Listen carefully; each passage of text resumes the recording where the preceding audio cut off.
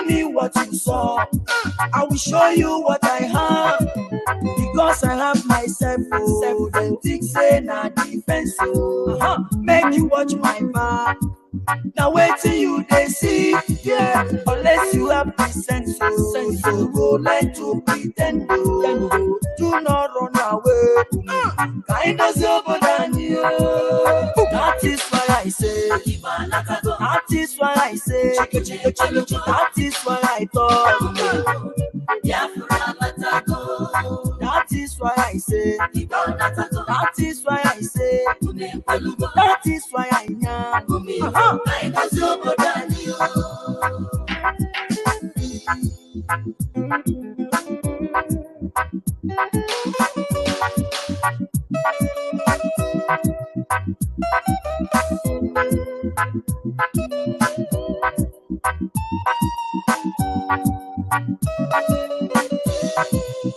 Ohaneze Ndigo, how na day? I don't come to speak my mind. With no delay, let them know say una eyes clear about una way. Watch out, many things they happen in that country you dey. So some people trouble upon people every day. Even when you dey, you go talk say you know dey. I need to understand why this one about.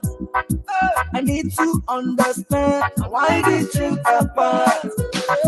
The promise that we got and nationalize. The promise we will live and no complaints. Watch me far away. Watch me far away. See me far away. See me far away. Tell me what you saw. I will show you what I have. Because I have myself. Then things say na defense. Make you watch my back. Now wait till you they see, yeah. Unless you have the sense, you go like to pretend. Do not run away. Kind of over than you. That is why I say. That is why I say. That is why I thought. That is why I say. That is why I say. That is why I am.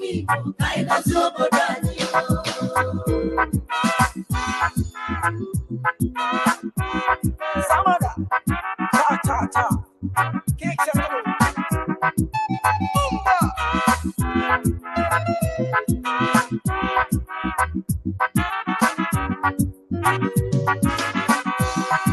I come back again to tell people say, now here we dey. We don't come to stay. I say no retreat, no surrender. We're living big, but no array.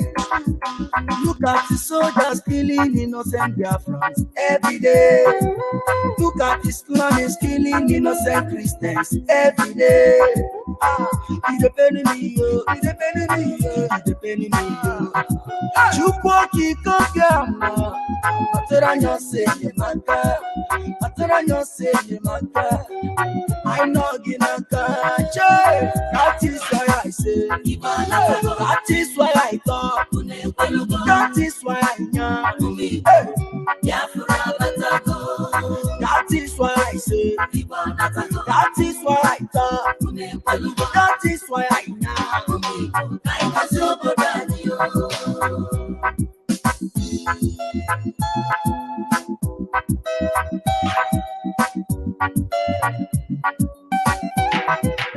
Mazi Nnamdi Kanu, Muhammadike one, Biafra nile, Ayisigi Gabaniru, Ronya Kaya Gacha, Weli Feneme, Onye Naya Netuno Hine, Chuku Pamawaja, you are whiter than snow, Oku Kibesio. We stand where you stand, we say no secret trial. Onyinye Chukwu Ezosika Osiki Muhammadike, no secret trial. Prophet Yahweh's young Osiki Ahamadike, Osike Chisike, Matus, Ejike, Koli, Osike, one day Puja Bija, Sikwa, no well if a name, no well if an affair, no well if an actor. Yes, one name, Victor, Chimesie, Okorochuku, Igbo Network Television, London, Osiki Chisike, Nahabugi Nazu, Umu Biafra Nile, Getting Nova, Asiki Gabaniru, no secret trial, no secret trial, no secret trial, no secret trial. Watch me far away, see me far away. Tell me what you saw, I will show you what I have. Because I have myself, oh, then think say na defense, oh. Make you watch my back. Now wait till you they see, yeah. Unless you have the sense, oh, you go learn to pretend, oh. Do not run away. I know somebody, oh. That is why I say, that is why I say, that is why I thought, that is why I say, that is why I say, that is why I am. That is why I say, that is why I say, that is why I thought, that is why I say, that is why I say, that is why I am. Don't prick, Sampe, IPOB, IPOB, IPOB. Yes, so I don't come again, no. No election in Biafra land, whether they like it or not. Makonye to election, Onabuwa Osa, Sampe, Biafra nine, when talk about no election, when they talk about no, we say no election, when they talk about no, what people need, when they talk about no, I don't know Merenti, when they talk about no, the president of Melano, we say no election, when they talk about no, Biafra no election, when they talk about no, Obama that's here, Obama Joma. So kwani purunono na ndisuji na bagara Nigeria no bagara adi choro kani no referendum no election in all Biafra land makonye to vote na bubu awusa osunu bubani unu busi ani no election Onye tobo tona uwausa no election. Onye tobo tona we say no election. Onye tobo tona uwausa waki bonine. Onye tobo tona no merenti. Onye tobo tona epure no melonu. Onye tobo tona we say no election. Onye tobo tona Biafra no election. Onye tobo tona uwausa. Sampe magenti kangunu. Oko makaronyi si aibu Mazi Nnamdi Kanu siri onye atụ na vote. Ka ndị si niile ji na-agbagharagara ndị ọha na-ese ndị Igbo ndị okenye alụrụ ala ha wee fụ eziokwu ha ga-ekwu a na-egbudi ya iru na maka ego ndị su ndị ọchịchị anyị bụ ndị a si lekotewa anyị wee dara anyị wee na-egbu ka ọkụkọ maka na anyị na-ekpere Chukwu okike abịa ma ihe mma bụ na onye tụọ vootu ọ na ugwu Awụsa Onye tobo tona uwausa no election. Onye tobo tona we say no election. Onye tobo tona uwausa waki bonine. Onye tobo tona anu no merenti. Onye tobo tona epure no melonu. Onye tobo tona we say no election. Onye tobo tona Biafra no election. Onye tobo tona uwausa. Opasi no so tuma wata. Onababeya. Makanu dene kan koboloku. Genti Kampunu. Onumani nanga Musa. Onda barosi mancha. People Genti Kampunu. If you go down with Salulu, no Nenugu. If you go down with Salulu, no Naba. If you go down with Salulu, no Nambara. Manandibo na Runo na Sokoto. Manandibo na Runo na Abuja. Natanu Kaido Diabani. Makanange Mubungemo. Makanange Mubungemo. Onyo Soto Baloya Ababea. Kaido Diabani. Anyananda Usaburufu. Ndị na-enwe ọgụ n'igbo mmadụ anyị na-abụrụ okwu maka onye tụọ vootu n'akwụkwọ Awụsa onye tụọ vootu n'akwụkwọ Awụsa asị m onye tụọ vootu n'akwụkwọ Awụsa onye tụọ vootu n'akwụkwọ Awụsa onye tụọ vootu n'akwụkwọ Awụsa no election onye tụọ vootu n'Awụsa no election onye tụọ vootu n'akwụkwọ Awụsa Igbo niile onye tụọ vootu n'Awụsa anụrụ mere ntị onye tụọ vootu n'Awụsa ekwurekwu n'omere ọnụ we say no election. Biafrans no election. Biafra no election. We say no election. Black people need it. Anurano no merenti. Epuresu no melonu. We say no election. Biafrans no election. The triple IE.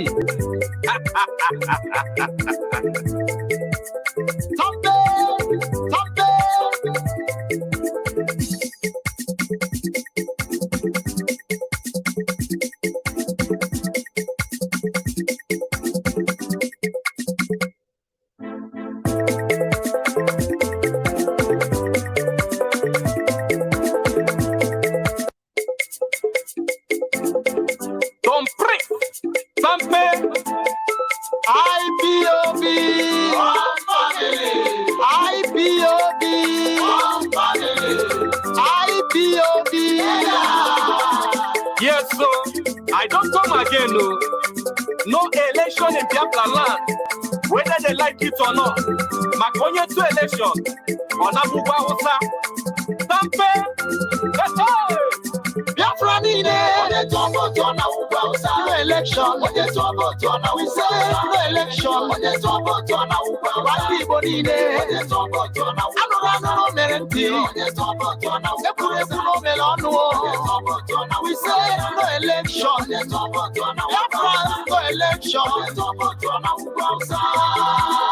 Okwa Tomantia. Obola Jomwa. So kwani purunono. Nakandi suji na bagara. Nigeria no bagara. Ani chorongani. No referendum, no election in all Biafra land. Makonye tomo tona bugu Awusa. Osunu bubani, unu busiani no election. Onye tomo tona bugu Awusa. No election. Onye tomo tona we say no election. Onye tomo tona bugu White people need it. Onye tomo tona. Anurano no merenti. Onye tomo tona. Epuresu no melonu. Onye tomo tona. We say no election. Onye tomo tona. Biafrans no election. Onye tomo tona bugu Awusa. Sampe. Spaghetti Kangunu. Okwa makana onye isi anyị bụ Mazi Nnamdi Kanu siri onye atụ na vote. Na ndị si unine ji na-agbagharaghara. Ndị ọha na-ese ndị Igbo, ndị okenye alụrụ a. Ha wee fụ eziokwu a ga-ekwu a na-egbudi ya iru na maka ego ndị su. Ndị ọchịchị anyị bụ ndị a si lekotewa anyị wee dara anyị wee na-egbu ka ọkụkọ. Maka na anyị na-ekpere Chukwu okike abịa ma. Ihe mma bụ na onye tụọ vootu ọ na ugwu Awụsa. Onye tụọ vootu ọ na ugwu Awụsa. No election. Onye tụọ vootu ọ na we say no election. Onye tụọ vootu ọ na ugwu Awụsa. Ndị Igbo niile. Onye tụọ vootu ọ na anụrụ mere. No, Biafra dey, no, Biafra Biafra na tako. Makilo mani hip hop para meni. Aye bundi Biafra bundi judo naga. Makilo maketu na jaga ni. Oga de kwa rai na ma.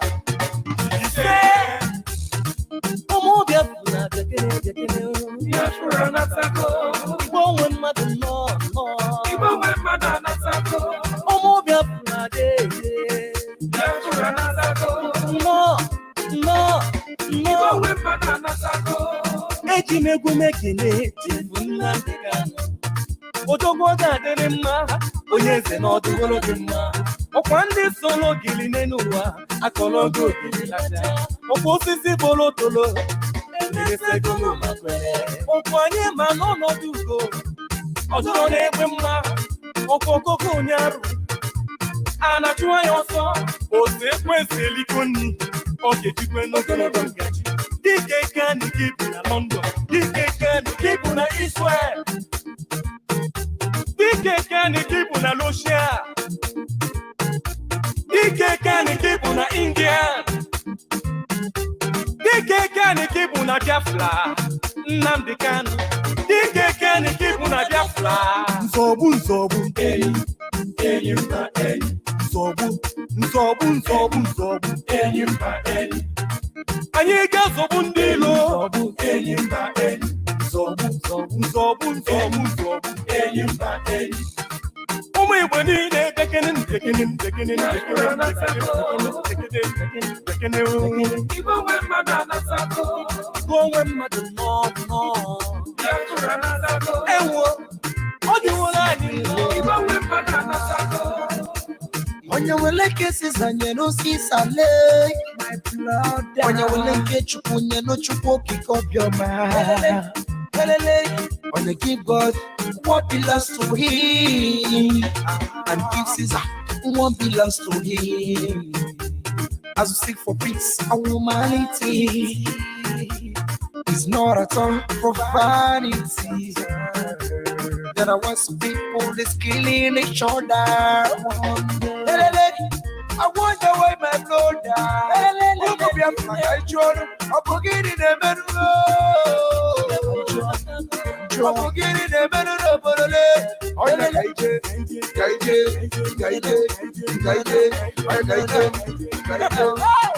Nzọgbu enyi mba enyi. Nzọgbu enyi mba enyi. Nzọgbu enyi mba enyi. Sọgbu ndị ile anyị na-ewu enyi mba enyi. Fellow, let my people go. Biafra natako. Let my people. Igbo nwe mmadụ anatako. Ndị ilo lapụga n'anya Kanu. Biafra natako. Igbo nwe mmadụ nọ. Igbo nwe mmadụ anatako. Ojude na-elapụ ude na-abụla. Mana anyị abụrụ n'udene n'ụwa. N'ihe ogogo, I want to know something. Make una hear me. Iburu nwa Biafra na taba n'ụlọ. Make una come back. Ka anyị dote n'obodo anyị o. Ibu importer, ibu exporter. Na taba n'ụlọ. Ka anyị dote n'obodo anyị. Ndị dị n'obodo anyị o. Epọtụ dịkwa na be anyị o. Ship na-agbakwa na be anyị o. Oyi dịkwa n'ala be anyị o. Mmanya nkwụ dị na be anyị o. Ihe niile dị mma ọ dịkwa n'ala be anyị o. Nataba n'ụlọ ka anyị dozie n'obodo anyị. Ụmụ Igbo kọmpa ka anyị dozie n'obodo anyị. O tinye nwata weli aka elu. Aka fụwa yufu o wetu aka. Jehova nke zọpụtara ụmụ Israel n'aka Fero. Bilie natara ya oke ruru anyị o. Balie natara ya oke ruru anyị Chukwu o. Bilie natara ya oke ruru anyị o. Biafra bụ nke anyị o. Obodo ọma Biafra bụ nke anyị. Ala Chukwu tere mmanụ. Nzọgbu enyi mba enyi. Nzọgbu enyi mba enyi. Nsogbu ọnụ ha. Enyi mba enyi. Anyị asọgbu ọnụ ndị ilo. Enyi mba enyi. Nzọgbu enyi mba enyi.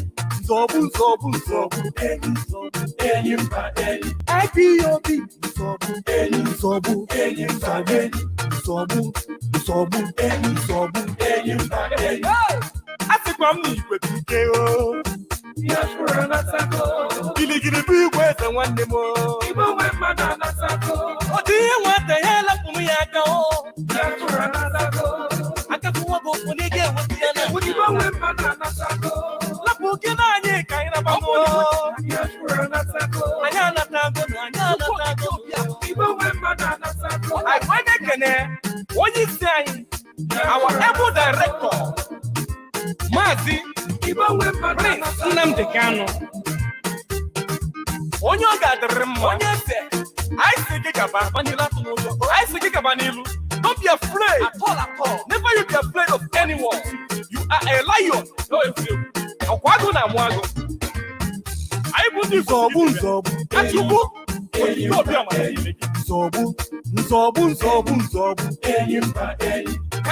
Omo Biafra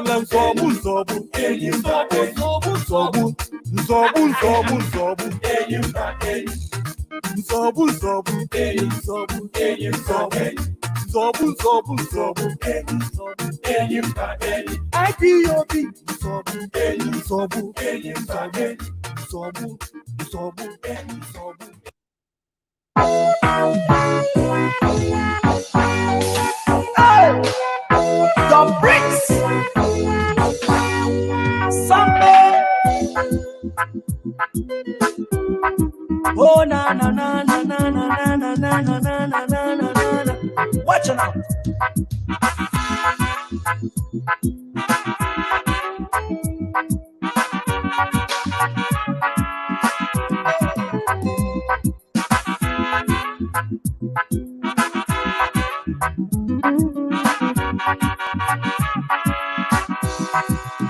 Watch me far away, see me far away, Shabada. Tell me what you saw, I will show you what I have.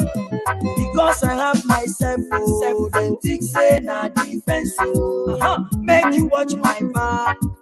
Now wait till you they see, yeah. Unless you have the sense, so go let to pretend, do not run away. Kind of over than you. That is why I say, that is why I say, that is why I thought. That is why I say, that is why I say, that is why I know.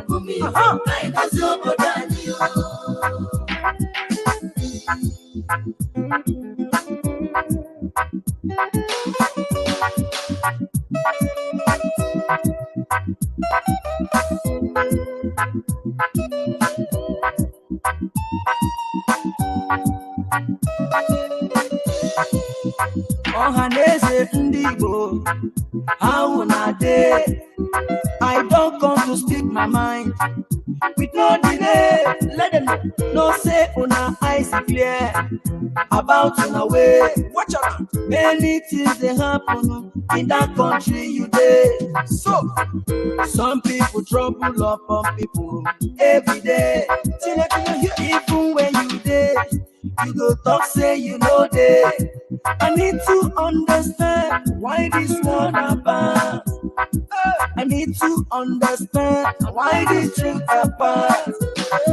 The promise that we got and nationalize. The promise we will live and no complaints. Watch me far away. Watch me far away. See me far away. See me far away. Tell me what you saw. I will show you what I have. Because I have myself, oh, then think say na defense, oh. Make you watch my back. Now wait till you they see, yeah. Unless you have the sense, oh, you go like to pretend, oh. Do not run away. Kind of over than you. That is why I say, that is why I say, that is why I talk. That is why I say, that is why I say, that is why I know.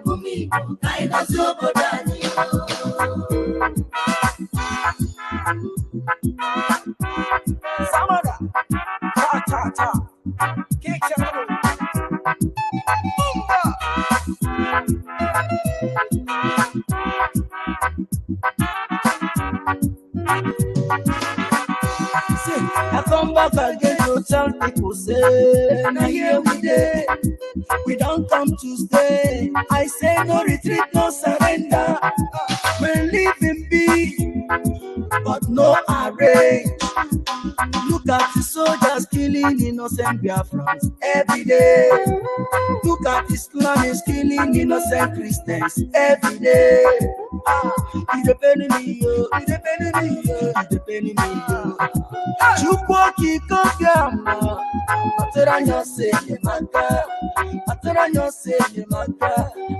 I know Ginaka, that is why I say. That is why I thought. That is why I know. That is why I say. That is why I thought. That is why I know.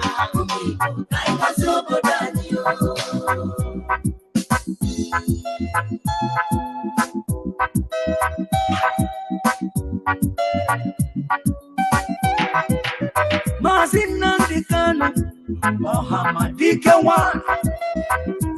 Biafra nile, ayisigi gabaniru, onya kaya kacha, weli feneme, onye naya netuno hile, chuku kwa mawaja. You are whiter than snow, oku kibesio. We stand where you stand, we say no secret trial. Onyinye chuku, ezosika, osiki, ohamadike, no secret trial. Prophet Yahweh's young, osiki, ohamadike, osiki chisike, Mazus, ejike, koli, osiki. One day, put your DJ, Sikwa, no well if an eme, no well if an affair, no well if an actor.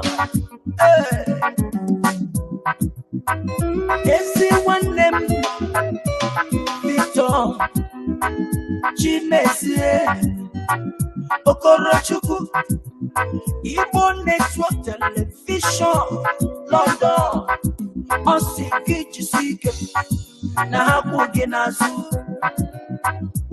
Biafra nile Getile nuwa Asiki gabaniru No secret trial No secret trial No secret trial No secret trial.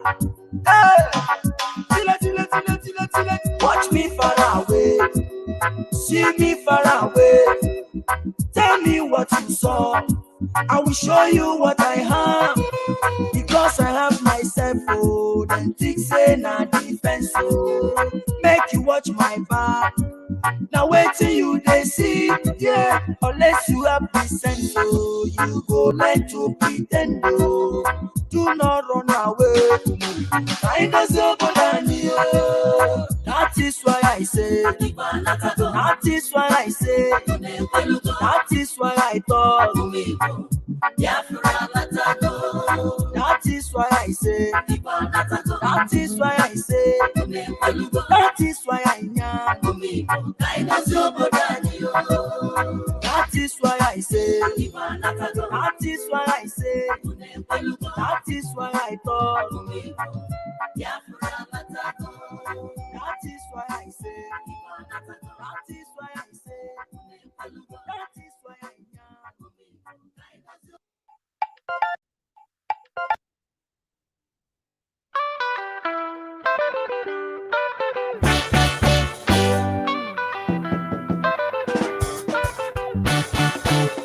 Don Prince Sampe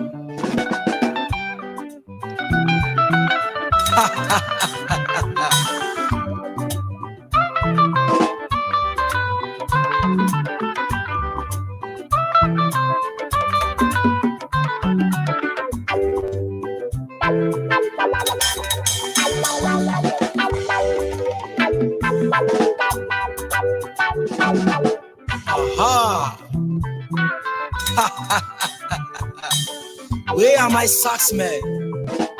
Let me feel it.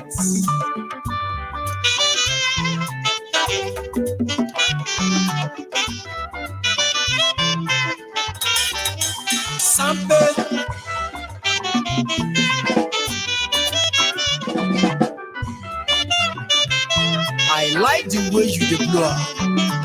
Na so it don't clear for their eyes. Janja we, hey! Biafra we come like this. Them never know say Biafra we come like this. They never know, Biafra we come like this.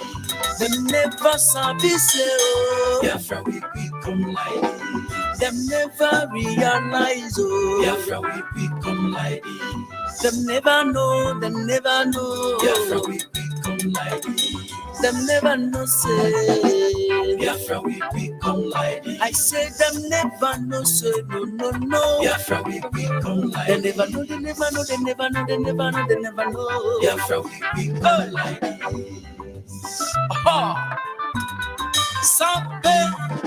Sometimes I wonder why some people just they move themselves. Nigerian government, they just they yaya themselves. Then just they fight with them don't lose. I love my Biafra. Biafra is my nation. I say I love my Biafra. Whether rain or sun, I go there in Biafra. I go live in Biafra. Now him I want you. Now him they give me joy. Now him I love. Biafra is my portion. They never know say Biafra we come like this. I say they never know say Biafra we come like this. They never know Biafra we come like this. Hey, they never know say Biafra we come like this. Biafra we come like this. Biafra we come like this. Biafra we come like this. They never know say Biafra we never know. They never know say Biafra we come like. They never know. Biafra we come like.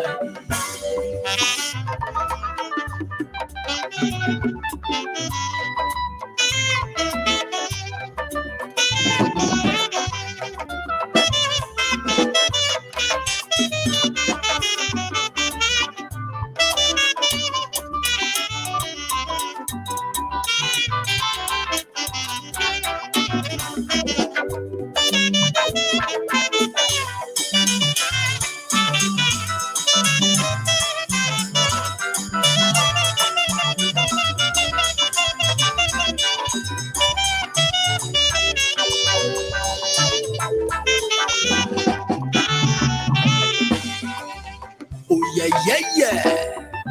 Sample Biafra no. Biafra wake up. The land away full with honey and milk. The land away full with wisdom. Oh. You never know. You still dey sleep. You never know. You still dey sleep in zoo. Before you realize, Oga, we don't pass you. No, they do gra for waiting. You know you don't lose. No, they do shake leke for waiting. You know you don't lose. You never know say Biafra we become like. You never know say na. Biafra we become like. Brother, Oka they make it now wrong. Biafra we become like. They never know say Biafra we become like. They never sabi say oh Biafra we become like. Janja wait, they never know. Biafra we become like. I say Biafra we become like this. Biafra we become like. I say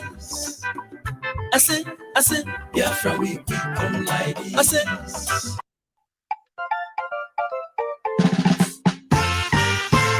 Hey, don't please. Sample.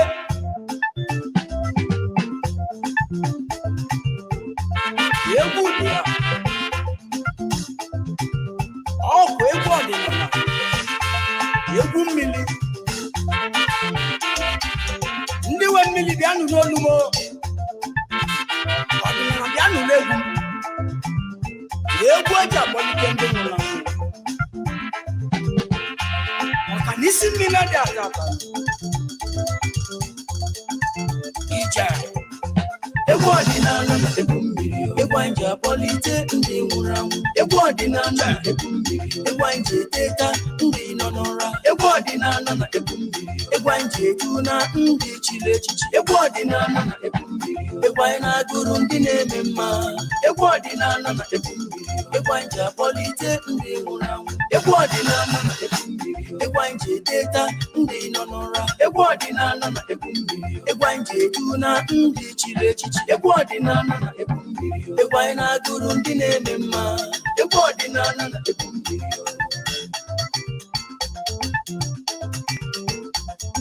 ihe okokokolio ọkwụnụ mana ọdịnala dịwara gbogbo omenala ndị dị ara ndị nke bụ eziokwu bụ na ọdịnala dịwara gbogbo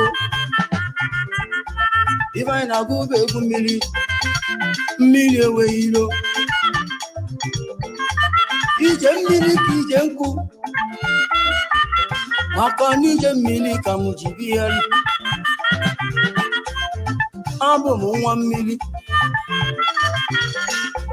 ndị nwe mmiri ka mụ na-akpọ eze nwanyị mmiri bịa nwere nke gị maka ọdịnala dị na gbogbo oyibo pụtara anyị chọọchị wee sikwa ọdịnala na banụ mana ife nna gbu m mgboyi na ọdịnala dị na gbogbo o were afịa nọ n'azụ n'ala Igbo nke Igbo bigbo ji wee bili ofu n'ime ha bụ eke ketela nyamalado unu mana nke ọzọ bụkwa onye yọtara anya anyị yọdo nke ọzọ bụkwa afọ fụpụrụ anya ndị iro nke ọzọ bụkwa nkwọ pụtara anya ezigbo ihe elu egwu mmiri ka m na-egwu oyi egwu ọdịnala ka m jeji oyi ibe m na-achọ ka Chukwu ya emele Don Prince nwa ọma egwu ọma ka m na-agụ oyi egwu ọma ka m na-agụ n'okike kere ụwa n'obi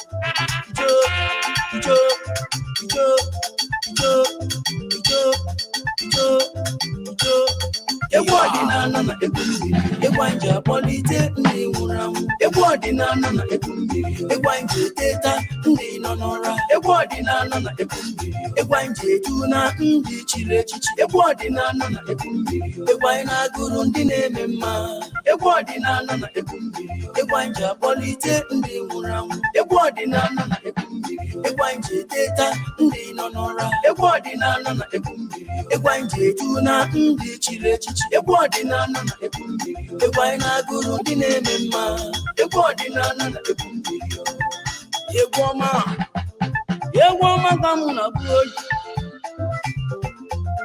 ọgbọ nwere ụbọchị m nọ na nlọnụ ugo wee fele batanụ wee nyenu m ọfọnụ o wee nyekwazie m abụbụ ugo chinyere m ekpili o wee si m gaba n'ilu atụrụ ụjọ maka na abụkwa m nwa mmiri na mmiri ada ewu ilo oyi egwu ọma ka mụ na-agụ eze Chukwu okike abịa ma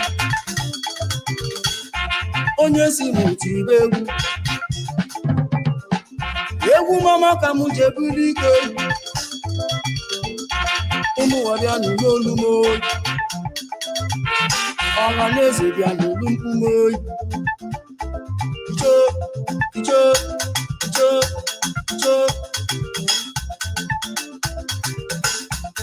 onye na-achụ m ga-ada maka na aka m dị ọcha ọchụ nwa ọkụkọ nwada nwa ọkụkọ wee nwee ngwa ọsọnụ onye ji ihe m weli aka elu akarụwo ya owe ka aka m wee n'ife m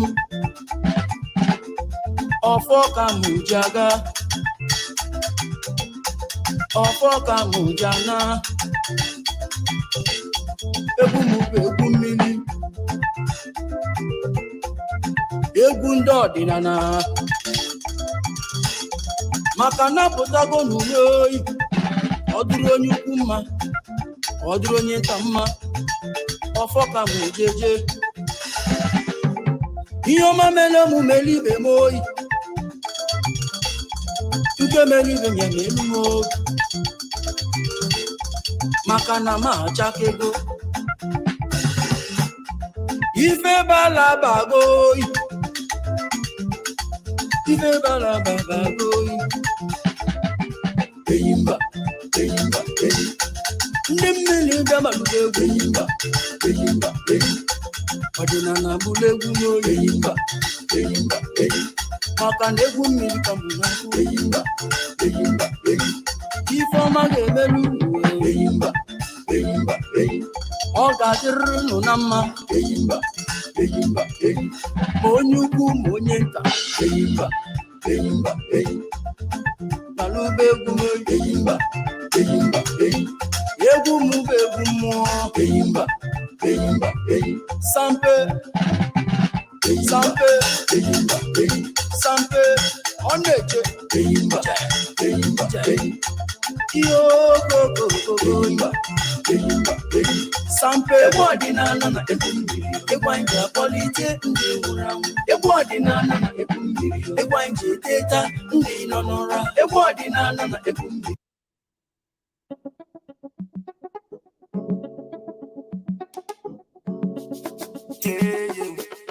It's M. Josh on the beat.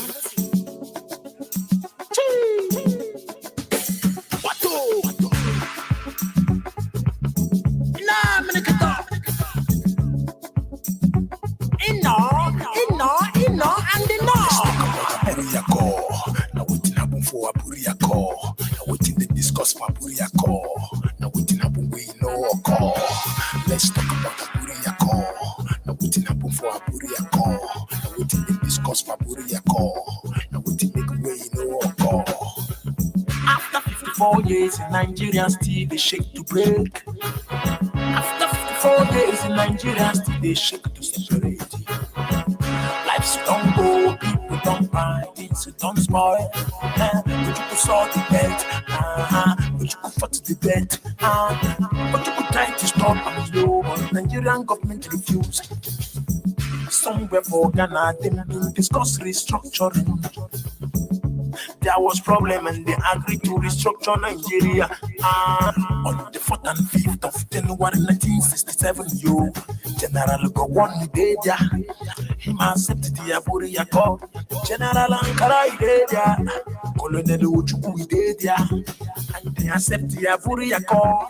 And they must accept restructuring. But when they come back Nigeria, Nigeria government refused the deal. Them causing problem. They divide people into theory. They execute genocide on us and them call them war. Them kill my people plenty. Them call them war. Them kill our mama. Them kill our papa. Them kill our uncle. Them kill our aunt. Them kill small children, yo. Them kill 5 million people, yo. Them kill the people where demand for restructuring, yo. The other people who were demand for restructuring. After 54 days, them still the kill, them still the shoot, them still the cry. But today, everybody they run, helter-skelter. Everybody they run, X-Men they kill, terrorists to shoot, government to thief. God don't reject Nigeria. Devil don't punish Nigeria. Nigeria government to keep my people for genocide. Our battles to situational understatement. Now everybody that you come out for the matter. As this matter one carry many people go. Let's talk about Aburia call. Now waiting happen for Aburia call. Now waiting they discuss for Aburia call. Now waiting happen we know call. Let's talk about Aburia call. Now waiting happen for Aburia call. Now waiting they discuss for Aburia call. Now waiting make way know call. Nigeria they like this today because nobody talk the truth. Nigeria they like this today because government na lie. Them go use the ammunition for church and media go claim the shit. In our curriculum for school, yo, them not teach us our history. Now where we go learn, now how we go learn. When Nnamdi Kanu come save us, Nigeria government teaches them. Nigeria government arrest them. Nigeria government shoot them. Them use media pink and black. Them make Nigerians hate the truth. Now which day where we go wake up? Now which time where we go stand? Nigerians no one here. Nigerians no one truth. Nigerians no one learn. We they dance to the government tune. They kill us, they do us. They deceive us, they confuse us. They give our land to strangers, yo. Our eyes come open. They give our land to strangers, yo. Nigerians come wake up. Suddenly, yo. Yeah, what don't happen? Nigerians they talk, say they want restructuring. Nah, make it up. Suddenly, you know, and the more. Suddenly, you're waiting, no you see it don't happen. Nigerians they talk, say they want restructuring.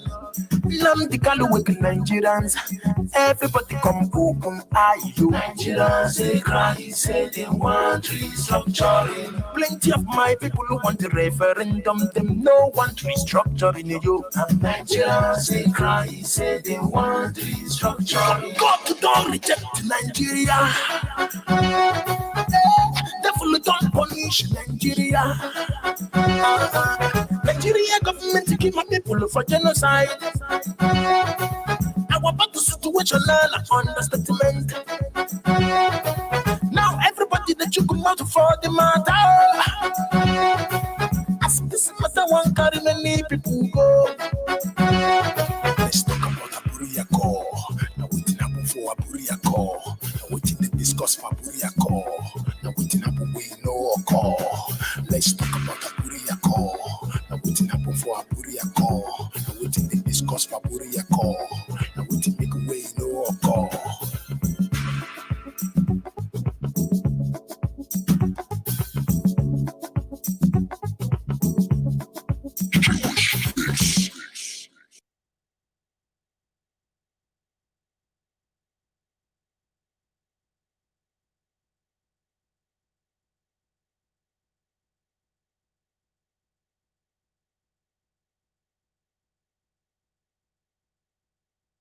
At Area 1 junction in the Metropolis, a commercial taxi driver who was caught with overloaded passengers undressed himself in protest against the impoundment of his vehicle. I get children, I get wife. No money, I can't find a job. No money, nothing. You tell us keep for us, Baba. What do you want more do? Nothing. When I fear corona, hunger virus pass coronavirus. So, what do? It's M. Josh on the beat. Inna, and inna. You can't claim you're done now. I see they go for the can. Josh. For the matter, nobody wanna talk or put you for the matter. They can believe you say tomorrow he go better. Because some get food to chop the bill and be yoga. For the matter, nobody they say for now for night. You better stand up matter for the matter. I got done the man too. Madam done the man too.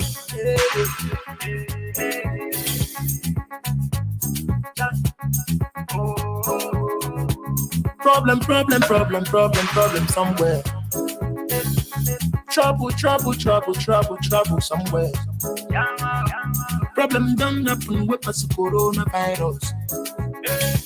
Problem don't happen with kill past virus. Them say make you poor man no go out. Them say make you poor man sit at home. Them say make you poor man no go out. Some be don't come out for road. Some be don't come out for street. Some be don't go meet the people. My people suffer.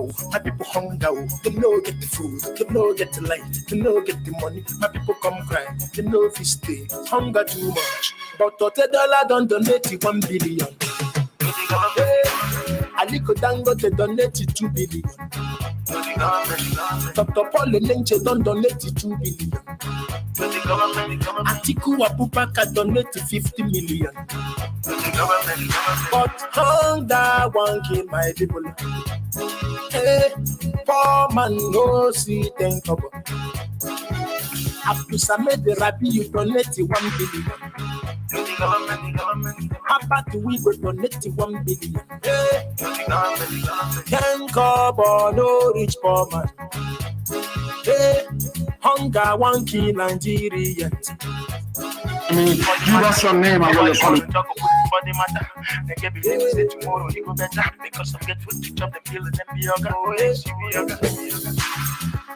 Audio government, audio president, audio ministers, audio senators, audio government, audio president, audio governors, audio commissioners.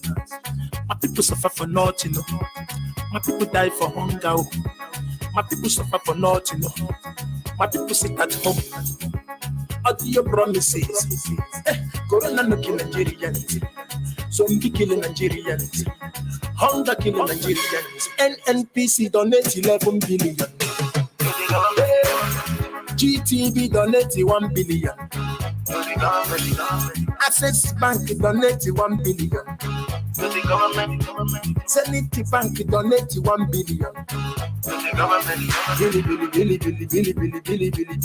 Billion. So, poor man go see think about. Chimovia.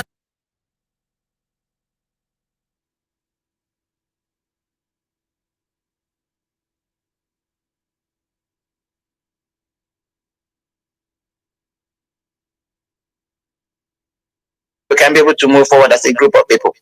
Thank you all for your listening today. Once again, welcome to the program, Marien Hader. God bless. Do not forget that our leader, Mazi Nnamdi Kanu, is still in the enemy dungeon in the DSS, Nigerian DSS. He is our leader. There is no other supreme leader we have other than our leader. In his absence, or temporary absence, I should say, the DOS is in command. Whether you like it or not, there is no other person. Paracetamol is not paracetamol. That is it. Any other person that is talking to you other than the structure, know that that person is a usurper. That is it. You know them by their fruits. People that came into the struggle, first of all, for money, for position, for contacts, to use IPOB, climb up in their political quest in Nigeria. There are some people like that. Maybe as a principal officer, you know, you will, before you know, you will get in contact with one Nigerian politician. They will contact you, and boom, bingo, from there. These are charlatans. I call them charlatans in what we are doing. They are not genuine. They are not genuine. These are serpents that are more dangerous than even the Fulani, the caliphates. I'm telling you honestly. Therefore, we must continue what we are doing today. I'll just read, I think, 1 or 2 headlines. But before I do that, because what we are going to discuss is immense, honestly. We are loaded in order to unleash facts and figures. Today, in this religious discussions on religious matters, we are going to discuss on a topic that says forced religious conversion. That is simply the topic. Forced religious conversions. That is it. Therefore, please remain all ears in order to listen. Tune on to your radio in Biafra land. You are listening devices, various listening devices. In order to listen onto this hallowed platform, do not even deny your enemies. Your enemy. Do not deny them listening to this hallowed platform, because this is where we learn from each other. Enlightenment is dispensed here. What we say here, you don't hear it on a mainstream media. It is impossible, because they are always trying to be politically correct, not to provoke some people, just the whitewash lies and bring to you, and you bite. But we must continue. As I said before, I continue. I will go on to read the IPOB press release of the 30th July 2022. It says, United Nations Others is not Nigerian Court Others, IPOB. The attention of the global movement and noble family of the indigenous people of Biafra under the command and leadership of Mazi Nnamdi Kanu has been drawn to the laughable, disgraceful, and unguarded statements credited to the inconsequential mushroom groups called Northern Coalition Group, CNG, or Coalition of Northern Groups is the same thing, on the UN Working Group on Human Rights and Arbitrary Detention's recent opinion for the unconditional release of Mazi Nnamdi Kanu. This ignoramus, faceless Northern Group shows their idiocy and absolute ignorance by attacking and warning United Nations on their order to release IPOB leader and prisoners of conscience Mazi Nnamdi Kanu unconditionally and compensate him adequately for illegal abduction and extraordinary rendition from Kenya to Nigeria over a year ago. The statement credited to this Fulani group towards United Nations opinion betrays the Fulani mindset and how undemocratic and lawless the Fulani people are, or the Fulani Caliphate is. It is not far from the truth that the Fulani government in Nigeria sponsored this faceless northern group to attack the United Nations decisions and recommendations. They want to test the reactions of the international community. The world must understand that the Fulani Caliphate is a parasite in Nigeria who are bent on hijacking indigenous people's ancestral lands and resources in Nigeria. But IPOB won't allow them. They have hijacked strategic positions in Nigeria government, have deliberately and tactically weakened the Nigerian military while empowering the Fulani terrorists to take over Nigeria government or government structures and then seize the ancestral lands of all the indigenous people in the zoo called Nigeria. It is obvious that the recent increase and boldness of attacks by these Fulani terrorists, especially in Abuja, will convince every doubting Thomas that these terrorists are state-sponsored and the agenda is to Islamize and Fulanize Nigeria and forcefully take over the federal government of Nigeria. The government in Nigeria is a bunch of Fulani cabals and agendas called the presidency, who have bankrupted Nigeria while importing and sponsoring terrorists to take over the Nigeria government. But their plans have failed and will continue to fail. If others will accept terrorist government in power, IPOB and Biafrans will never succumb to their intimidations, and they will regret why they indulged themselves in that act in the first place. The recent shameless statement from Fulani attacking the United Nations show that they are demented and don't know that the United Nations opinion is not the same as the Nigerian cuff others they flout at will. Fulani government and her people thinking they can use terrorism and threat to get people succumb to their demand. They understand that threat and terrorism don't shake the indigenous people of Biafra. Very soon, the Fulani government and her people will understand what they have done to themselves. Attacking United Nations opinion shows how clueless, uninformed, and inconsequential they are. United Nations is the final arbiter in the world, and Fulani backwardness, ranting, and undemocratic nature cannot change the decisions of United Nations. The time to bury Nigeria finally is fast approaching. That is why they are ranting against World Organization without minding the consequences. More so, the terror times of Fulanis in Nigeria is about to be extinguished, and we shall see them no more in the nearest future. The faceless NCG group thinks that they have the temerity to challenge the United Nations opinion on its core mandate in sanctioning tyrants and human rights abusers in the world. Fulani government thinks that the world are ignorant of what they are doing.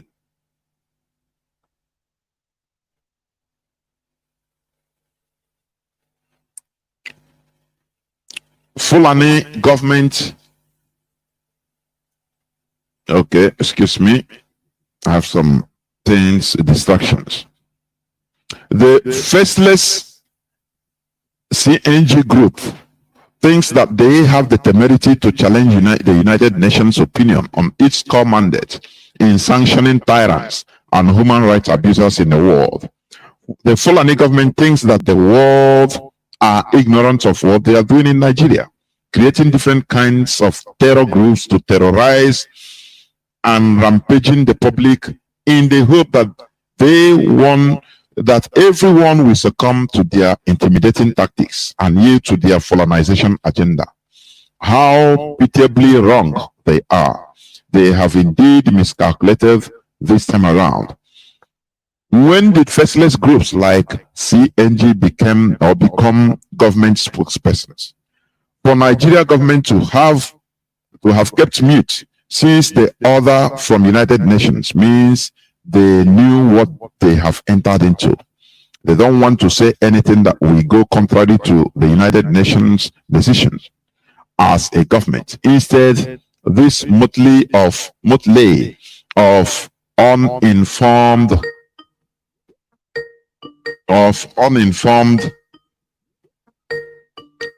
northern elements came out to publicize their ignorance and cluelessness to the world. They don't know what United Nations stands for in the Committee of Nations. When did faceless group or groups like CNG become Nigeria government spokespersons? For Nigeria government to have kept mute since the order from the United Nations means that they knew what they have entered into. They don't want to say anything that will go contrary to the United Nations decision as a government. Instead, this motley of uninformed northern elements came out to publicize their ignorance and cluelessness to the world.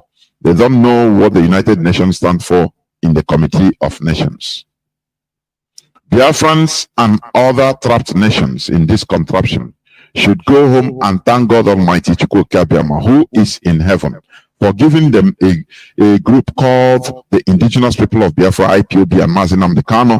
Posterity will bear us witness the heavy price we paid, we have been paying in opening the eyes of the great nations trapped in this British enterprise or enterprises, in British enterprises experiments called Nigeria. Comrade Emma Powerful, Media and Publicity Secretary for the indigenous people of Biafra. We continue calling for the release of our leader. It is now ricocheting everywhere around the world, and our leader must be released.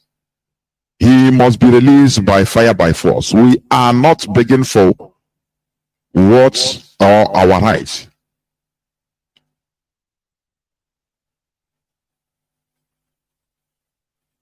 I need to clarify something.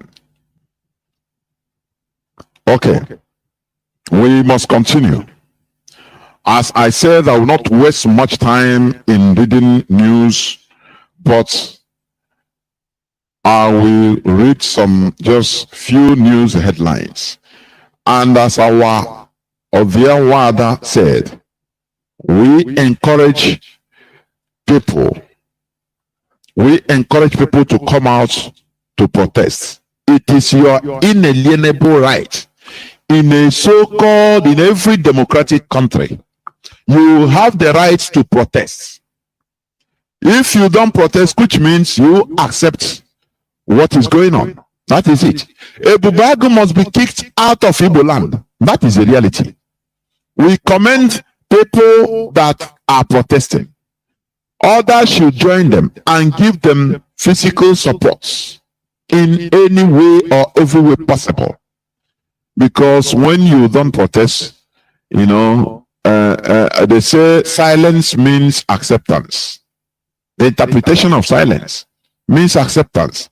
If you keep quiet and what is going on, you don't talk, you don't make your voice heard, which means everything is okay. That is the reality. When you see the developed countries, what they are doing, just like the Prime Minister of Austria has resigned, he stepped down. That young man, I call him a young boy, has stepped down. Why? Because of a scandal, just a scandal that a member of his party started. How they even influence buying votes, or buying people to vote for them. So the media overheard this conversation and all hell broke loose. The media started letting the people understand what is going on. And at the time, the Prime Minister said, it is no longer tenable for me to stay. For dignity's sake, I resign so that another person will take over. That is how, civilized people act. But look at a case in Nigeria. Any person that is elected into office, as they say, election is unquote, but it's election. He will go, the community, the village will make maybe 1 month celebration.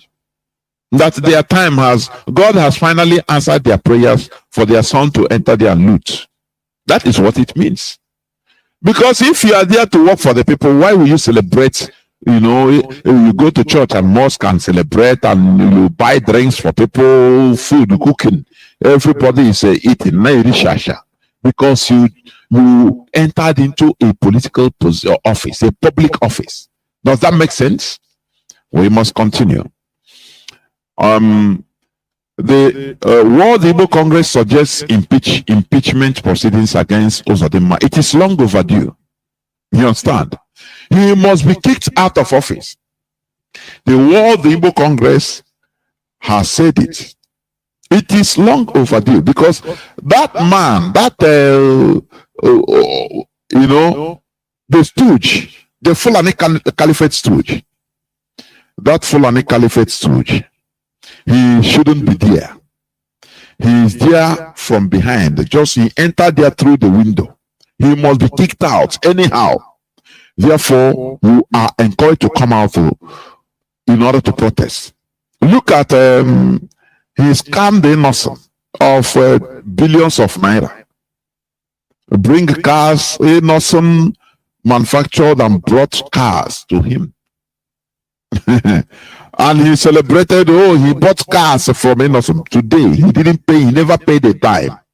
Today, Innocent is suing him so that to pay him his money.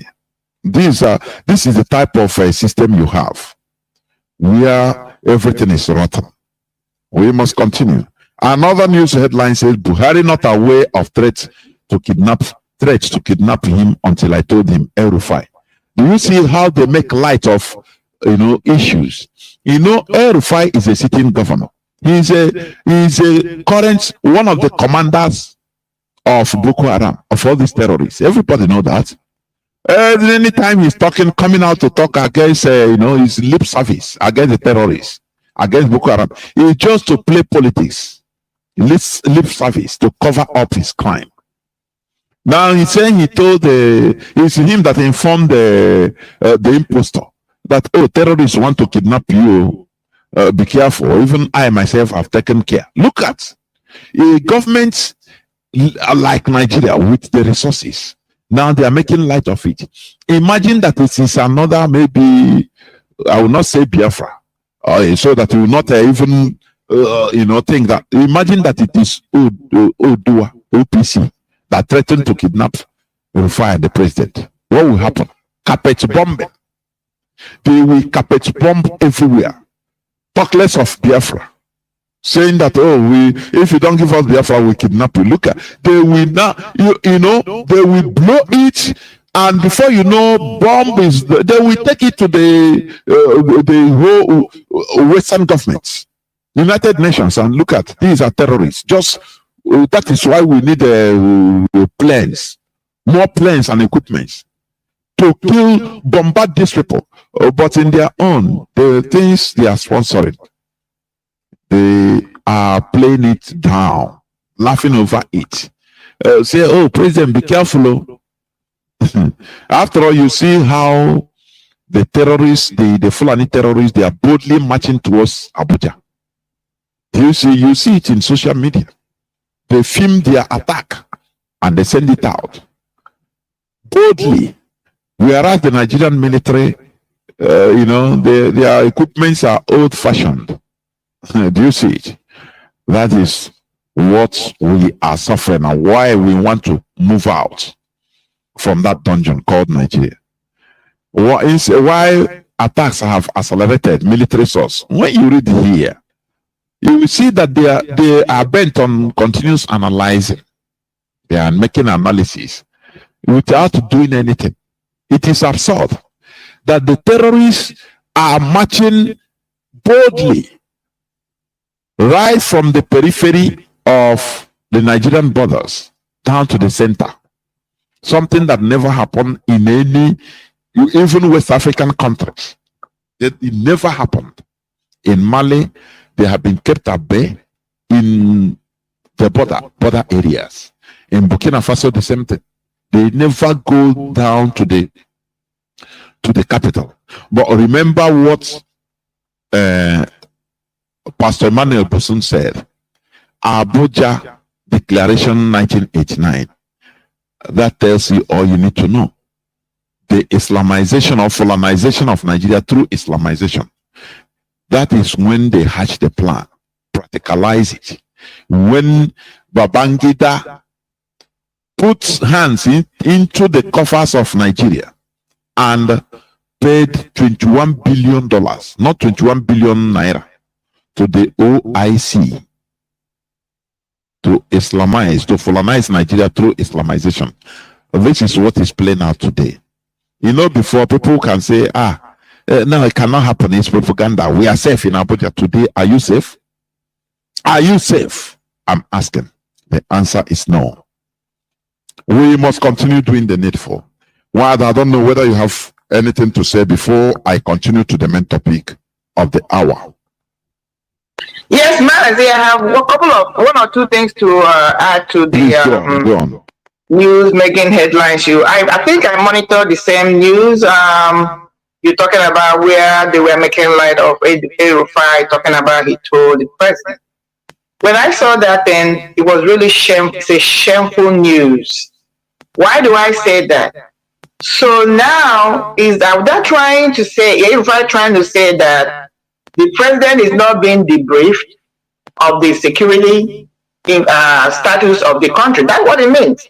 Because one of the major daily briefing of any president of any country is the security briefing of that country, so that the president will know how to strategize, move things from one into the other, because his main job is to protect the people and the property. So if this president we have seen on social media gallivanting from one country of West Africa to another to Europe, is not even being debriefed. To the extent he didn't even know that there was a threat on his life. So all these people, these all one Nigerians that are believing and depending on the government apparatus, the government military security outfit to protect them. How can they protect you? Because this guy you call your so-called Buhari, whether he's dead or alive, is the commander-in-chief. He is the one that is going to give instruction. He is the one that's going to give directives to go and protect you or not. He himself didn't even know there was a bounty on his head. That is how bad things. It was a shameful thing. Another thing I wanted to bring, I monitored that news, like I said earlier on. There was a guy, I don't know whether it's the same news or another news. This guy was trying, they were, these so-called crazy media presenters. They are the worst. I've never seen anything like this, Mazi. There are these guys, I think it was on that program the question was, what do we do now? And the guy was going to do, the guy was to see the presenters trying their possible, and most of them are from the south, their possible best to rush him down to say, where we are now is not what started it. We're not here to blame anybody. Where we are now is the solution. In my head, I'm like, how are you going to get to a solution of a problem where you don't even know how it all started? Why? Because they don't want the truth to be told. They don't want Erifa's name to be mentioned. They don't want Buhari's name to be mentioned. They don't want anybody to remember all the statements Buhari made before he became a president. Even Erufai made one of his tweets where he said that if anybody kills a Fulani, that they will always remember, they will revenge. They don't want to hear things like, so how are you going to bring wholeness? How are you going to bring this so-called one Nigeria when you can't even, you are not ready to face the truth? That is where people are. So the argument is this: Nigeria is done. I'm talking about the so-called Northern, or whatever they call them, say unification or union or whatever. This is an example when somebody like me speak about Akia. These were the same people or group of people that a couple of months ago claimed that have petitioned the federal government to conduct a referendum and let the Biafrans go if they want to. I believe it's the same group. So anybody listening to them, maybe foreigners or some of these our people that don't want to see the truth and acknowledge the truth, they have their heads buried in the sand like the ostrich. We say, oh, even the Fulanis, even the Northerners want us to go. They don't want you to go because what? We are the lifeline of that country. We are the lifeline in every ramification. We are the life wire, whether we acknowledge who we are or not. There are the same people now saying Mazi Nnamdi should not be released. Okay, Mazi Nnamdi should not, even though what that statement from me, I'm happy the way Imam Papa answered it. It's a non-starter because they are non-entities. Non-entities, that's who they are. Who cares about them? What are they trying to say? They may be able to influence what is happening in Nigeria. We're talking about war stage. There are nobody, the opinion carries no weight. But thinking about analyzing that foolishness they set up, Boko Haram terrorists can be rehabilitated, set free, put into the community, paid. These are terrorists that are terrorizing the existence of the so-called sovereignty of this country. That even the president has been shot at twice, him and his convoy, whether he was there or not, have put a bounty that they're going to arrest him and the stupid Erufai. This is the group we're talking about. They are worthy to be rehabilitated. But an innocent man who is just exercising his inalienable right cannot be released. And somebody is listening to that. That is why I said it was a non-starter for me, that because they are non-entities. So issues like that, honestly, I'm glad, brother Imam Powerful, comrade Imam Powerful said it, because for those, because there are some of us who, for some reason, it doesn't matter how much you try to minister to them, talk to them, they are not getting this story. They are not getting the picture of what is going on. So these are the people Imam Powerful, I believe, has ministered to, spoken to, and I hope they get it. These guys are not entity. We are not dealing with them. We didn't petition in their court. We don't petition to them. Your opinion should not matter, does not matter, will never matter. So that's the weird thing stand. So this is one of these that we're going to bring in, Mazi, as we continue to proceed to the thing. But Nigeria is really done. All those people who think they can hide in Abuja is not safe anymore. So my question becomes to them, even the Ohanese is talking about whatever they're saying, I don't even trust them. All of them that have been advocating, thinking they were safe in Lagos and Abuja, let them wake up and smell the coffee. So where are they going to run down now? Somebody like this stupid who's of them, he's ruling from Abuja. Let him go home, because the time will come when Abuja cannot accommodate any one of them. Because you know what? The fire is already on the mountain. It doesn't matter what they do. This is how these people operate. They're already in Abuja. There's nothing you can do. And I want to use this opportunity. Then I will get into the main topic, Mazi. I want to use it to call other West African countries who are sitting quiet. Just like some of us are sitting with what is happening in our Igbo land right now, especially in Imo State, thinking that, oh, it's an Olu affair, it's Imo State affair. Every Biafran, every Nigerian should rise up for the killing of this, the murdering of this, cold-blooded murdering of this 14 innocent youths. It could be you tomorrow, it could be me tomorrow, it could be your child. But the same, extending the same call to West Africa in particular. What these Fulanis, what these terrorists are trying to do, Nigeria is strategic for them.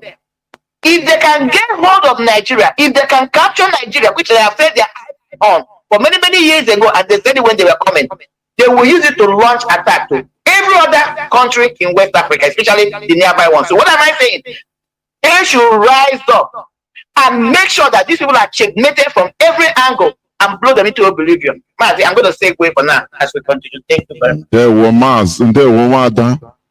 I think, this terrorist threats is a script they are playing against the so-called president. They want to find a way in order to discard the impostor. Maybe tomorrow, they will have a so-called cinema as a exchange of gunfire. Oh, Nigerian president has been kidnapped. Oh, he has been killed. That is, they are looking for a way in order to move out, in order to move out of the quagmire. Yes, to move out of the quagmire they are in, because that thing that is there, they are calling Buhari. Everybody knows. So they want to find a way in order to discard him. He's expendable. We must continue. I will start by reiterating, please stop calling these people the House of Fulani. There is nothing like House of Fulani as a people. It is dawning on everybody that the Hausas are rising up. It doesn't matter the pace, but they are rising up. We'll go and watch the BBC documentary where they specifically said it, that this is first in history, in the history of that zoo, that Hausas and Fulani, that we are one. Now they are against each other. Stop calling them House of Fulani. There is nothing like House of Fulani as a people. This issue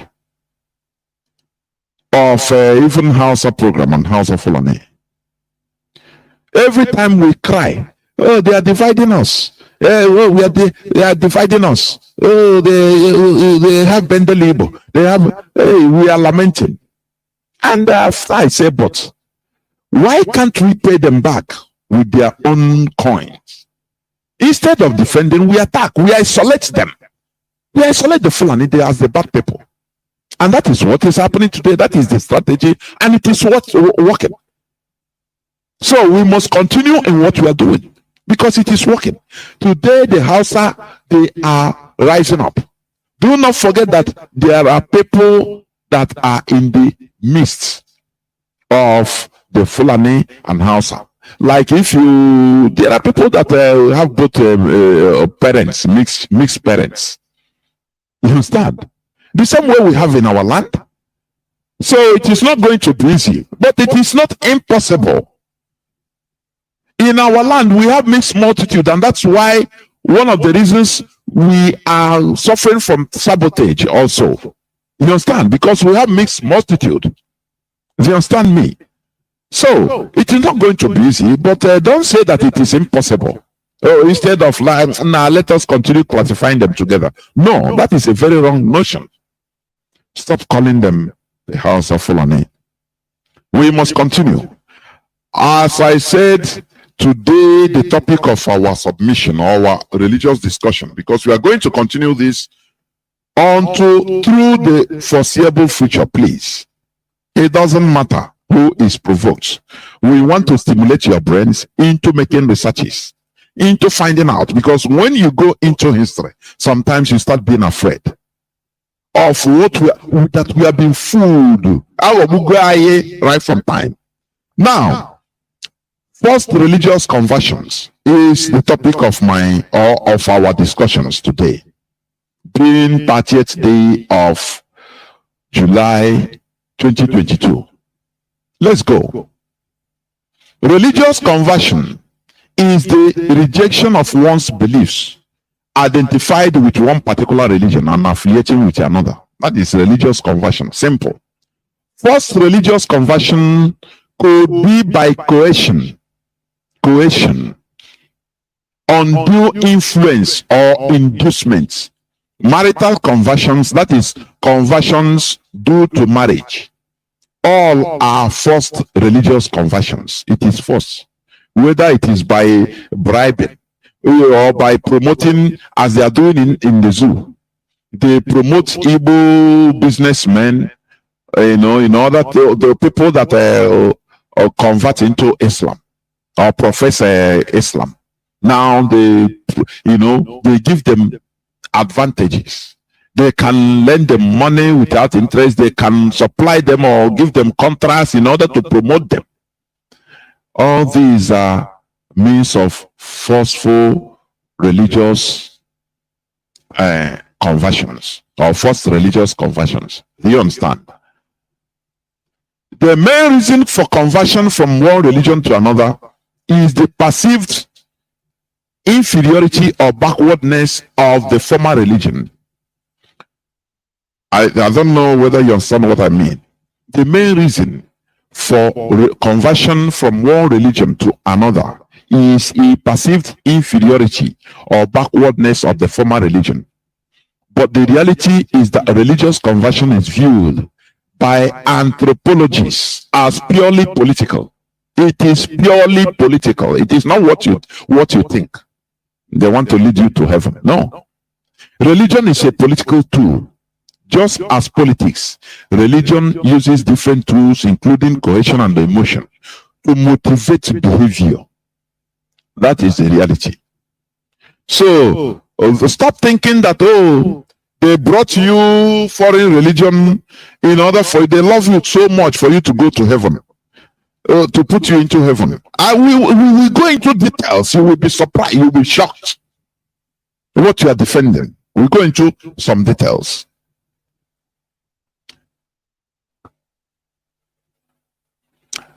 Historically, first religious conversions are mostly carried out by Christianity and Islam.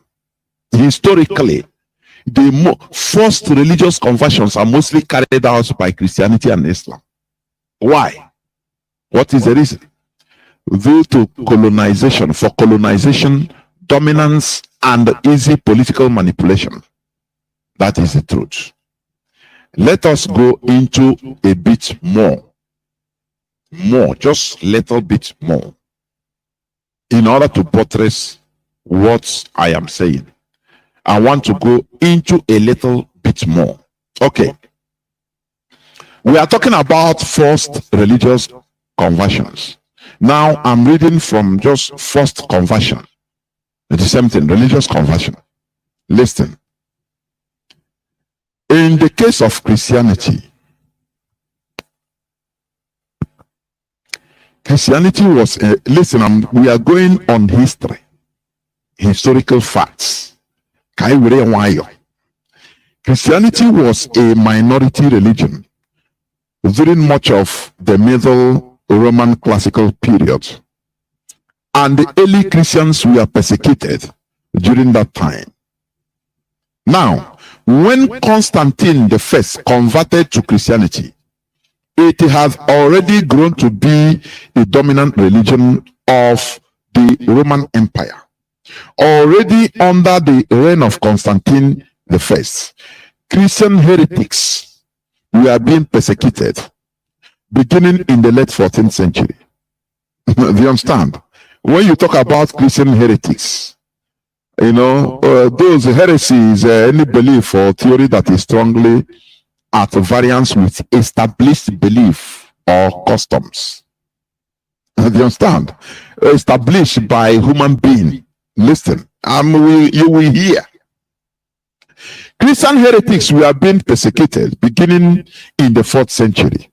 The ancient pagan religion were also actively suppressed. In the view of many historians, the Constantinian shift turned Christianity from a persecuted religion into a religion which was capable of persecuting and sometimes eager to persecute.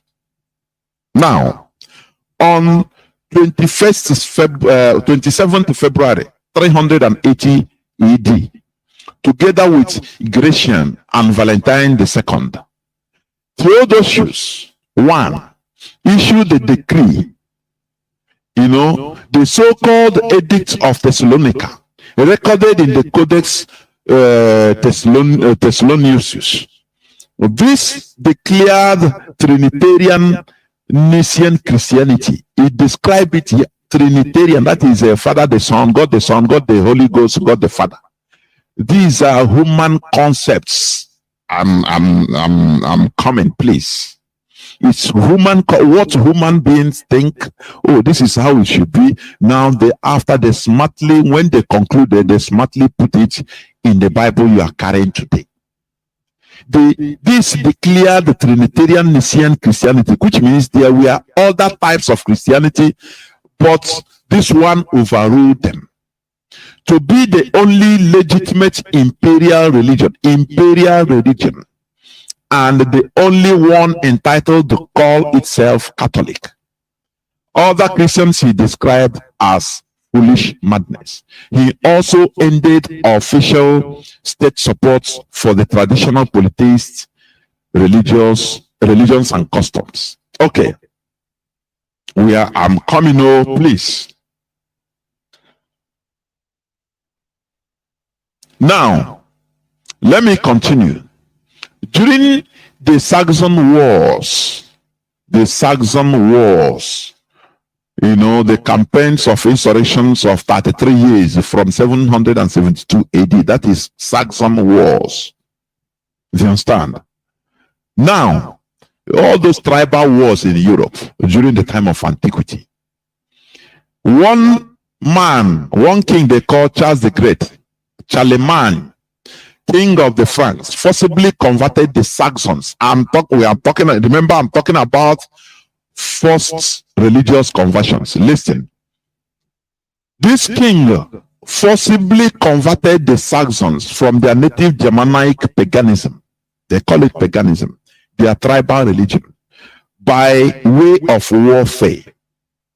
I'm talking about the Christianity we all know, which is now a peaceful religion.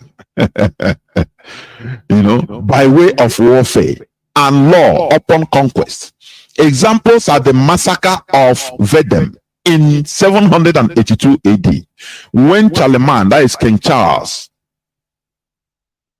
reportedly had 4,500 captive Saxons massacred for rebelling against Christianity. If you understand, he had them massacred. A law imposed on conquered Saxons in 785 after another rebellion and destruction of churches and killing of missionary priests and monks that prescribed death to those who refuse to convert to Christianity. That is forceful conversion. This one is was happening in Europe.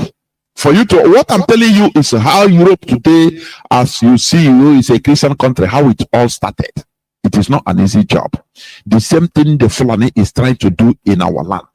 You know, when the thing was happening, it is not easy. They conquer you by sword. They convert you by sword. You know, people will be shouting. But after years coming, when everybody is conquered, you know, flowing through one direction religiously, now that generation will not understand. They will fail to understand how their ancestors were put into that religion in the first place. That is what is happening in our land. Today, our people defend this religion, this Christianity, with every alacrity. They didn't know that what is happening now, Fulanization through Islamization, was a child's play to what the Europeans did in our land in the name of conversion to Christianity. And our ancestors were fighting it. We are being slaughtered at that time. And today, because of the time has gone, centuries passed, and this generation, we could not understand how this Bible you are carrying come into your hand. That is how European religion was, you know, smoothly unified through conquest. I will come, I'm talking to on a European basis. I will come to Africa, please. Listen. First conversion that occurred after the 7th century generally took place during riots and massacres carried out by mobs and clergy without support of the rulers. In contrast, royal persecutions of Jews from the late 11th century onward generally took the form of expulsions, with other exceptions such as conversions of Jews in southern Italy of the 13th century, which were carried out by Dominican inquisitors instigated by King Charles II of Naples. Jewish were forced to convert to Christianity by the Crusaders of Lorraine on the Lower Rhine, in Bavaria and Bohemia, in Mainz and in Worms. Do you understand? Pope Innocent III pronounced in 1201 that if one agreed to be baptized to avoid the torture and intimidation, one nevertheless could be compelled to outwardly observe Christianity.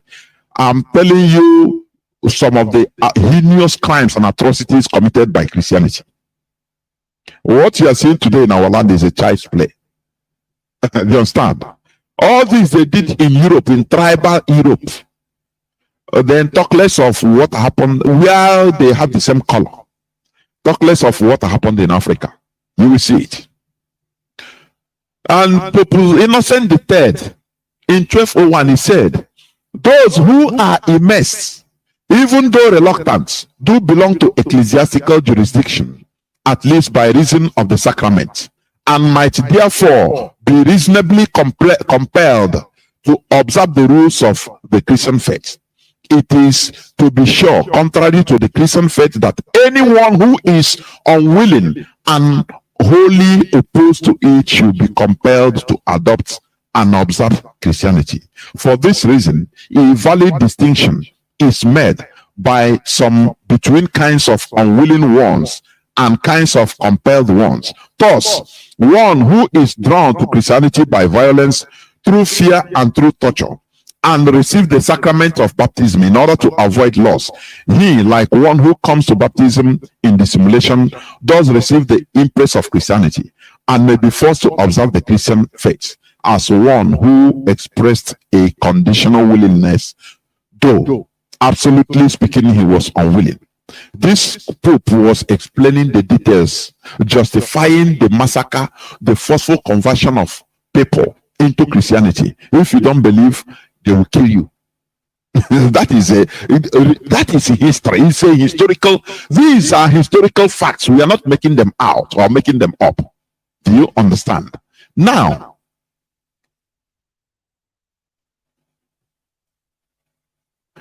we also know that the earliest followers of Jesus, as you call him, Christ, were apocalyptic Jewish Christians.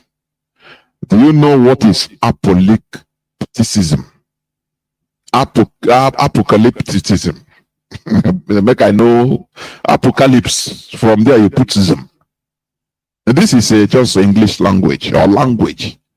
We bring it down so that you understand it.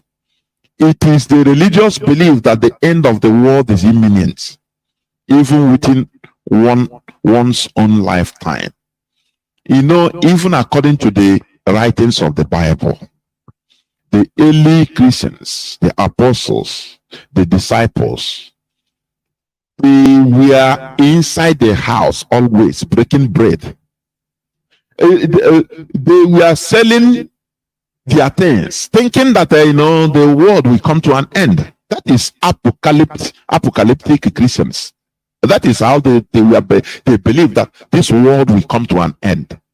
That is why, even when you read the book of Acts, I think chapter 8, or if I'm not mistaken, about Ananias and Sapphira, have you forgotten? Others were selling their own things. Nobody compelled them. And they sell their land, they sell their... Why are people selling their things? Coming to the church, to the gathering, in order to... Because they believe that no need of having all these things, because the world is coming to an end. As of that time, more than 2,000 years today. Do you understand? Do you see how things are? Till today, the world is still existing. When Ananias and Sapphira came, they were, according to the record, according to the story, they sold their thing and brought and hid some part of the money.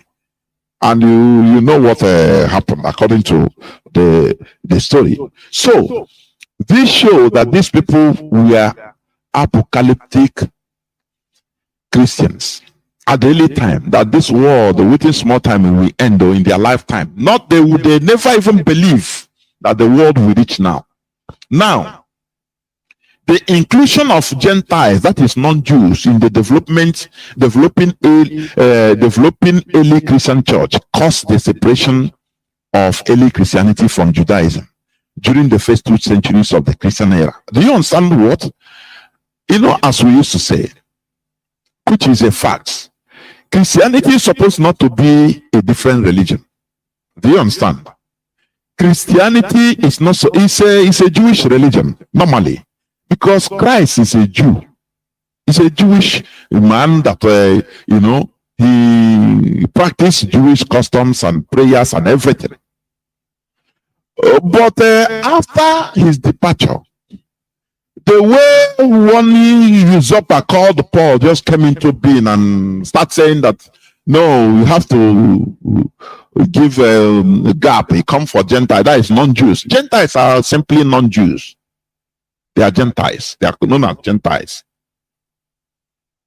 Now, when these people, of which even historically, Peter was against it. He said, no, this is our religion.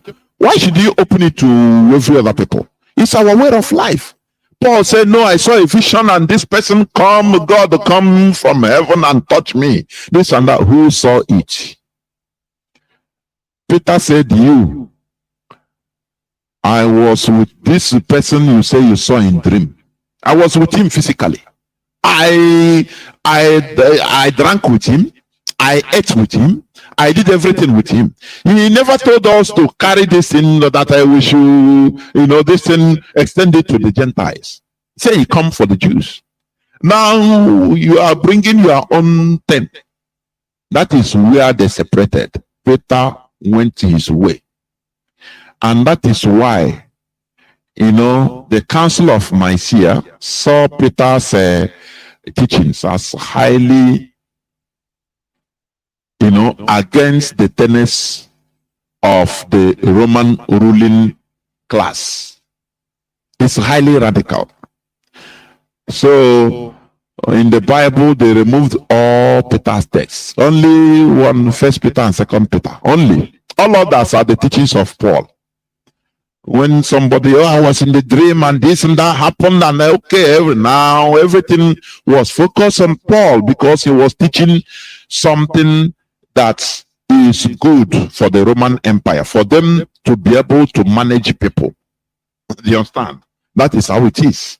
So the inclusion of non-Jews in the development of developing early Christian church caused the separation of early Christianity from Judaism during the first 2 centuries of the Christian era. In 313 AD, the Roman Emperor Constantine I issued the Edict of Milan legalizing Christian worship. I think I've said it. Do you understand? Now, what I'm coming, listen to me. You know, here we come from up or down to up for you to understand, or from up to down, depending on how you see it. Okay. Various Christological debates about the human and divine nature of Jesus consumed the Christian church for 3 centuries. And 7 ecumenical councils were called to resolve these debates. Note, it is humans that resolve these Christological debates and not spirits, as you sometimes are made to believe. They resolved it and smartly and subtly added their resolutions in the Christian Bible, which you quote and defend with alacrity. Now there was another group of Christianity or Christians that did not agree with this ecumenical council. They are called the Arianism. The Arians. They follow the teachings of Arianism. Arianism was condemned at the first council of Nicaea in 325 AD, which supported the Trinitarian doctrine as expounded in the Nicene Creed. So, the way they put you into this religion, it is a decision of man.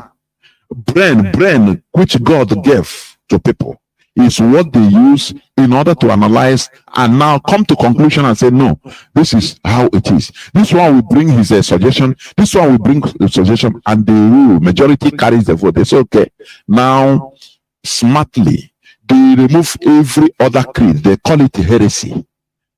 It is still human being that decided and called it heresy, that their teachings are not true. So all those ones that you see them smartly inserting it in the Bible, because the Bible, it comes from that time. Do you understand? So, but this man, Arian, he disagreed, but they pushed him aside and ordered politicians, the rulers that time, they ordered that this is what we have decided and cure ED. No person should, that God is 3 people. 3 beings, God the Father, God the Son, God the Holy Ghost. Put it in Christian creed. We are praying, it is like that. The quotations you are putting, it is them that smartly put it. It is what I'm telling you, it is human beings that formulated all this. It is not the spirit, one big spirit from heaven or from anywhere, outer space. No. To buttress the idea that religion is the creation of man. Christianity is or was part of Judaism, but the Jews now removed themselves when they found out that, look, non-Jews are included in this, which is against their system, because it is their way of life. Do you understand? Now, what am I trying to say? You see that forceful conversions is done even in this Christianity we are talking about. All these historical facts indicate that the imposed Christian religion underwent several human ideological reformations. Human ideological reformations. In order for the religion to continue, not to be stagnant. From time to time it become reformed. You know, this time around, they are trying to indulge lesbianism into Christianity. That is But the homosexuality that will cover all of them. Exactly. Homosexuality. Lesbian is just for the women. Homosexuality. Yes, homosexualism generally. The whole genders. Now they are trying to imbibe it letter by letter into Christianity, because for them time have changed, so they change with time in order not to stagnate. Do you see how things are being done? Okay, but you yourself, you'll be it's not disrupting. Honestly, the truth is that because of economic reasons, because most of the key way that I hear in America is obvious. Most people that are holding key positions, whether in politics or economic setting, most of them are confessing homosexual in practice. So it's for economic reason. Yes, go ahead, Lance. Of course, because they are promoting it. So they want to include them. Yes. Yeah. So that is, I'm giving an example of how this is. Look, if care is not taken, look, once they perfect their idea of putting it, they will find a space in the new Bible. They will be putting some words and retrieving the old Bibles. Listen, so that in the next 200 years, it will no more be a new thing that time. They'll be people that time will be quoting where Bible allows homosexuality. That is the fact. The same way you are quoting many things you don't know when it was fixed in the Bible. As time goes on, do you understand? We must continue. Now, as I said, the same thing happened to Islam, and that is why that is human ideological reformations, not a spiritual reformation. Human beings that are controlling the religion, they will from time to time meet and say, oh boy, we are going out of date, so let us update. You know, the same way you update your system, your laptop. Sometimes they'll bring new features, new programs that they'll tell you update your computer. If you don't update it, it will not work with certain issues. Your computer will die a natural death gradually. You will not be getting many apps. Do you see it? Just like your mobile phone. That is the reality. So all these things are updated by human beings. The same thing happens to Islam, and that is why there are several denominations in Islam also, which includes the Shia, Ibadi, Ahmadiyya, Sufism, etc. Therefore, the same human reformation should be happening to our indigenous religions in order to keep it alive and to meet up with the present time. Do you understand? You know, as I used to say, the problem with our indigenous religion that it was not updated. So it stagnated and started smelling. That is why when you talk about today, when you talk about our indigenous religion, Omenala, immediately people will go back, their mind will go immediately to, you know, killing cows and goats or killing a bullet, doing bad things, because it was not updated. It was stagnant where it was being left since the conquest of Christianity in our land. Do you understand? This happened also in Islam. This is why we should stop regarding our indigenous religions with the same old practices of antiquity. Rather, we should endeavor to modify and modernize it so that the present day imposed religion will not have any need to look down or demonize our indigenous religions. As you understand? Now, I have talked about a bit about the forceful conversions in Europe by Christianity, because it was through the sword. Forget about today, because today human beings have been enlightened more. It is no more than before. You know, now you can force conversions through inducement. The same way elections are rigged in Nigeria through buying PVC. It is no more, you know, as time goes, you see different ways emerge of doing things, which is also amounts to the same thing. All is fraud, rigging. Now they will buy and give you 500 naira. I saw in the internet, in the on social media, in the north, you are 500, you are PVC, and you take 500 naira, and people are giving, collecting 500 naira. That is how it is. You understand? Today is no more putting people under guns and bullets or killing people in order to convert them. There are many ways. Promoting, as I said, promoting people that converted into giving them more expositions or more options of making money, giving them more money. Do you understand? So that they will become attractive. Others will come and say, oh, bro, how do you make it? Say, oh, boy, nah, Islam now, nah, give me. But because I changed to Islam, it will attract others. Before, it was not like this. People were slaughtered.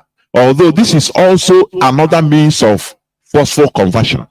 Before, Christianity murdered. Now, basically, let us, as I say, let us talk about the forceful religious conversion of Africa. Now, I will go to read a letter from King Leopold II of Belgium to colonial missionaries in 1883. What we are telling you is historical facts. It is not something we make up here on Radio Biafra London. How this letter, secret letter, was seen, listen, is this. Somebody, one African Congolese, was offered a Bible by one of these missionaries. At that time, 19th century, 18 something. He forgot that one of the copies of this letter was inside the Bible. Close the Bible. And the man took it, very wise, as the man is, or as the man was, because it was during the old time, 18 something, with the Christianization of Congo, of Africa. When the man he took the Bible from the white missionary, and after he opened to read, he saw these pieces of paper inside the Bible, and he was shocked. What I'm going to read for you. He was shocked. He started reading it. He was shocked. Now, this is a letter from King Leopold II of Belgium to colonial missionaries in 1883. The letter says, Reverends, fathers and their compatriots, the task that is given to fulfill is very delicate and requires much tact. You will go certainly to evangelize, but your evangelism must inspire above all Belgium interests. Your principal objective in our mission in the Congo is never to teach the niggers to know God. Listen. Are you listening? He says, let me reiterate. You will go certainly to evangelize, but your evangelization must inspire above all Belgium interests, which is not sending you, their interest is not sending you to heaven as you think. It is their interest, number one. Your principal objective in our mission in the Congo is never to teach the niggers to know God. This they know already.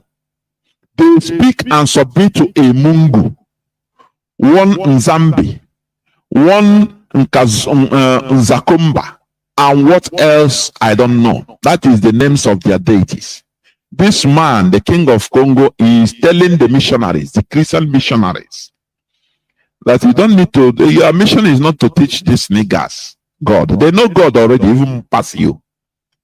Now, your mission is to insert our interest, put Belgium interest first. Okay. They know that to kill, to sleep with someone else's wife, to lie and to assault is bad. So it is not Europeans that told us that, as they used to falsely say, that they brought a consciousness, human civilization and consciousness to Africa. It is lie from the pit of hell.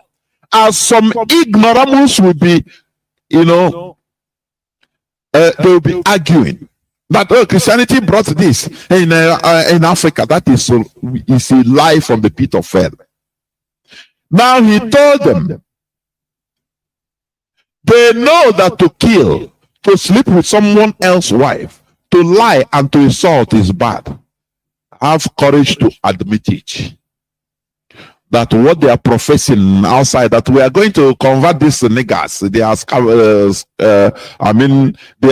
savages. They know it's lie. You understand? Because they know the law of God. They know the law of nature.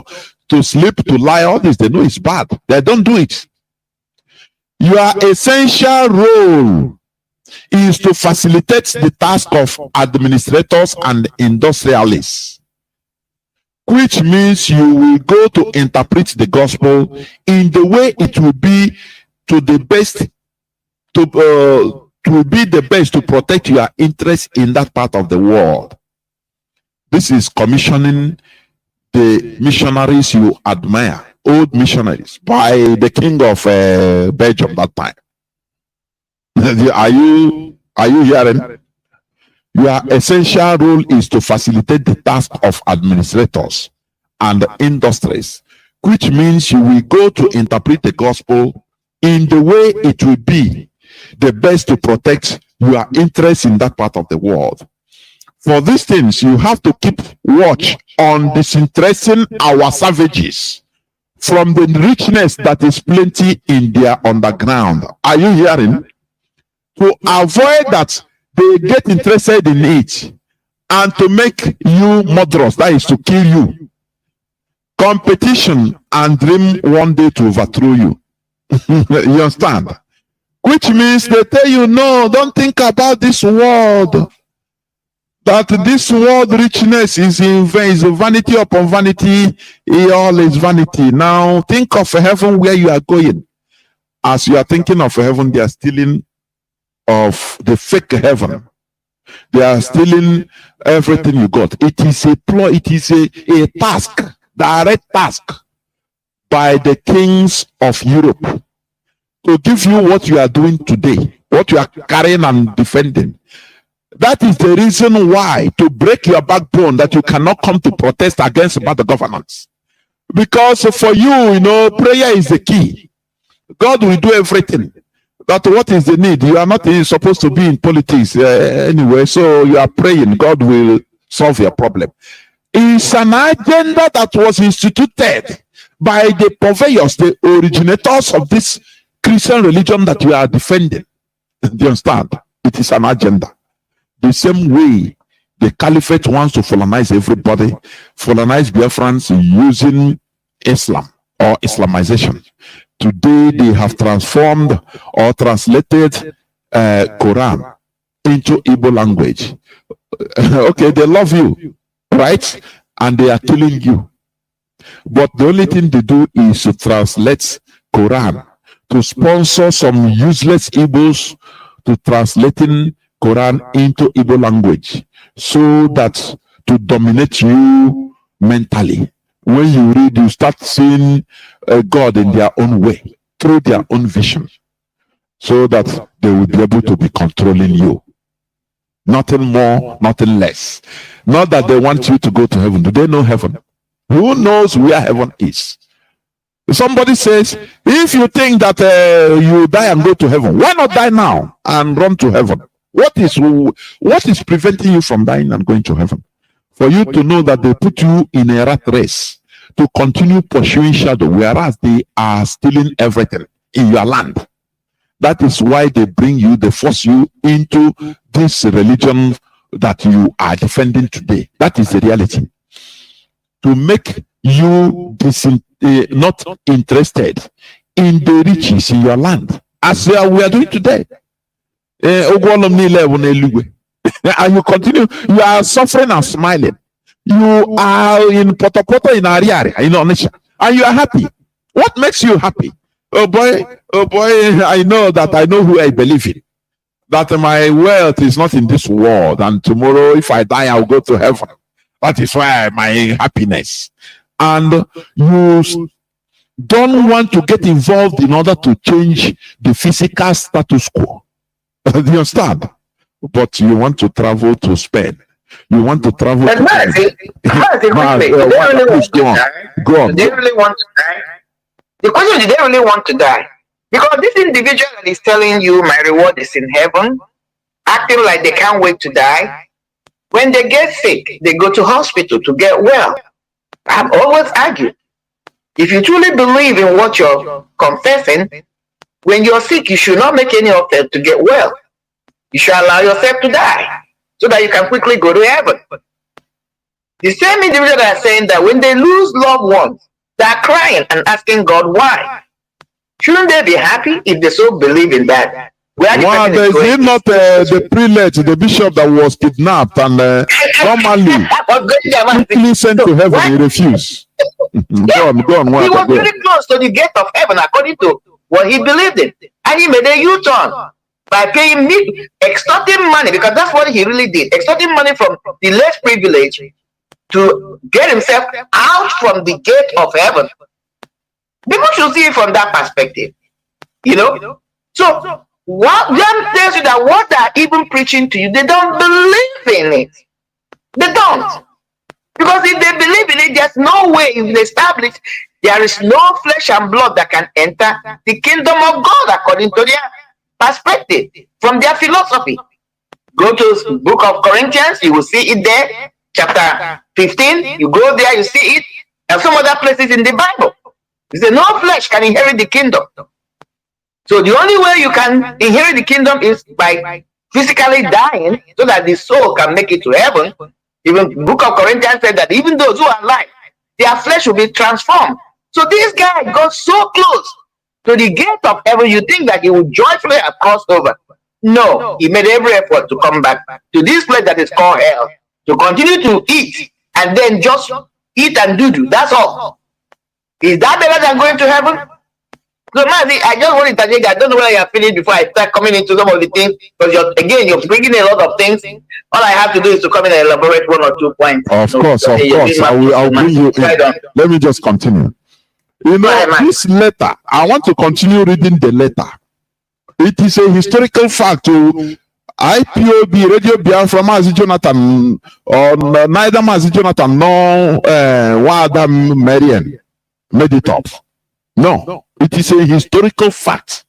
You can see it. Google it, you can see it.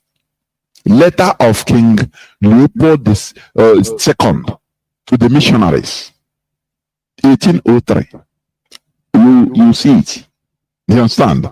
He said, your knowledge of the gospel will allow you to find the texts ordering and encouraging your followers to love poverty. Like happier are the poor because they will inherit the heaven. And it is very difficult for the rich to enter the kingdom of God. Do you see? So that you love poverty. You see now what is happening in our land today? They have destroyed our mindset with this false religion. I'm telling you. They converted everybody, converted our ancestors by force. And because the time they have died, all of them that are converted, they have died because they cannot, none of them is living to tell the story of what happened. They bear children and their children bear children, and where we are today, we forgot. Because of lack of knowledge of history, we forgot how the religion came into us, and we are defending the same religion that is used in order to enslave us. That is the sin, the crime we are committing against ourselves. Yes, Mazi, I feel your anger. And the same people that are telling you don't invest on earth will take your resources and be building mansions and renting them to you. Will take your resources, develop their own place, and calling you underdeveloped. Meanwhile, they're telling you, do not develop your area. Heaven is where you're going. That's it, right on. Of course. We must continue. Here we expose that thing you think that no person can say it. Where didn't our leader touch? Where didn't our leader touch, please? Is there anywhere that is banned? No, yeah. We are Radio Biafra. We expose the truth. It doesn't matter who is annoyed. That is not it's not my problem at all. We must expose the truth, the reality, so that the truth will set you free. Once you make the right decision, now you become free mentally, because what we are doing here is first of all mental freedom. Once you are mentally free, that is a prerequisite to physical freedom. If you don't know, let me continue reading. King Leopold, he ordered his missionaries, Christian missionaries. He told them, your knowledge of the gospel will allow you to find texts, that is text in the Bible, ordering and encouraging for your followers to love poverty. Like happier are the poor because they will inherit the heaven. And it is very difficult for the rich to enter into the kingdom of God. You have to detach them, or you have to detach from them and make them disrespect everything which gives courage to affront us. That is why they made us start demonizing our culture, our traditional religions, calling it all is devil. It is absurd. Today you are hearing it direct. It's a historical fact. Because they know that once we go back to our traditional way of life, that we confront them. And they know that we pursue them. So they have to break our backbone. They force us into the fake concepts that they call their religion in order for us to forget who we are. And today, are you not seeing it? Are you not seeing it? Now the same Christianity makes everybody go and look for money. That is why you have that the Jews making money. Have you seen politicians against them? Because they tell them, do your business, I beg. Do your business as long as you are not opening the people's eye. How many times in Nigeria have you been hearing, oh, let's pray for Nigeria. Let's pray for Nigeria. Instead of let's protest, let's go out and do something against what is happening in Nigeria. Because it is our duty. Can your religious leaders tell you something like that? That is why everybody is zombie in Nigeria, both Islam and Christianity. I'm telling it unequivocally. I don't have to be apologetic to you.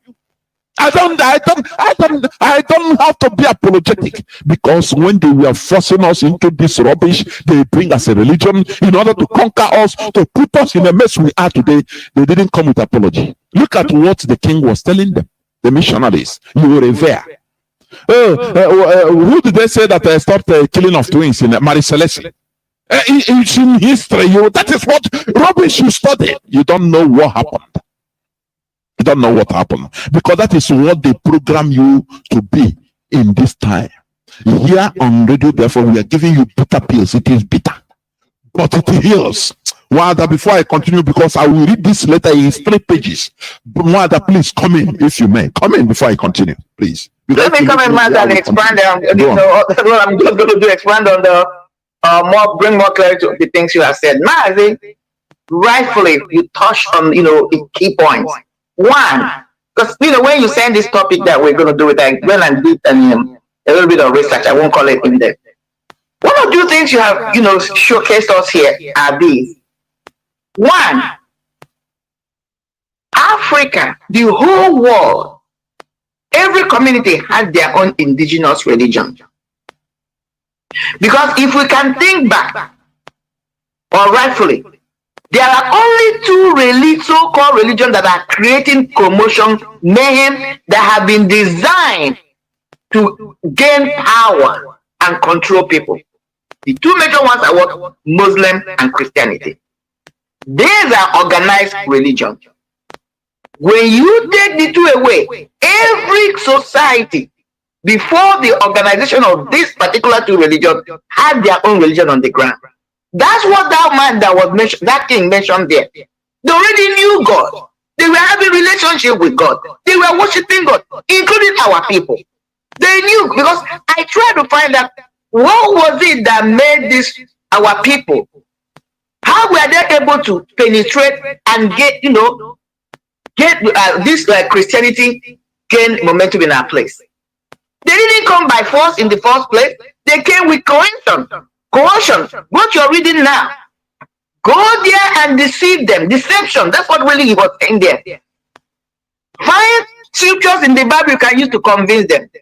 The argument becomes, why did they believe it? Because even the Judaism you reverend, in those days, People were not loading their religion onto anybody. People had their own religion because it was their way of life. Please, before you continue, also touch this.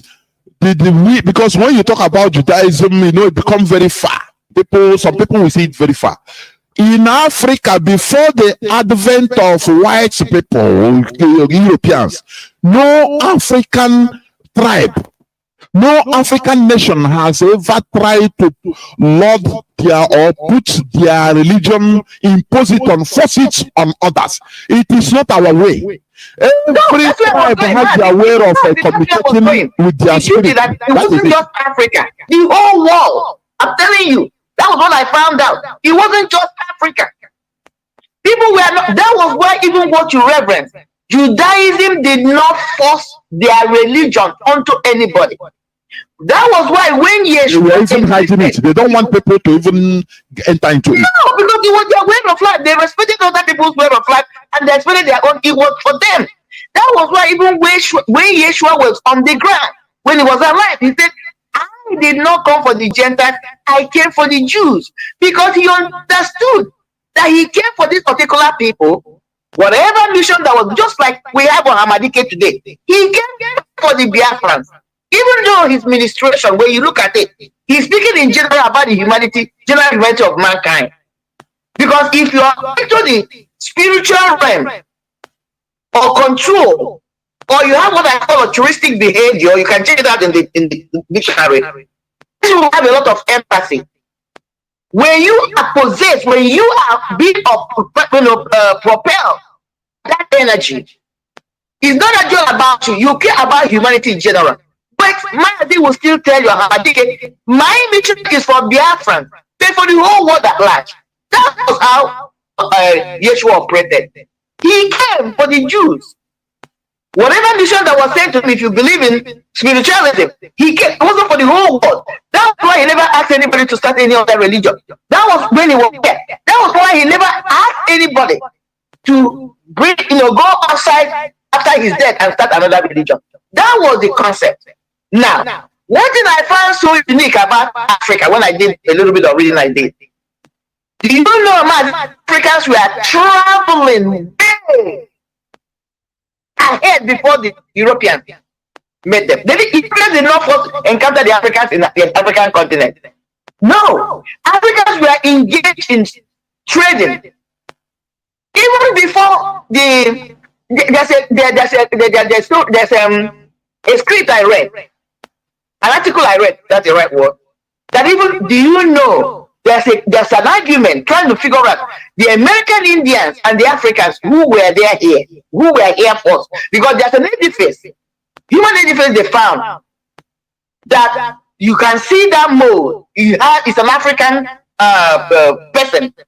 They have just uncovered, archaeologists have uncovered, have been here for thousands, if not millions of years. So how did this African get there? They were traveling. They were the very first people. When you talk about civilization, talking about human beings, it started from Africa. Okay? So they were moving along. They were doing their trading. In those days, people were not about religion the way they were watching God. It was culturally controlled, culturally engineered, culturally instituted. People were more organized through, like if I'm doing the same trade with, I will have the same belief with, what I mean, that we have things in common. That was what was uniting people. It was not people's religion. People respected their religion. I'm going to give one example. Like in my place, I've always said where I'm from. My masquerade, my people, when I was growing up, even now, they'll be calling the Mawanyo. I asked a question, Mawakija. We went there, that was how we got our Mawan. What does it mean? In those days, people were connected more to culture, like things they do in common, society or age group or things. You identify more to it, not religion. The traditional religion that was on the ground, people respected each other. So now, these are one of the things that made it easy. But when these people came, they used class, what this man was telling, to get some of them before they began to use force. When they came in, when they found out, when this religion, somebody like Paul came in, he organized it, or maybe he was smart enough, I don't know, to was able to organize it. And then the Romans, remember, they were the ones in charge then. After a while, after they persecuted them, they realized that the way this particular religion is set up, or the way they have transformed it, is no more Judaism. The way they have removed it from Judaism, that is the false version, is a very good tool to control and to colonize people. These two religions, that was why the Romans changed their mind on Constantinople and then decided to reorganize it and began to have all this Nicaea, blah, blah, blah. Man, what am I saying? Because as you mentioned again, those books they removed, Epistle of Paul, Epistle of Thomas, all the Epistle of Mary Magdalene and all that, I have them here, that they call them the Apocrypha. When you read them, he will give you an in-depth of what Judaism was before the Christians came and separated themselves. Now, the white man saw this, or the colonial saw this, that this is a perfect tool to go and do their mission. Because at the time they started coming to Africa, they already had in contact with African traders. Mariners, they had contact with them. Meanwhile, Europe, we are having economical meltdown. So because of that contact, they were following them to come and buy certain things. They figured that these people have natural resources. Mazi, Africans knew they had natural resources. They knew. But they were judicially, using them in a positive way. Respecting nature, respecting these natural resources, not abusing them, because they were cognizant of nature. They were in tune with nature. They were in relationship with nature. It's a huge argument, but I'm not going to go in there. So now, when they came in, they saw, let me talk about us. They saw in a place like our place, like Igbo or Biafra, we already have a religion on the ground. And there were some similar things that they could relate. That was why that man was telling them, they already knew these things. Don't go there to preach to them about these issues, because they already knew. They were practicing it, and they were really practicing it in truth and in spirit. That is why they, as Christians, they can never do away, or they refuse to do away with the Old Testament, because if they have removed the Old Testament, a place like, especially Igbo land, would have been difficult for them to convert them. Because that's why you see our people referencing, what is in the Old Testament is in the New Testament, it's almost our culture. The argument somebody like me makes is, these two things, the chicken and the egg, which one came first? Our people already knew these cultures. We are practicing it. We are doing circumcision. We know how to respect Anna. We know how not to think with your brother's wife. We know how to keep celibacy. Before you get married, you have to be, as a woman, you have to be a virgin. In fact, if you go back to our tradition, when a young man is being married, there has to be this thing you see, they call wedding dress. How did it come about in the church? Because you never see a white wedding in the church. It's a traditional concept they brought into the church. In the olden days, according to our tradition, when a young woman, the first time she's going to sleep with her husband, a white sheet will be spread on their bed. Why? In the morning, because that's where she's going to lose her virginity to her husband. The husband, the mother-in-law truly, will probably bring out that sheet with stained blood, and the whole society will start jubilating to confirm that she was a virgin. You will hear about virginity in the Orthodox, about Buddhism. So what I'm trying to say, so these things, so when they came in, they began to let them know, don't worry, what you're practicing is almost what we are saying here. It's only that our own is a little bit organized. Our people knew how to respect Annie. The one or two differences that was different. That's why Mary, they call Mary the mother earth. Our people already knew about Mother Earth. They worshipped the Mother Earth. They respected the Mother Earth. They knew that everything they ate, everything that sustained their life, came from the land. That's why they call the Mother Earth. That's why they are reverent. And they were always marching, putting their feet on the ground. So they had enormous respect for nature, because they didn't want to disrupt nature. I'm going to go there, but let me continue. So when they came in, they used things like that. Our own is more organized, purer, cleaner than yours. That was the coercion. Oh, don't worry, it's almost the same thing. Oh, you have Mother Earth. Oh, we will have Mary, the mother of Jesus Christ. Is our mother, is the Mother Earth. They brought issues like that. So some of our people, began to have kind of have double mind. Maybe they're saying the same thing. But again, they came with deception. That was why they came in, to begin to penetrate. The only difference was our own people believed in going to one deity, Almighty Chukwokike. There was no, you see these three deities in one. It was a later thing. That is why you cannot see it in Judaism. You cannot see it except when you go to European ancient religions. You can see where you have the mother and son deity.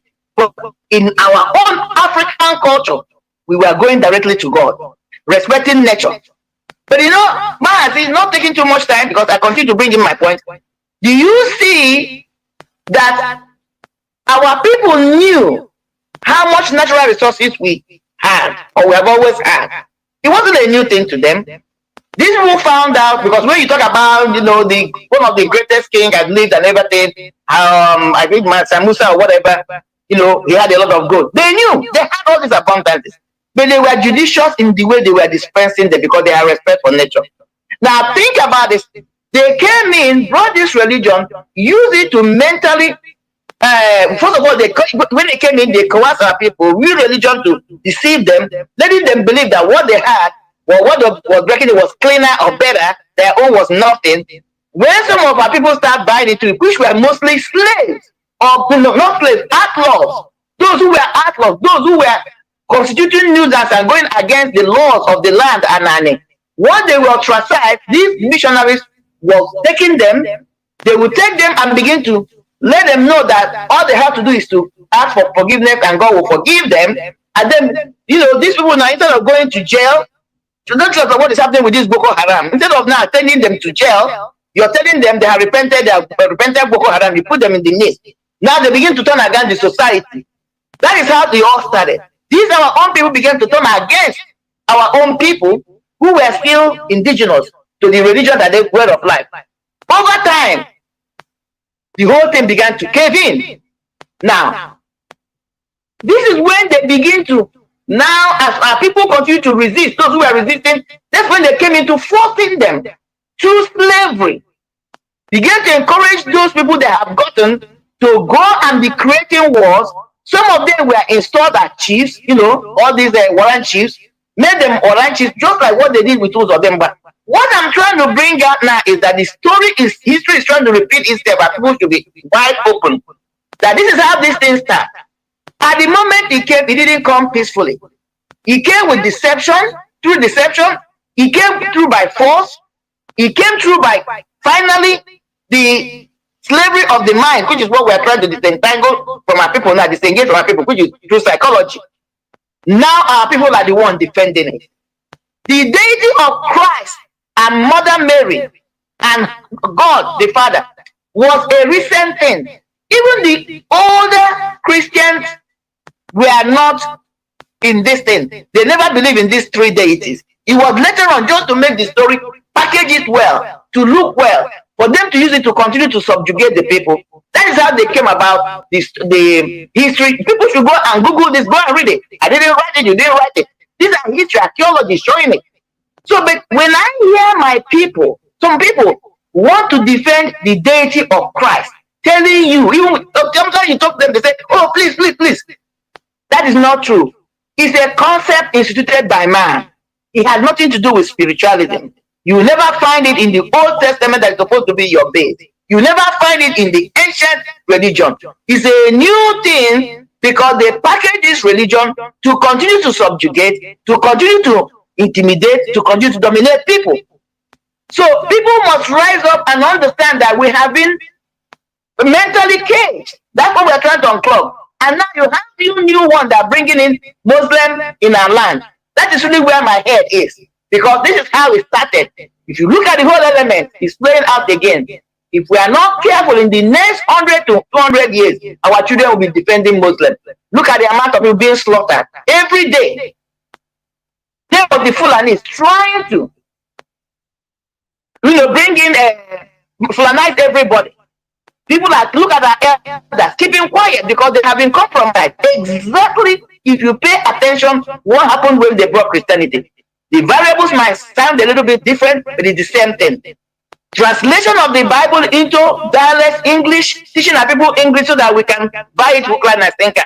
That's what they're doing with this Muslim thing now. I'm going to pause here as we continue to explore this. But this topic, I don't think much we can do it in one segment. Of course. Honestly speaking, because there are many things in it. Remember that we are talking. The topic of our submission today is about forced religious conversions. Now, let me continue reading the letter, the order of letter from King Leopold II of Belgium to colonial missionaries in 1883. If you understand, let me continue. He is ordering the missionaries, Christian missionaries.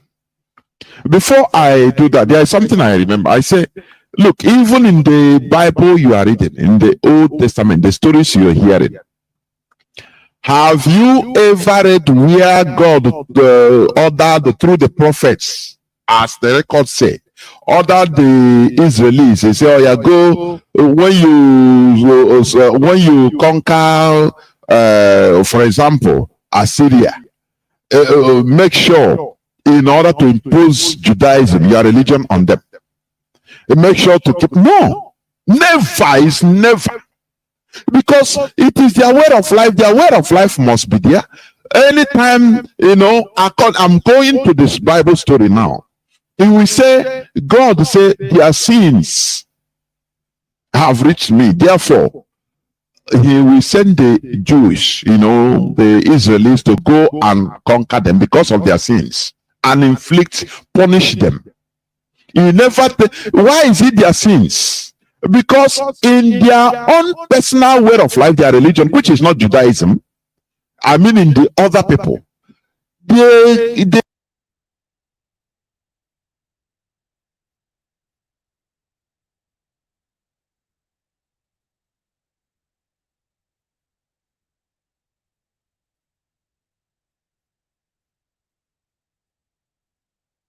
have the right, they can still be righteous. Do you understand? I don't know whether I don't know whether you understand what I mean. Because it is not always that they say their sins they committed as a people, which are non-Jews. Now he will order maybe David or other Israeli king, say, go and I will give them to your hand because they have sinned against me. Which means it's not always they have been sinning. And they were not, Jews. They were not practicing Jewish religion. They were doing their own thing, which means God recognized it. Just the same way that the Jews sometimes they say, God said, you have sinned. That is why I give you into the hands of the Philistines. So any people with their own religion, they can sin because they have rights. God is hearing everybody. If you put it like that, the God is central. It is not something that could be manipulated. God is not an entity that could be manipulated by one religion or one country. No, it is universal, for goodness sake. It is only mostly these two religions that are tormenting the world, Christianity and Islam. I'm telling you honestly. Now, we are going back to the historical facts about how they forced you and I, our ancestors, their motives of forcing us, converting us into their religion, which you are defending. Please continue listening. Now, King Leopold he wrote to the missionaries also, he told them, your knowledge of the gospel will allow you to find texts ordering and encouraging your followers to love poverty. You see? Don't you love poverty in Nigeria? Don't you love poverty in Nigeria? That is why when they tell people to come out to protest, to chase all these politicians into oblivion so that they will understand that what they're doing is bad. No, you say they'll use Bible to defend them. No, Bible say, I am of this world, but I'm not for this world. There's a way they put it. Vengeance is mine. Vengeance is mine, says the Lord. My reward is in heaven, so there's no need because it will be very hard for a rich man to enter into the kingdom of God. So why am I? You see the person talking this, he have no electricity, he doesn't have even any program of the next meal. He's in Potopoto in Ariaria, being happy. One avoiding sickness, one curable sickness will infect him or her and kill her. But she is quoting you Bible. The Bible, what they put you, the one originally the Europeans, why they bring you, force you into this religion.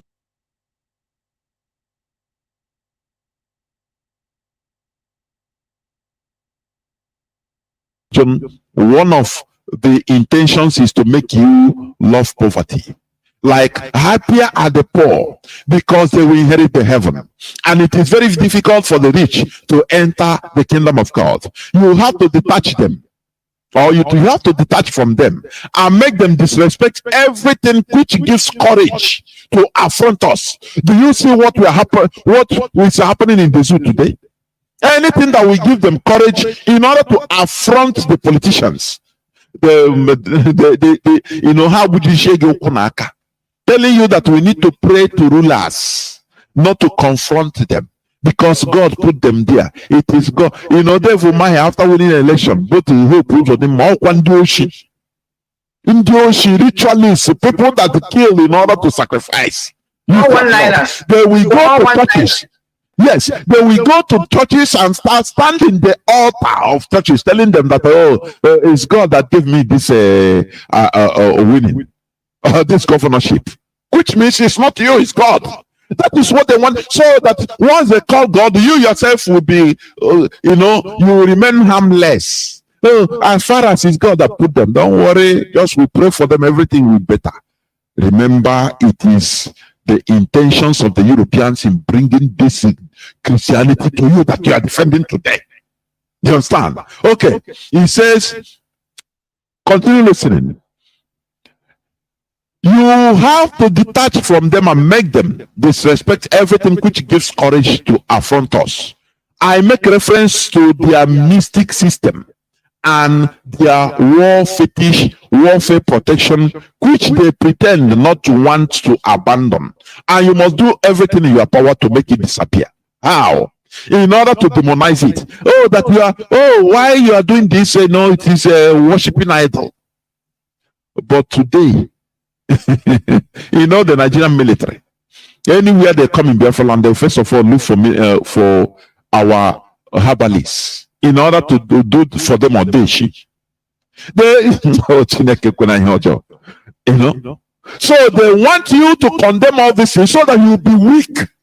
You will become powerless and be weak and isolated. No protection again from your land, from your indigenous religion, so that you become prey to them. Remember the other day I talked about Arochukwu. You understand? The Arochukwu altar. You call Arochukwu shrine. In the church, you call it altar, but in our own, you call it shrine. The altar is the same thing as shrine. Do you understand? Stop demonizing.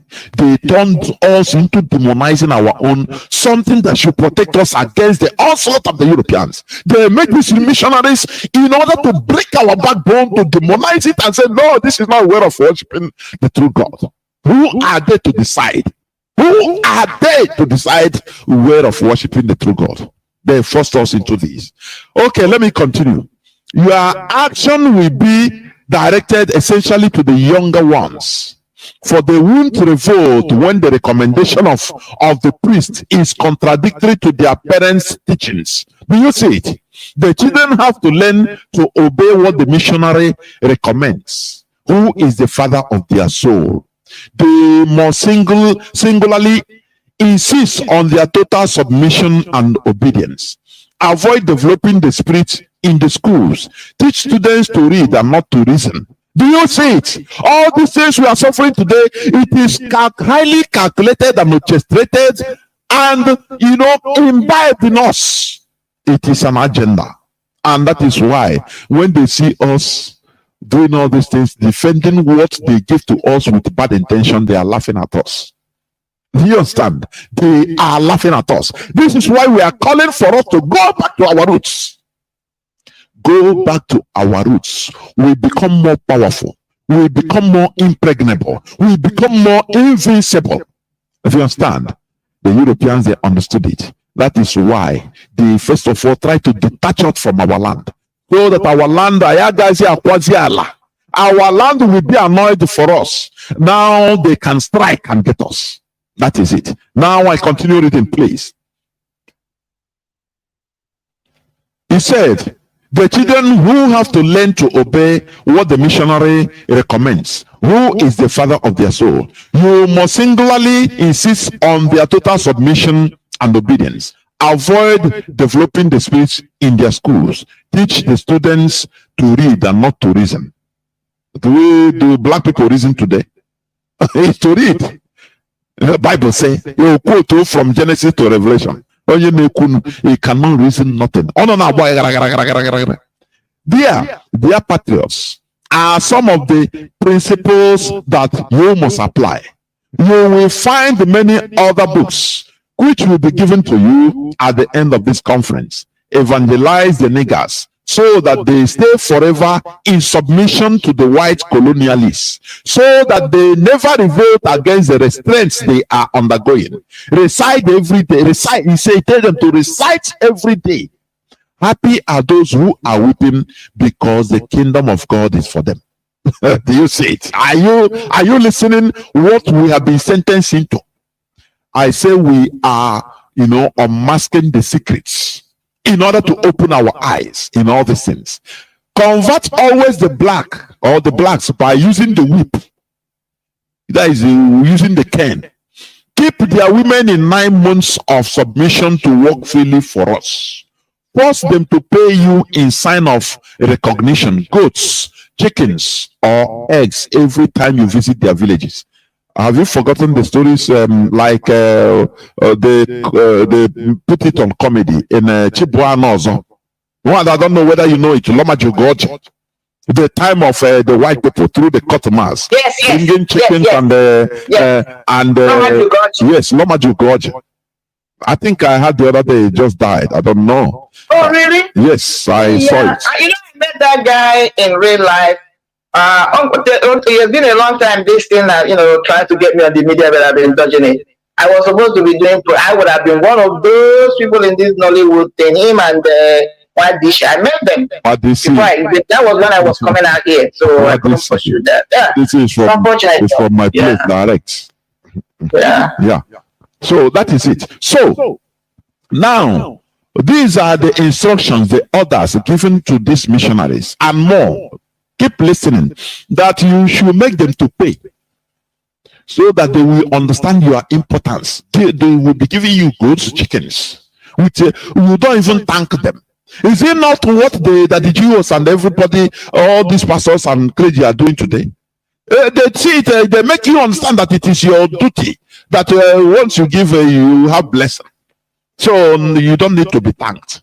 They collect it with alacrity and even want you to do more. That is what the order that have been given, that is continue working against black people today. That is why blacks are imbecilic, gullible today, mostly in our land. Okay. And make sure that niggers never become rich. Sing every day that it is impossible for the rich to enter heaven. Make them pay tax each week at Sunday Mass. Use the money supposed for the poor to build flourishing business centers. Institute a conventional system which allows you to be good detectives, denouncing any black that has a different consciousness contrary to that of the decision maker. Do you understand what it says here? The issue of making you to be going for how do you call it?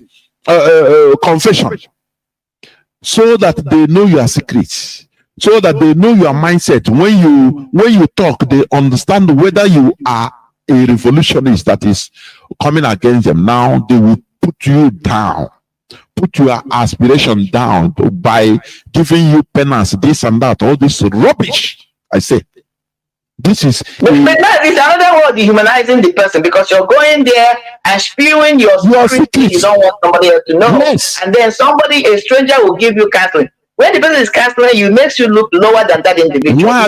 No, this is arrant stupidity. Mind game. Arrant stupidity. Where they even that we cannot even have our own secret again. So that it's a way of them policing everybody. It's a covert operation. Whereby you can't tell your parents, you can't tell your secret. If, for example, you're married, you're confessing to cannot confess to anybody. Yes. Think about it. Yeah. So that if you're a married man, maybe you slept with another person's wife, exactly. Another girl. We know. You cannot talk. You can hold it as a blackmail on your head. They hold you hostage. Can just look at you and then that pacifies you because he's holding your secret. He's holding you hostage. He will turn around and be sleeping with your wife. You can't even say a thing. Exactly. And that is what is happening in our land today. What it is. Is very, very sad that you see, we are talking of confession. That one in Catholic, in Pentecostal today, you see a couple, a wife. Instead, if you want to do something, you first of all go and tell his pastor first, inform the pastor or the Jew. The husband, the same thing, for you to see how bad, how brainwashed people are today. It is sad, and they held the people hostages. Anything they do, you cannot talk because they will, that they have your secrets. Do you know how many marriages have been broken because in Pentecostal their own is counseling? Mazi, do you know how many marriages have been broken because the couple were having problems and they went for counseling, and that will be the end of that marriage because the pastor is interested in the woman, he will start sleeping with her. In our olden days, when couples were having problems, will come together, either resolve it or not resolve it, and it's going to be a public event. Nobody going in secret. So if their own is confessing, not confessing, I meant to say counseling, they have done more harm than good in their setting. Of course, Wada. Let me continue reading this because it's 3 pages. I'm on the 2nd page. We finish reading it now. You say something before I open our lines. He said, he gave them the order. He said, these are the missionaries you think as you call them, they are heavenly, they are angels, they are saints, they are this. You don't know that what they are doing, they are manipulating, they are under their government in order to do what? To manipulate everybody, control everybody, enslave and colonize everybody politically. And that is what is happening, so that you cannot rise up. Once you are down mentally, it's finished. There is nothing. You can't do anything. Your leg cannot rise up. That is it. So he said also, and make sure that niggers never become rich. Sing every day that it is impossible for the rich to enter heaven. Make them pay tax each week at Sunday Mass. Use the money supposed for the poor to build flourishing business centers. Institute a confessional system which allows you to be good detectives, denouncing any black that has a different consciousness contrary to that of the decision maker. Teach the niggers to forget their heroes and to adore only ours. Saint Matthias Diaso, Saint Peter. Whereas no Kechuku,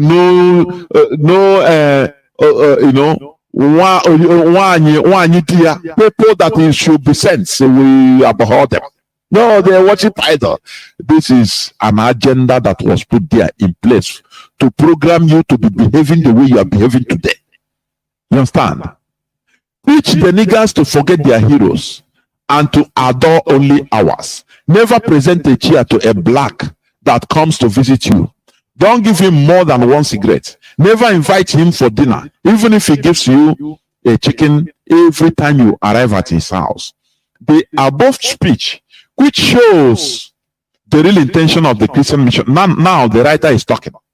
The above speech, which shows the real intention of the Christian missionary journey in Africa, was exposed by the world, to the world, by Mr.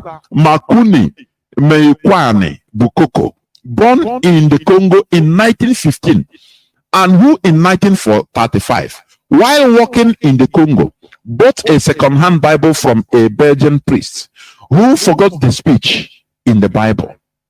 This is. Now we should note that all missionaries carried out and still carry out that mandate. We are only lucky to have found the King Leopold's articulation of the aim of all Christian imperialistic missionaries to Africa.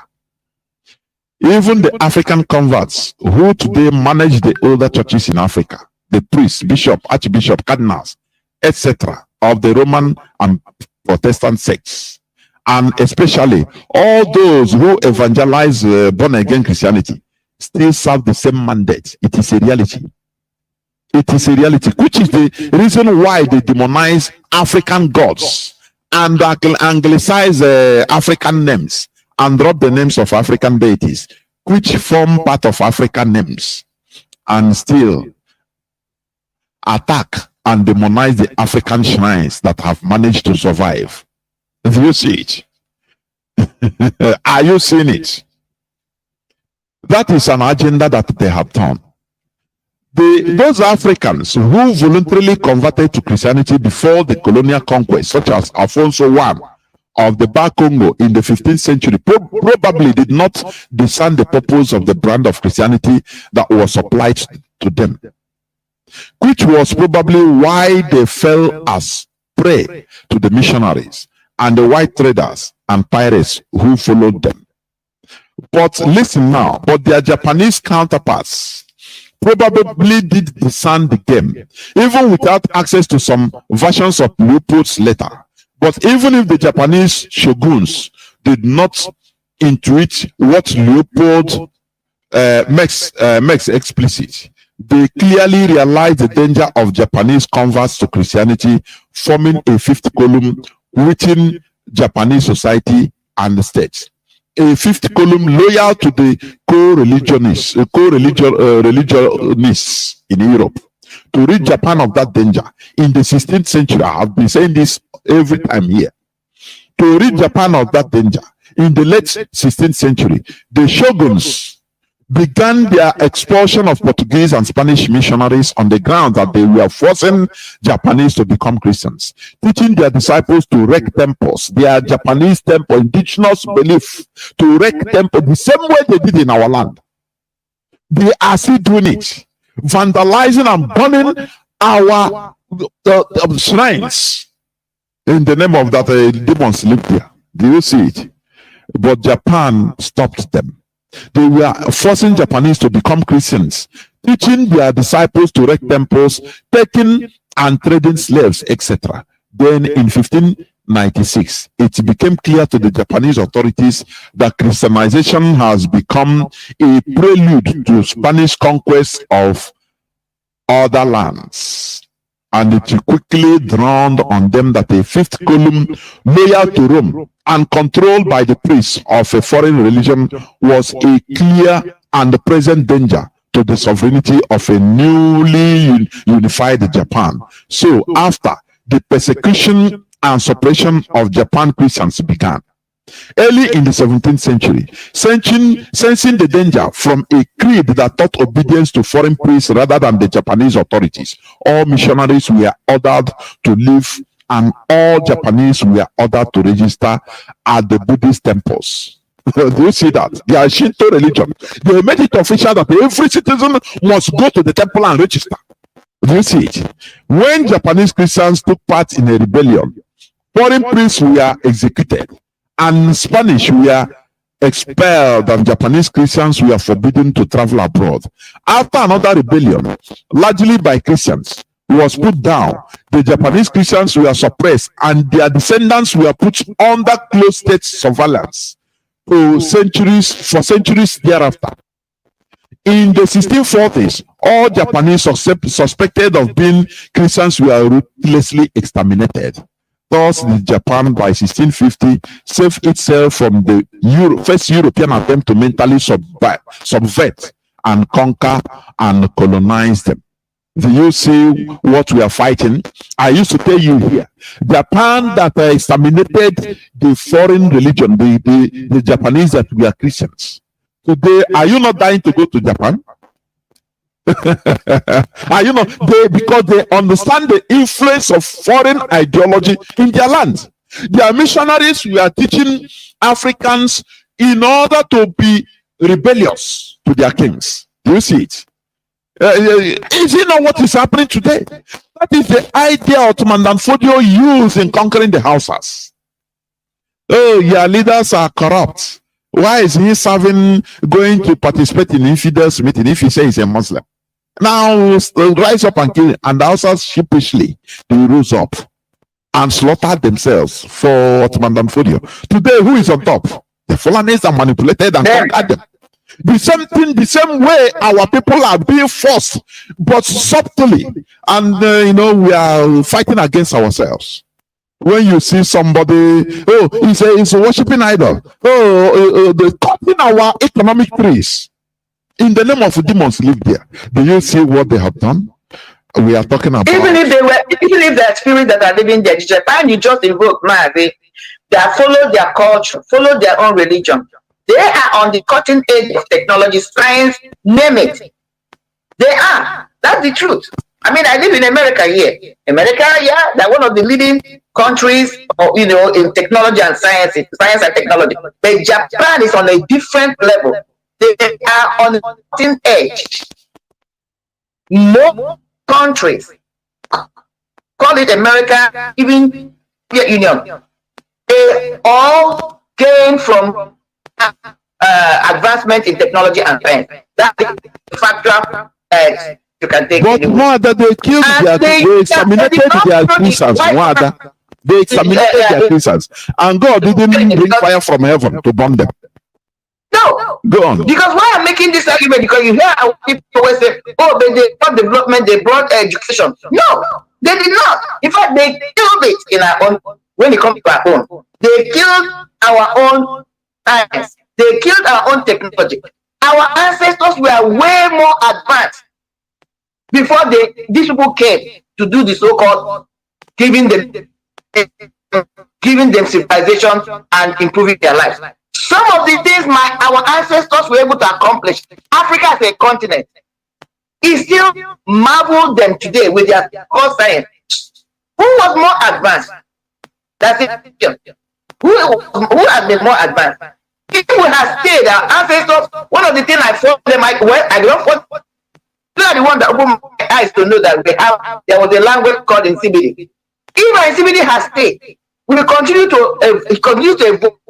Our states could have continued to evolve.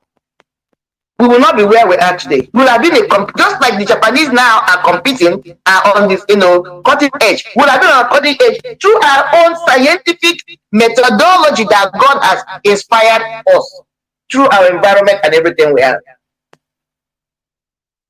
Of course, Wanda, as I continue saying, the writer said the African captives who we are taken abroad and enslaved, and the Africans at home after the European conquest, having already been forcibly deprived of their autonomy, we are in no political position to resist Christianization. Thus, the Christianity still practiced in all of the African American diaspora, just as that in the African homeland since the start of the 20th century continues to carry out the Leopoldian mandate. That is the European mandate of estranging us from our own land. Hence, for example, whereas the white born agains of the USA, when in the US Navy or Navy ships in World War II sang, "Praise the Lord," and pass the ammunition. They say, "Pass me the ammunition." They pass the ammunition after saying, "Praise the Lord." The attitude of African born again converts today is best summed up as they shout to praise the Lord and lie down for the manna. They don't do nothing. They only continue praying, speaking in tongues that a miracle will happen. Whereas those white people, which also instituted this, they knew what they did. So that is why when they also shout praise the Lord, they fight. They don't go and start waiting for manna to fall down from heaven. Because they know it was not mandated from God. They know God has nothing to do with it. They know that. It was only a tool of conquest, for marginalization, for slavery. They know their way. They know their way. That is why. That is why when they see you, they watch you. When they watch Africans pray, every day, church full, they laugh. They say, look, how do we? These people, they cannot be delivered again because look at what we have. They will be shouting. Look at what we have done to them. Monday, Tuesday, Wednesday, Thursday, every day you are in the church over here. Yeah. Like when you see some of them over here, like Benny Hinn has come out recently. In fact, it was his own cousin that was debunking that everything Benny Hinn did was a fraud. You go on the internet, don't quote me. You guys will see the videotapes his own cousin made. His own cousin was with him for a long time. This is the same, his real direct cousin. He came out and debunked him and stated that everything Benny Hinn had done for years, nobody was. It was all a setup. It was a setup miracle. These people, they confess what we have done since ages is a sin, is a crime, is a fraud. Now, they don't suffer for it. No person. What of the life they have destroyed?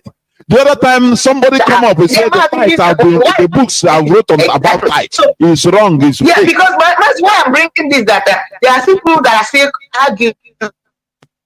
What of these people, Benny Hinn? What of this one in this country? But what we're trying to say now is go on YouTube to hear the young father called Benny Hinn's father tell you how this is started. He started from Benny Hinn's father. It was a business. Benny Hinn's brother is in Canada. He had the same program. So Benny Hinn is the one that kind of brought his own to London. He said, my uncle is very rich. He said that everything they did was just a set. He will tell you his life. Even when he called himself a catcher.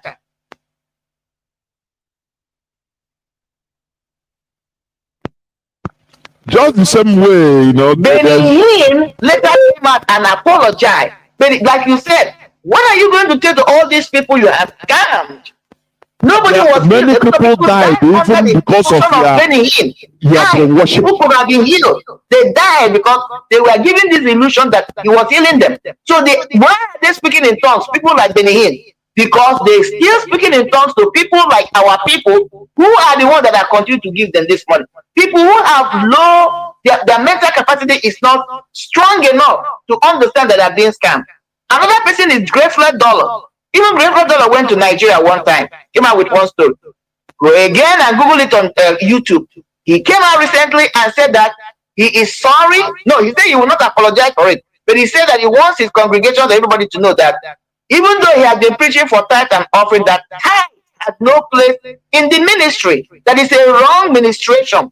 And somebody asked him, but you have extorted money from people through preaching of tithing and this. He said, well, I will not apologize to it, but I'm standing here to tell you people that from today henceforth, I will not talk about tithe because it's Old Testament.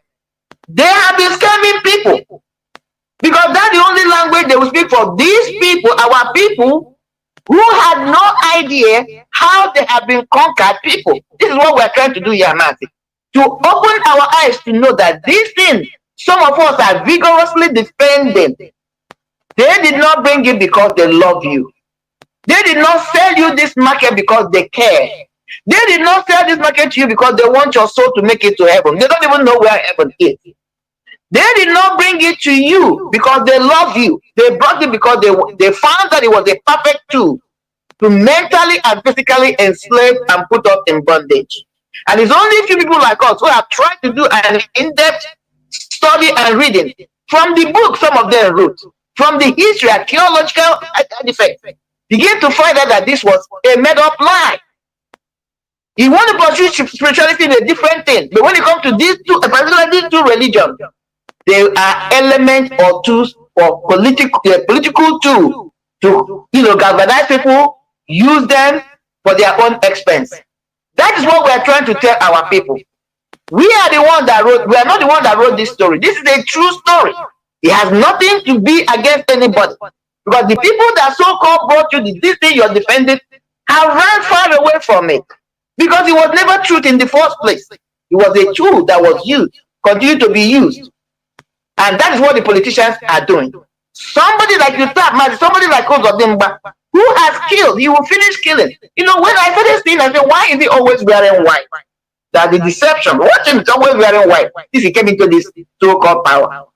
He's trying to give the impression that he's a clean man spiritually, when he's a blood-stained soul, if there's anything like that. He will finish killing this youth. He will put on white and go to church. And where does he sit? They will give him the front seat. You ask yourself, these ministers, are they not hearing? If they cannot hear, can't they see the outcry of mothers, the outcry of fathers, the outcry of siblings about their innocent souls that have been cut short? Why are they not confronting somebody like Devil Umahi and Uzodimba? Because they're all doing the same thing. Because when they came in for the conquest of Africa, they found out that there were two ways they could use it. They could use to conquer Africa. One was what? Use the coerce, which was religion and other things, and then use the barrel of the gun. They are still doing it today.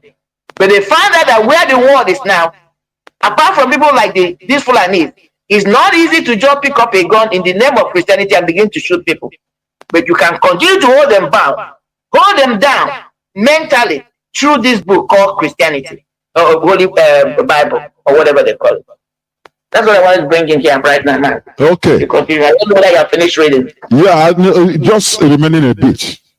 The conclusion is this: thanks to a century or more of this King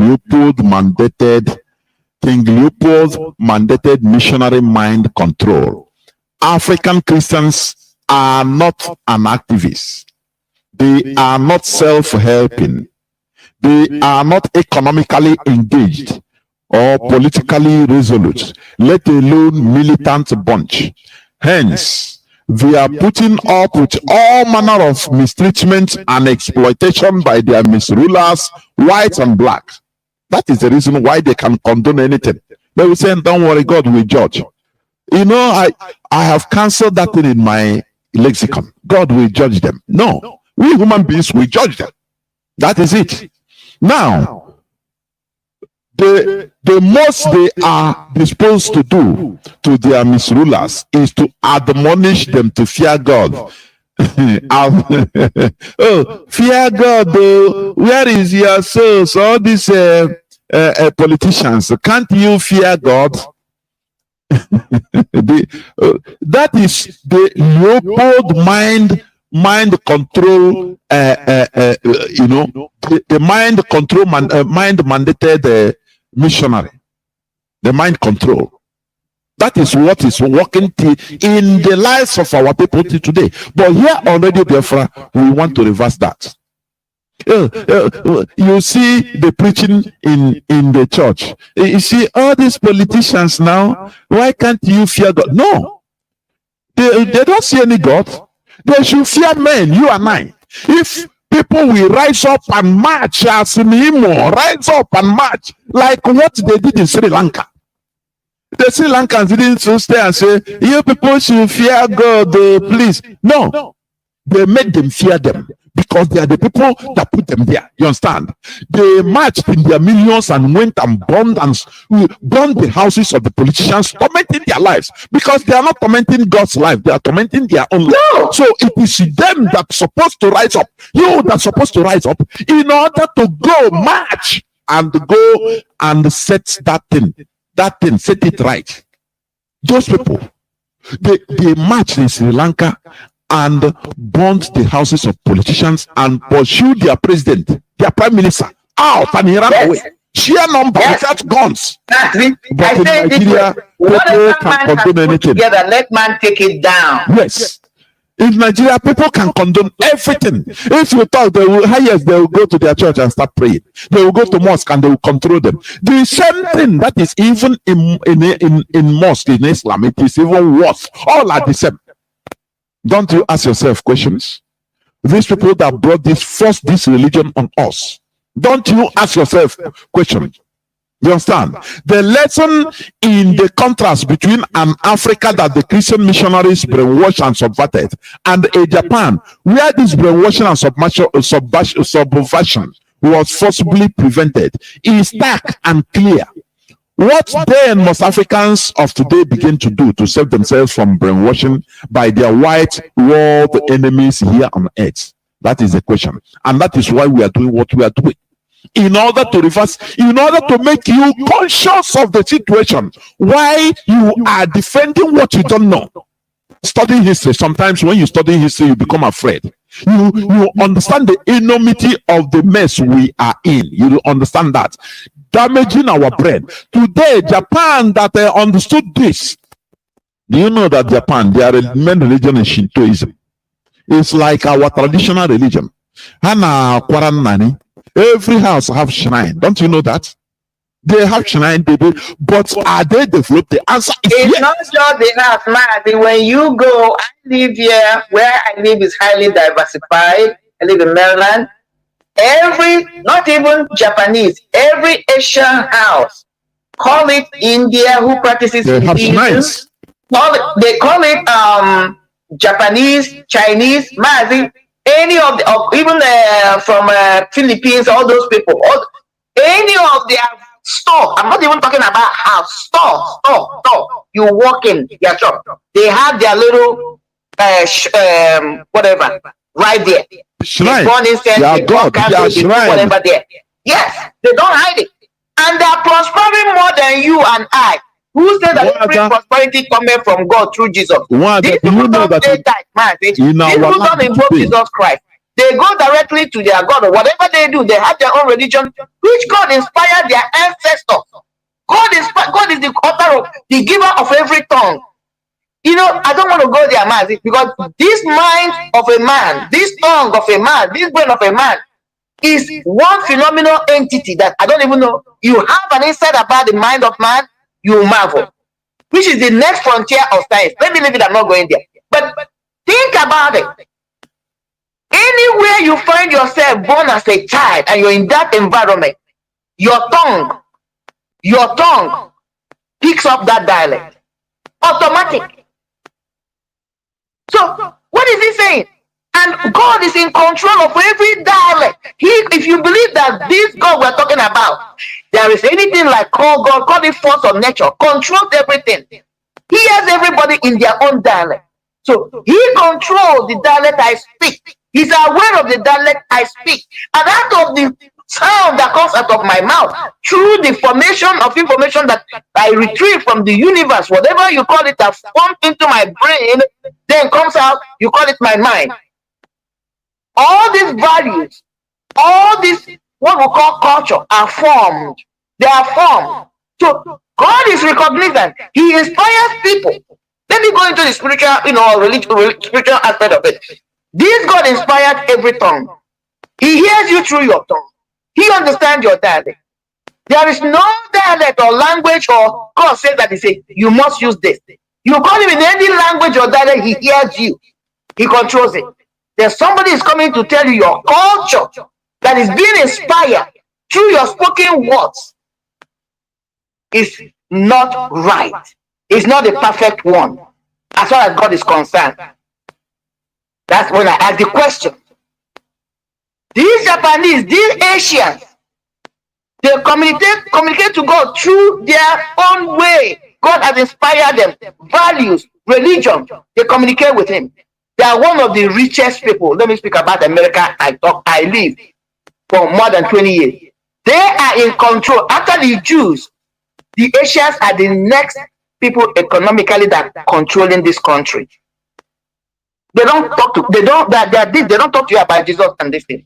They don't pay tithe enough. So is God now partial? I want to ask these religious people. Because He has nothing to do with it. They don't sit down and just be paying homage to that deity they believe in, or spirit they believe in. They give they burn incense and all that. They burn the incense, but they're active people. They walk. They don't sit down. When danger is coming to them, they take care of it. They run away from it, or they defend themselves. They don't just sit down and keep starting, however they hum, because they will die right there. This is what we're trying to make other people to understand. Nobody's against you practicing whatever you believe in, your religion. Because that's it. For me, I believe that philosophically, there is a place, it gives people some level of comfort, emotional comfort. But should not negate reality. That when things are coming to you, or that you want to achieve something, you must get up and get action, put action in place and get it done. We're talking about protest. We can shout all we want. These 14 boys that have been killed untimely. If we don't rise up and show people how mad we are, why would I expect somebody else to come and carry my cross? That's what we call it. Or somebody else will come from another place to march for me. But I'm staying here, and I've seen when the same Igbos, especially Igbos, let me call them, so-called Christian, let me call them out, during Trump's elections, they were in Nigeria supporting, doing a protest or a march or whatever solidarity march for a man that doesn't even give a hoot about them. Trump doesn't know them. Trump cannot impact their lives. He's an American. He's an American president. Whatever vote he takes is to protect America, not to protect Nigerians. But my people were there. Their churches organized them.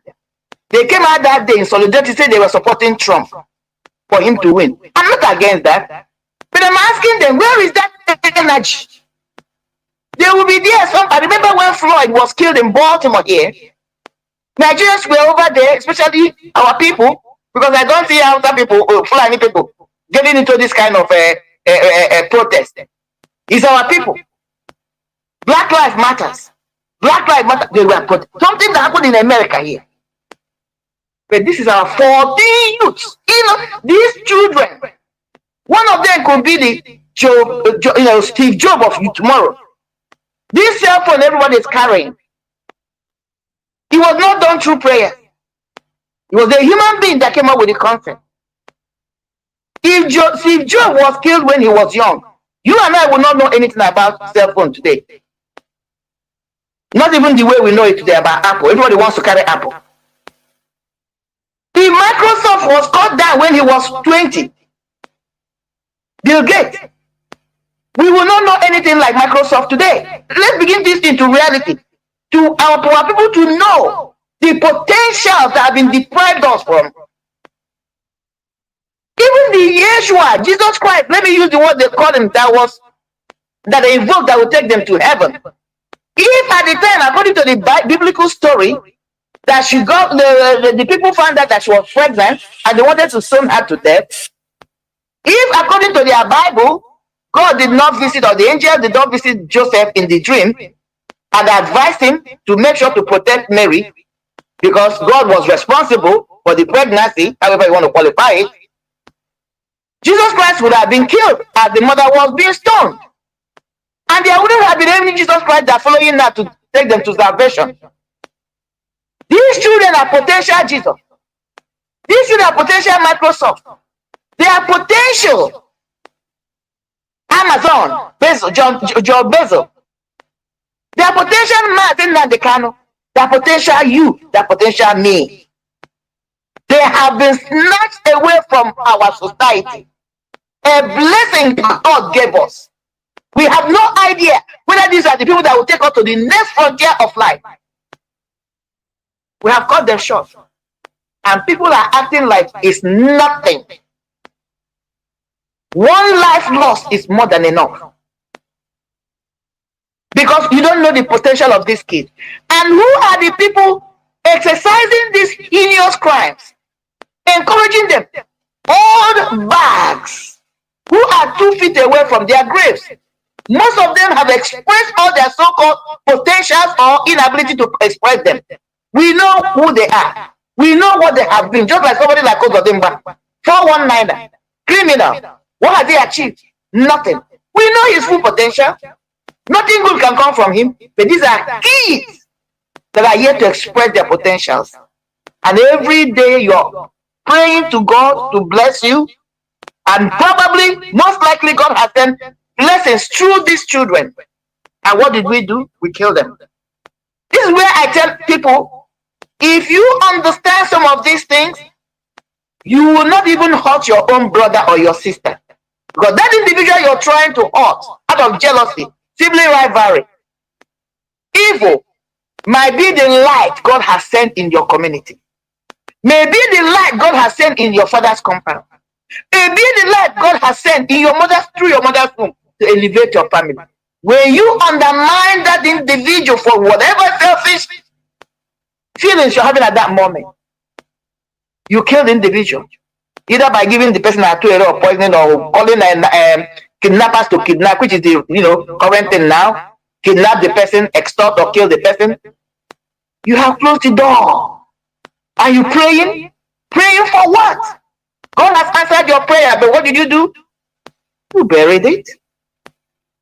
That is what we are calling. We must rise up when one is crying. We must rise up as a collective, as an individuals that are collected in one goal, which is Biafra. Stand up, get our freedom. Mazi has come as a vessel God is using to give us freedom. Look at what we have done. We have not done a good job. And every day they go to church. They are telling you that Yeshua came to give you life, make you free. And you are in bondage of the white man, just like this letter you have read today, to let them hear and see the intention of the people that brought this religion to them. It has nothing to do with liberation. It has nothing to do with freedom. But what? Total slavery. And the man, the vessel, what have we done? We put him where he is today. Because he looks like one of us. We cannot see his potential. That is where our freedom is lying. We have caged our freedom. We have put our freedom in suspension. So we must rise. Rise. God has done his part. What is left for us. We must rise up, demand for the immediate release of this man. Now that UN has finally raised their head, we must rise up. Fight like never before. Speak more than before. Let this man come out. That's our freedom in lock and key. We are asking for freedom. We are asking for self-determination. We are asking to be able to go from one end of the country to another. We are asking for be the people God has blessed us, be able to express our full potential. We just lock that up.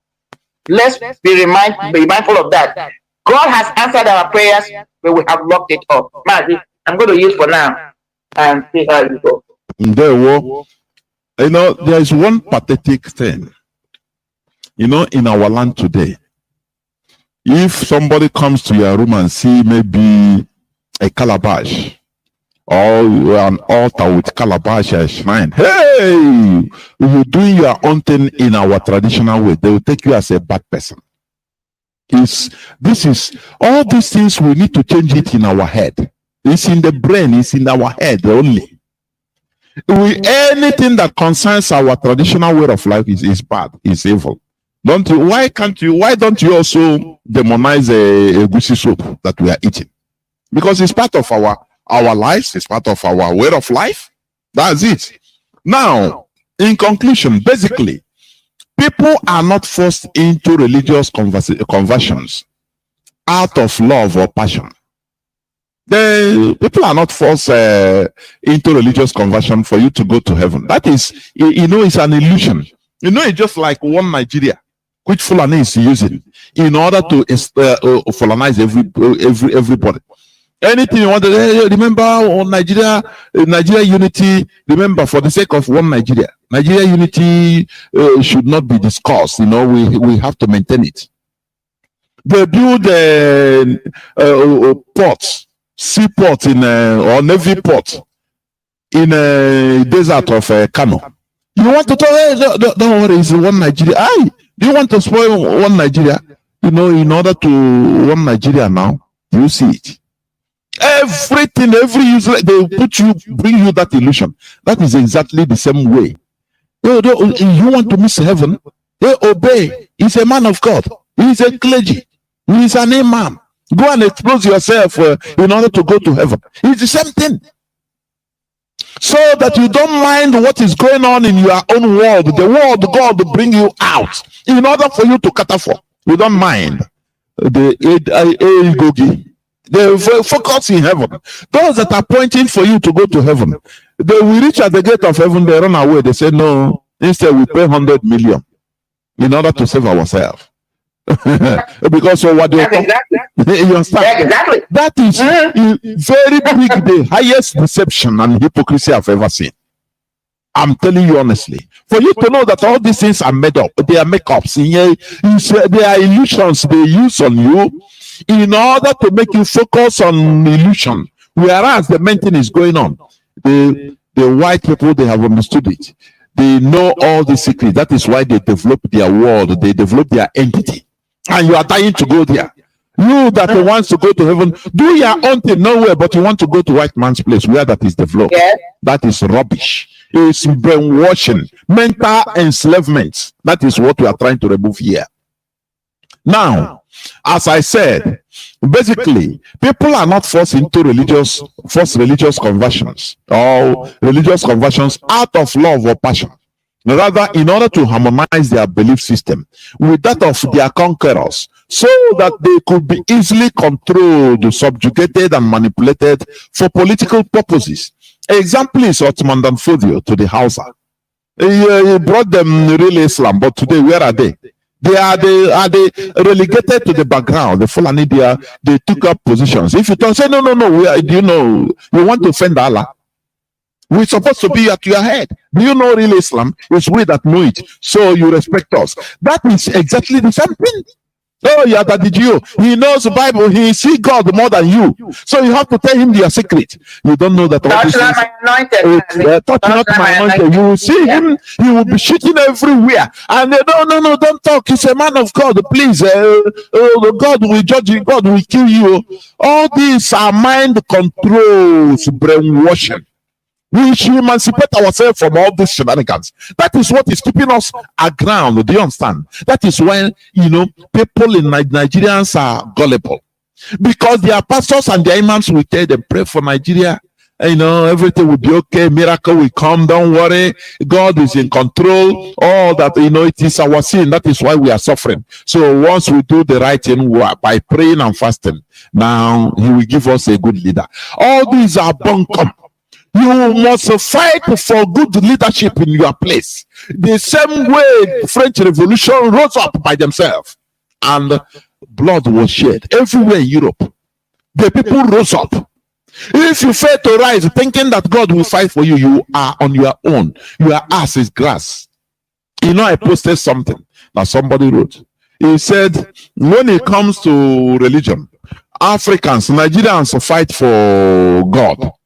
But when it comes to their own rights, they leave it for God to fight for them. It's really horrible, honestly.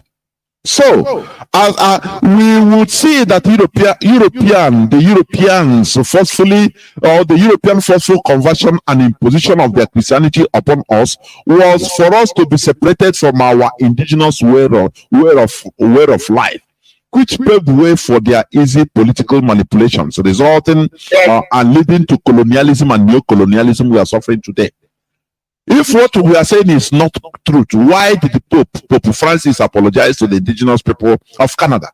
A church, as a leader of the church, they understood the evil they committed against the indigenous people. Because the indigenous people, they have been fighting for this apology. They recognized, they understood that they were wronged, that they were manipulated, they were slaughtered. That is why they were demanding for it. But it's a pity in our own land. Our people never even understand that, what happened to us. The religion they gave to us was through force. Manipulation. But man, do you know? I don't know, because there was this book I read. One of my when I did personality adjustment. It's called.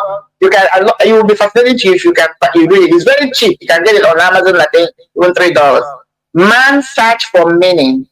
It's about Jewish Holocaust. There you will see that even during that time, Germany was killing the Jews. That the Pope then was in support, because Hitler wrote him a letter I acknowledge, encourage him to even go hard on them. And even the slavery that was going on in Africa, West Africa, they were asked to target and search out for the African Jews. Man search for meaning. Anybody that I read it. I read it in my personality adjustment, that I did a thesis on it. Powerful book, very small but very powerful. So what am I saying? Even what is happening now, we are supposed to be Christians. Majority of us, Biafra, majority, at least 70 to 80%. I'll say, like what you said. You know, they will wait until they start slaughtering us. Now they will start bringing help. We are giving them aid. Even the help they will bring, what help? Why not stop that thing? Why not stop? Come now and they look at people. What they are saying is right. These are people you people are telling us to combat because the infidels are going to, the unbelievers are going to hell. They are the ones now slaughtering your so-called Christians that are supposed to go to heaven. You converted them. You made them to leave their indigenous religion, to follow you, believing you that you are the one that have the right key to heaven. Okay, according to you. You are the one that changed their culture and everything. They are following you. They contribute money. They send to Rome. They contribute money. They send to Canterbury. None of these two countries or these two entities have even issued a statement. Even as their own clergymen, their own representatives are being beheaded and slaughtered by these people. They keep their mouth shut. But that Pope will quickly go and apologize to Muslims. So who is fooling who here? Doesn't he believe in what he's telling us?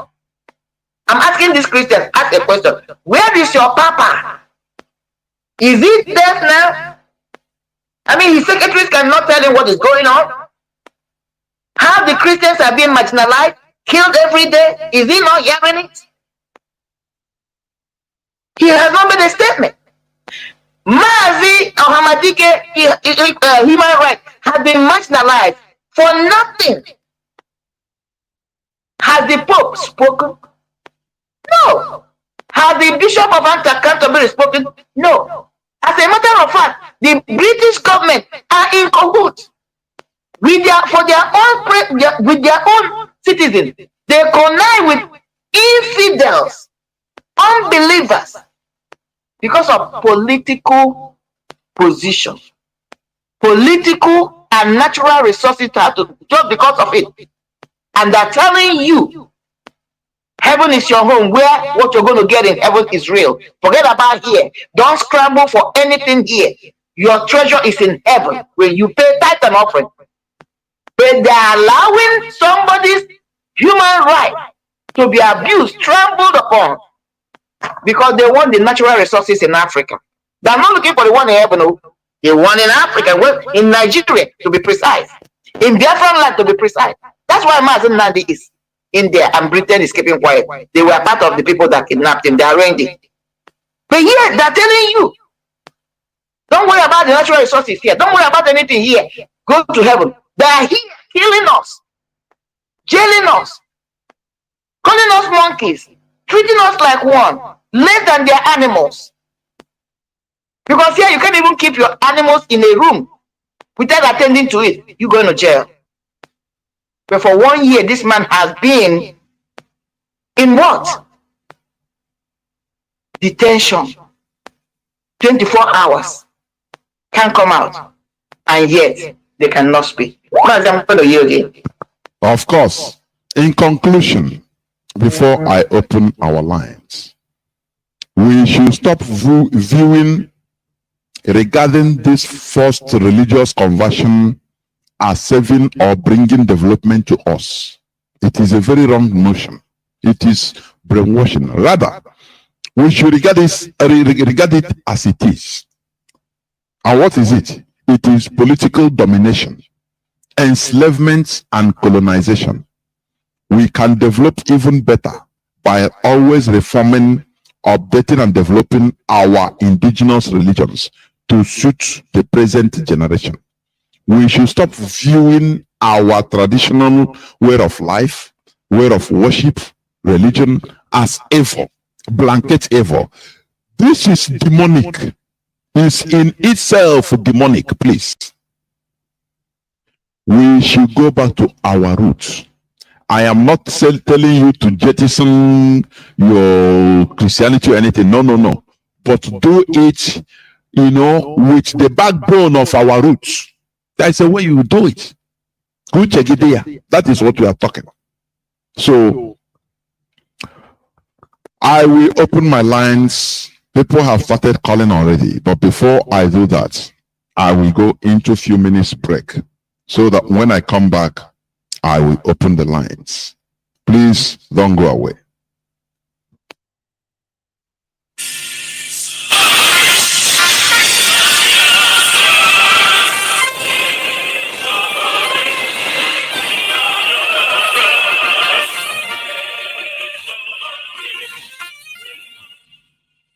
Biafra, worldwide phone call campaign alert continues.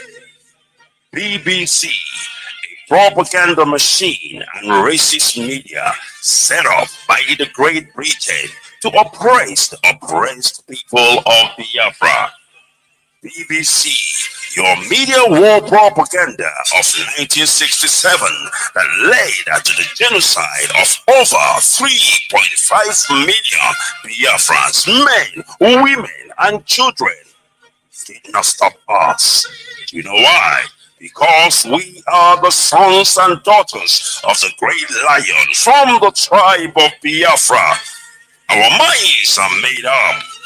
Your shenanigans, antics, and fake gutter media will not stop us either.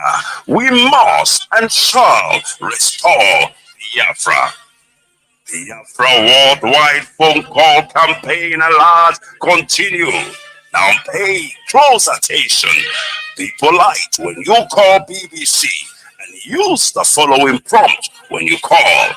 Hello, my name is. You tell them your name. I am calling to ask about BBC policy of propaganda against the victims of genocide. Since you are obsessed with telling lies about Biafrans, here are 5 more questions to consider. Now, this is the question to ask BBC. We are witnesses to BBC racist coverage of terrorism, implying that Black Africans' lives don't matter. Yet the same BBC rallies the whole world at the slightest terrorist incident in the United Kingdom. Here is the second question. But when it comes to Nigeria, BBC not only hides terrorist killings, but they slander the victims and survivors of terrorism and genocide.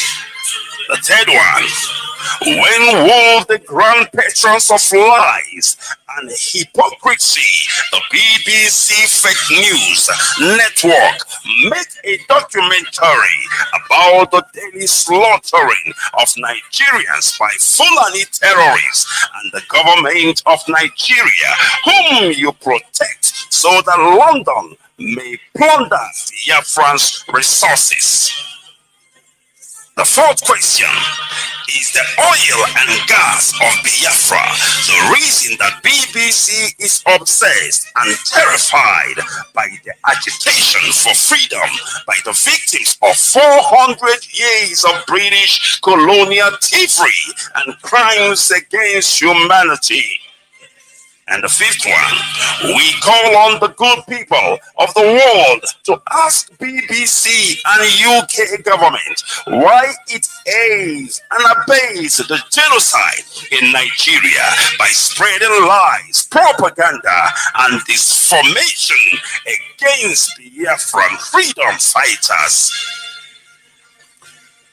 BBC, we know that you are United Kingdom government agents of imperialism with no modicum of shame. Take down your wicked fake documentary against the victims of genocide and stop your sadistic meddling in the lives of Black Africans. Now pay close attention. This is the time to call BBC. You can call them 9 a.m. to 5 p.m. Biafran time. Date 4th of July to 30th of September 2022. Now, grab your pen and paper and pay close attention. You can call BBC switchboard on this number +44 2087 438,000. I repeat, +44 208 743 8000. Or you. Welcome back. This is Radio Biafra House of Service coming to you through the auspices of Radio Biafra London. My name remains Mazi Jonathan Chinedu from Olu province of Biafra London. With me is Marien Heather. We are here discussing on religious issues, and the topic of our today's discussion is forced religious conversions. Something that is not our system, and they force us. You think you are defending it today as if it is the same way people that are defending Islam, taking it as their way of life. They didn't understand the carnage that their ancestors suffered before they were subjugated and instituted. It gave them what they are carrying today. What they are doing in our land today, if the Fulani succeeds and subjugate all of us through their Islamic religion, put Emia in Owerri, in Onisha, in Aba, in Bayelsa, everywhere, use their Islamic imam to control us in the mosque. I'm telling you, in the next 100 years, our generations that time will be defending the religion. But they didn't know that this thing came through carnage. It's forced on us. That is exactly the same way our people are defending the European religion without understanding how it came to us. We need to be wise. Our lines are now open. Our direct line is +1 213 328 6224. I repeat, +1 213 328 6224. Our WhatsApp and Signal line is +61 405 142547. I repeat, +61 405 142547. I have a first caller already. Caller on WhatsApp. Can you hear me? Welcome to the program. You are the first caller. Please start by giving us your name, where you're calling from, and give us your view on this issue, please. Do not hesitate to ask questions also, please. Caller on WhatsApp, welcome to the program. Can you hear me? Yeah, Mazi. Good evening. Yeah, well, welcome to the program. My name is Mazi Chekwado. I'm calling from Germany. You see my number also. I thank our Wada, Madam Marien. Thank you very much on the work you guys are really doing. Even I pick a great point that she made, that if our people really know the potential of we humans, even we will not even one day think of even planning evil for our fellow human, because you may not know the person you are planning evil may be the source of your lifting tomorrow.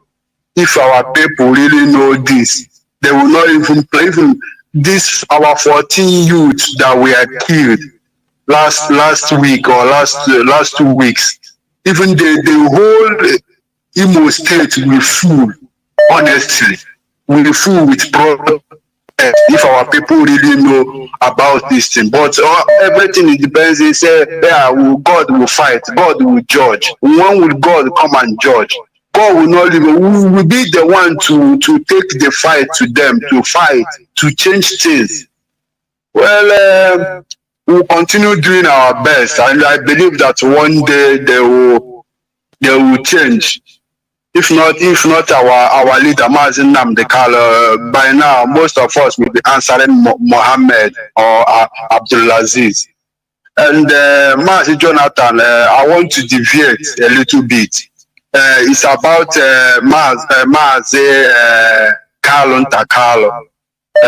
Mazi Nnamdi leave it for another day, please. We are. Don't worry. As from tomorrow, you talk about it. But please, because no. Just when you talk about it now, another person will come and please. Let us focus on what we are taking. Yesterday, I took it, or day before yesterday. So please, let us not hijack this now. Please. Okay, Thank you. Okay, Mazi. No, nobody's hijacking it. Okay, Mazi. Thank you very much, and continue your good work. Thank you very much. Thank you, and our sister. Thank you very much. There will Mazi. Thank you. Thank you. Bye. Yeah. There will. We must continue. How do I bring in? Calls are coming. Calls are coming. Honestly, yes. Yeah, of course, yes. You know why I don't want deviation of this? Another day you can call and talk about it, please. If we speak about it now, another person will call and it will be the same. No person will even understand or talk about our topic today, which is also very important. We'll deal with those people. Yes. Of course.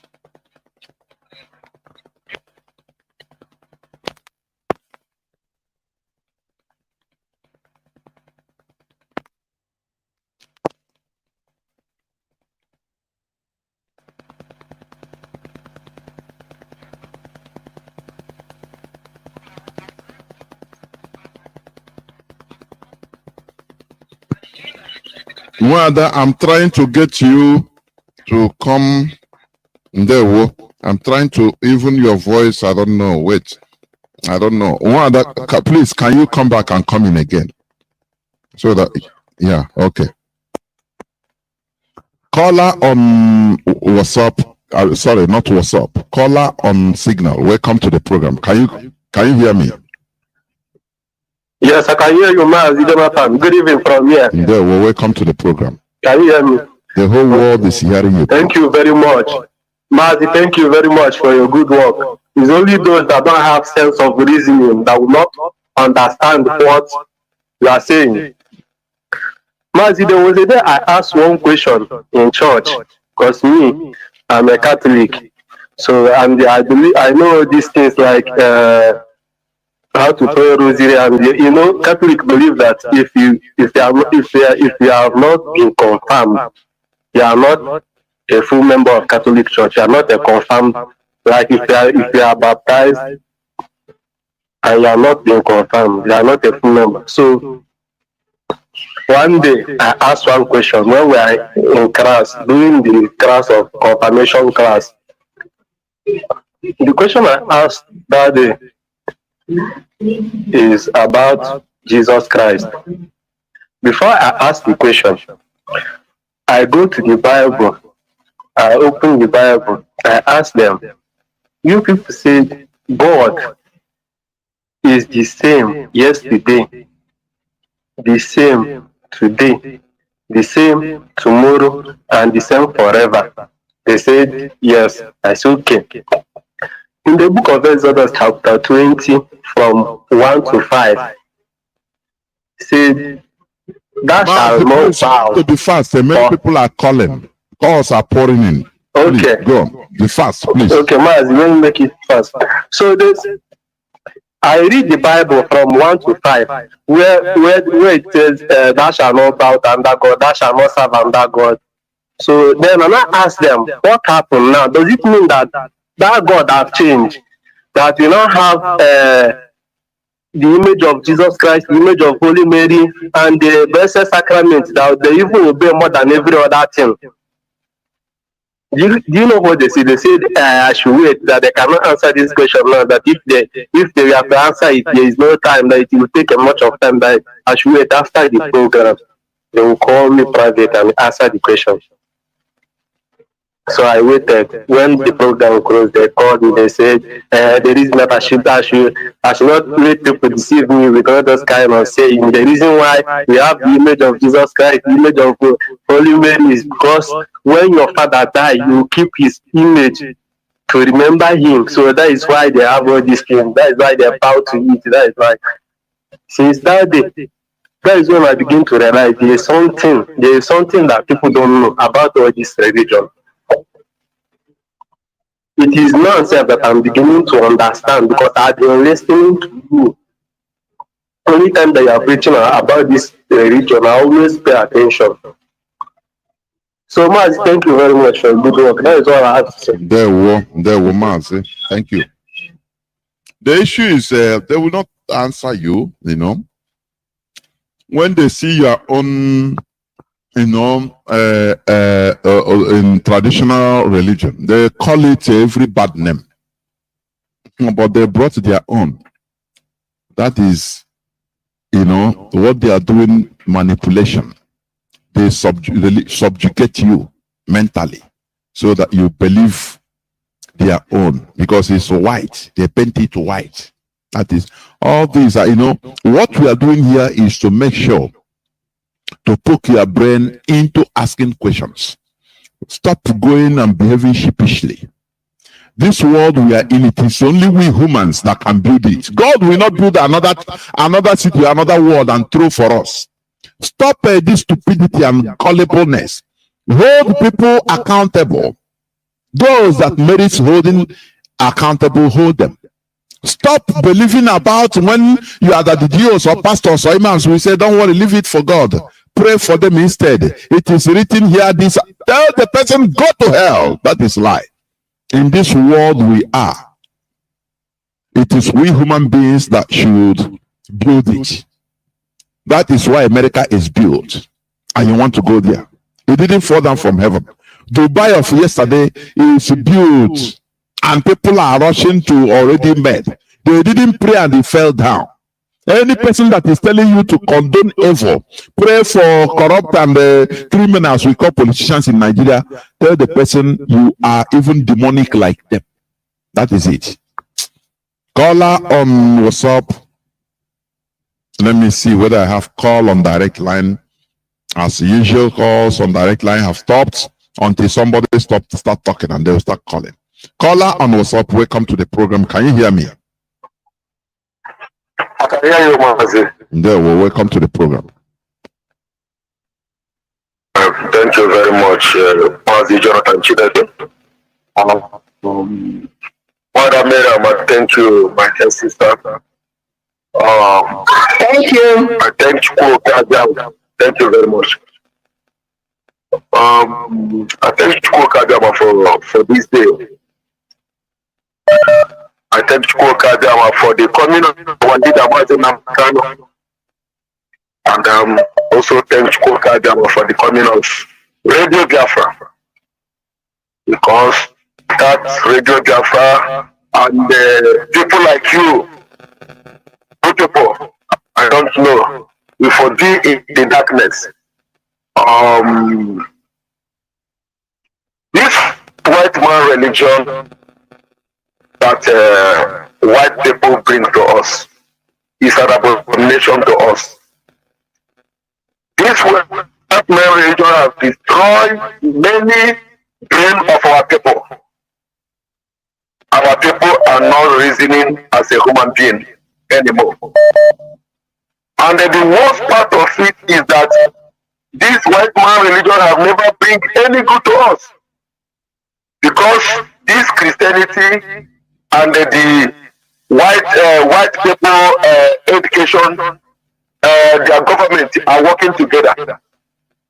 They are the same, no difference.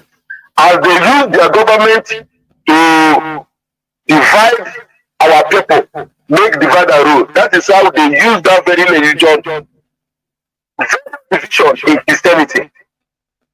The Catholic cannot marry a deeper life. A deeper life cannot marry an Anglican. An Anglican cannot marry a grace of God. And if you come into a family that you have a different missioner, that is how fight will be going on in that very family. But all of them believe that they are going to heaven that is not in existence. That is a dissension. What I don't have what to say because you people have said it all. And I'm begging that this bureaucracy should be repeated. Repeating with that number so that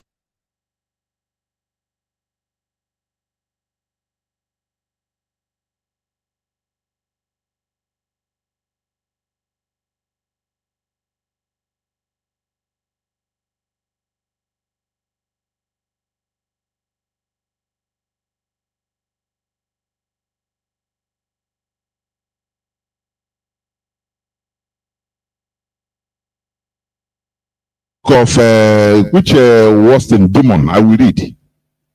Because you get knowledge from everywhere. So let us, what is done is done. What we are telling our people, what we are doing here is to make sure. Because really, it's when Biafra comes that we can provide a very viable alternative. Like before, when our leader was preaching this, people were soliciting for Church of Biafra, direct everywhere, for indigenous people of Biafra everywhere around the world. When our nation is restored, now there will be freedom of worship, but it will be based on a common value. Do you understand? Common value. And that time, with the power of government, things will be righted. So, telling people, what I tell people is, if you are going to churches, please go with your brain. If we are going to churches, we don't go with our brains. We remove our brains and keep it. We reach there, they pump everything, another brain into us, and we carry it. That is why couples, they don't have even trust to tell themselves secrets first. Or for wife, we go and tell Daddy Gio first. Before anything, before telling the husband. Husband, the same thing. So this is mental slavery. We should go with our brain. Therefore, anything you read, after all, you can read different things. It doesn't mean you learn, you absorb knowledge from everything, even every book, I'm telling you. So that is what I want to say. Mazi, please go on and round up. It's not the way that you understand it, it's the way that these people understand it. You can use your brain and reading it and understand something, but people put their life on this book, they put their life there. But I tell you that our people have starting to rise up against this abominable religion that white man bring to us. But what I want to say, my last word is that our people should start now teaching our children the way of our forefathers, our ordinary. Our parents should start now teaching our children the way of our forefathers, the way of our ancestors that we used to worship Chukwokika Piama. Understand? Because if they start to teach our children this slave book, this thing will stick inside their brain, and they will continue to be slaving our people mentally, because this is what I call mental slavery. And the mental slavery is what slavery that you can slave anybody. White man religion is an abomination. Our people should stop going to church. Church is an abomination. Thank you, Mazi. Here we don't talk only out of emotion. We bring facts so that people will decide by themselves. That is what we do here, please. For your information. That is the thing. It is for you to make your personal decision based on what we are saying. It's not that we are forcing or telling you, oh, stop doing this. No. We are learning, we are learning by the information you need to know so that you make the right decision. That is it. So that people will not misunderstand us. I have a caller on direct line. Caller on direct line, can you hear me? Caller on direct line, please go on. The platform is yours. Go on. Caller on direct line. Hello, Mazi, good evening. Please go on. First time caller, started listening to Radio Biafra last year. Okay. And I'm happy for Amadike. About this religion of a thing. Today, Pope have not said anything concerning Nnamdi Kanu. And I could remember when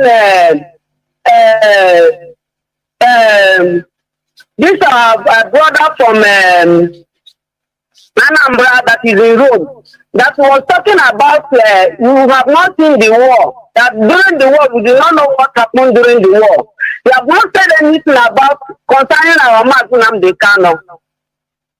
Till now, we have not said anything concerning Nnamdi Kanu, but he was telling us about what happened in the war.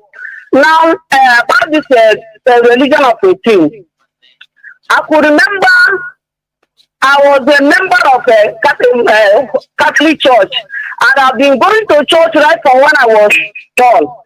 Till up 8, I'm Catholic, but now I could imagine Nnamdi Kanu told us that when you go to church, where they ask you to pray for Nigeria, you must not go there. And the Christian religion is a scam. See, today they've been telling us about how to worship Jesus, how to do this, how to do that. Till now, telling us about the Jesus Christ, and they've been killing Christians in this place, and the people that brought the religion to us have not said anything. I'm talking to my people about how to listen to Radio Biafra, and see, today most of my friends are not talking to me. Those that I worship with in the church, those that I go to church with in the in Catholic church, they don't talk to me. They are looking at me as somebody that they told me that anybody that is telling me about Biafra, that person is deceiving me. That have to come back to Jesus Christ. That is only Jesus that can save us. That is the damage this thing has done to us. Cannot save our family.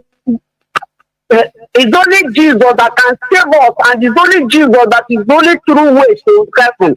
So if I want to go to heaven, I must have to abandon Biafra. And I told them that Biafra is the only religion that can save us, and is the only religion that can make us free from this abominable construction called Nigeria. And they're telling me that if I continue like this, I'm going to be perished. See, today, all the people that I'm worshiping with in my home, in the church, they don't talk to me. They abandoned me, telling me that I don't know what I'm doing, that I have to come back to Jesus Christ for me to be saved.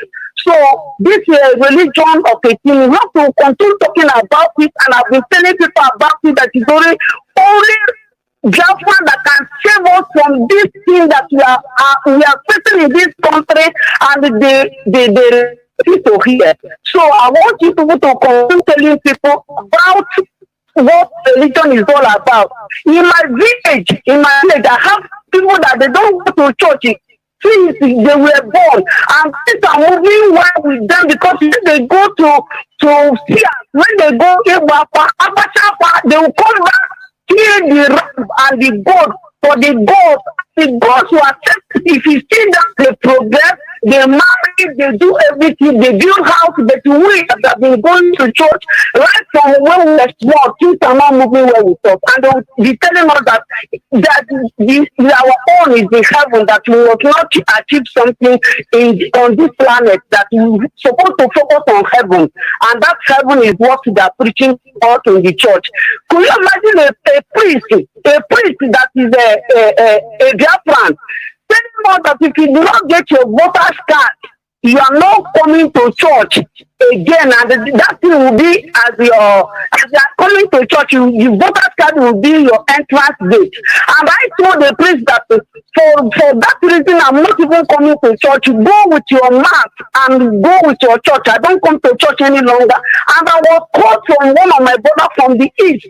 I'm in Lagos, and he told me that for me to say that I'm asking God for something, and I'm against the priest of God. I should not allow priest of God as a Miriam in Bible, that I have to respect a priest. He told me to preach that I should return myself, telling that I go to forgive me. If not, that I have made curse upon me, and that curse will follow me and my generation. And I told that the person that called me that there is no curse will follow me, and no curse will follow my generation. That Jesus Christ is not the God. Is not the Almighty God. That is the Almighty God in heaven. And by the grace of Chukwukadama, no curse will follow me, and instead the blessing will be upon me, and upon the Biafra, and upon Mazi Nnamdi Kanu, and upon Jonathan and every other person that is speaking about this Biafra. Oh, hey Biafra. No, hey Biafra. Do you see why we yes. Okay, let me come in after you come in, just a little bit, because there are people lining up waiting. Do you see why we are doing what we are doing? Do you see? Because of religion, because of religious belief, which they impose on us. Some people see what we are doing as going against, their religion. That as you are doing it, you cannot go to go into the kingdom of God because of you are exercising your right in self-determination. Do you see what? I want people that castigate. Do you see why we are doing what we are doing? In order to expose the facts, in order to make people start thinking. Otherwise, we are finished. They will tell them this is the King Leopold mandated missionary mind control. That is what is playing. So that our people can never resist. They can never rise up. I used to ask, does our people have any red line? This is the reason why anything against our people goes. Only once that the Jew will call them and say, hand everything over to God. So don't go there to protest.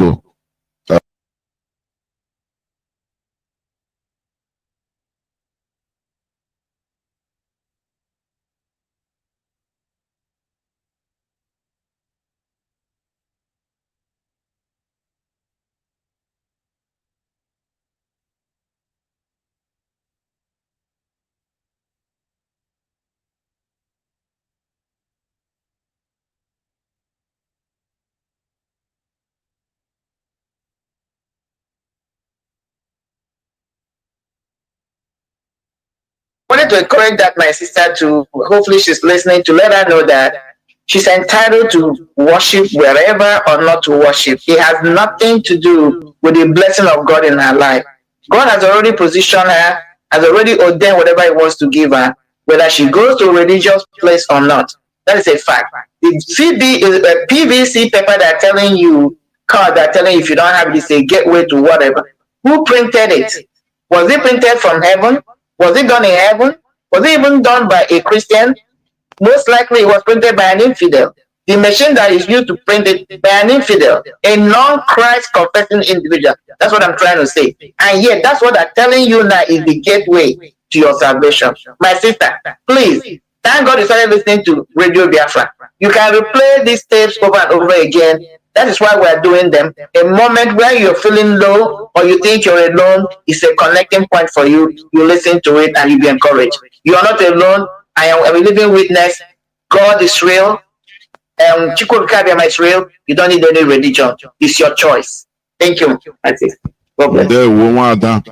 Let me try to pick again. Caller on direct line. Please call us on WhatsApp and Signal. Hold on. Caller on direct line. Can you hear me? I can hear you, sir. Please go on, please go on. Yeah, thank you so much for giving me the opportunity. Honestly, I just want to thank you for tonight's presentation. Not too long, we interviewed and Auntie over there. We now find out that you are almost done with the presentation, and a friend who has been a good friend was the first time he's listening to our radio. And he was thinking he downloaded the information. He was asking me, which message is this? Which preacher is this? And all that. I say it's Radio Biafra. He said, unbelievable. So I just want him to talk to you live on radio to find out that it's true, because he was demanding for the copy so that he can carry on the message. I said, okay, let me hand over to him. Thank you so much. Please do. We are live and direct. Please do. There we go. Mazi, there we are live and direct. Okay, Mr. Email on the line. There we go. Hello, sir. Go on, Mazi, please. I don't need to interrupt you. We are live and direct. Go on, please. Okay. Mr. Email on the line from outside the state. Especially, it's a Google Game. And that is my first time of joining this station in this radio, and I love it so much.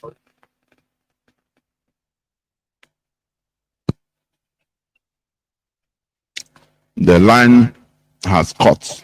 Most probably it is their 8th time. I believe so. Caller on signal. Can you hear me? Caller on signal. Welcome to the program. Yes, then I know they can hear me. Sorry, can you hear me? And there, Mazi, go on, please.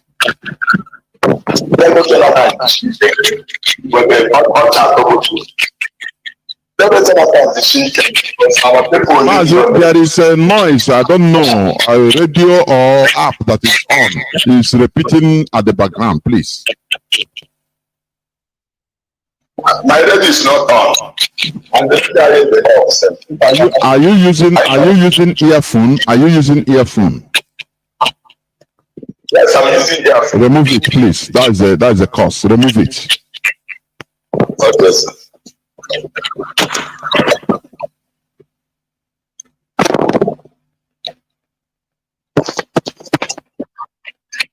Okay, let me Jonathan. Go on. Jonathan. Okay, sir. Let me Jonathan the chicken. Remember, sir, me Biafrans. See, there is nothing anybody can do about it. We are going. We are Biafrans. Find out for you.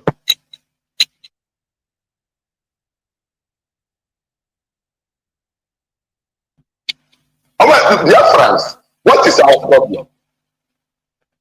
Let us say Christianity choose Jesus Christ to see to go to Bible. Our shit and the Muslim choose Muhammad to see Allah, which is to go to Bible. And it is to go to Bible that owns this world. No other person. Son.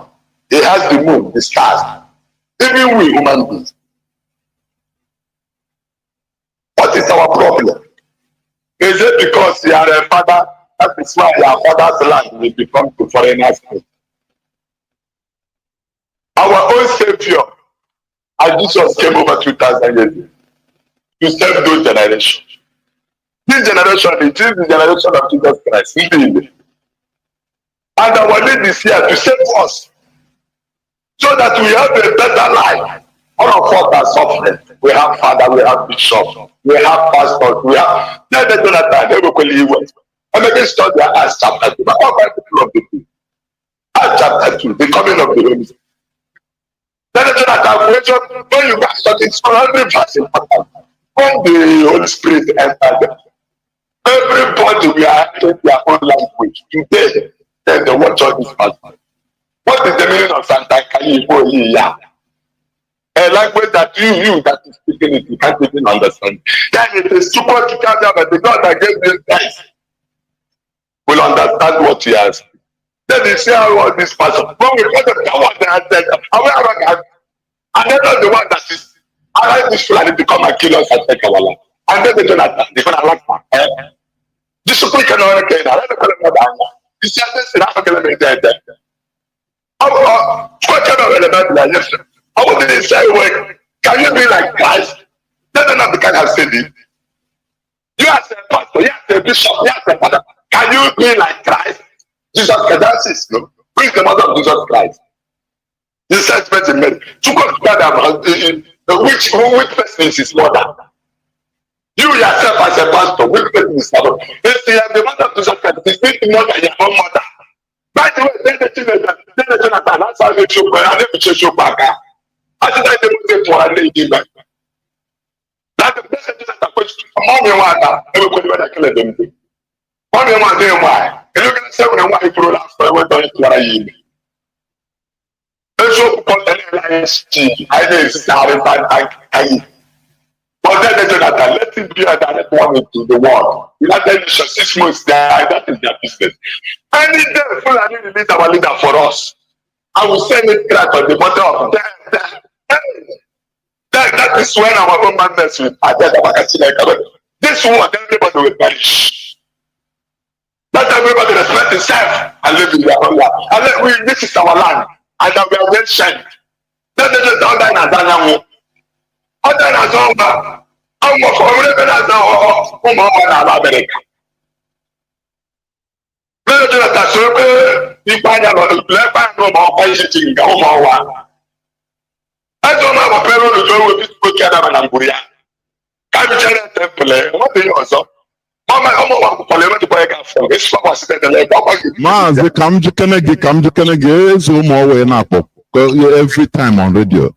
Colonial Biafrans, okay, him and Biko, because I am at loss. I wish we had our water. That's one more to the beach from that's why I don't think it comes.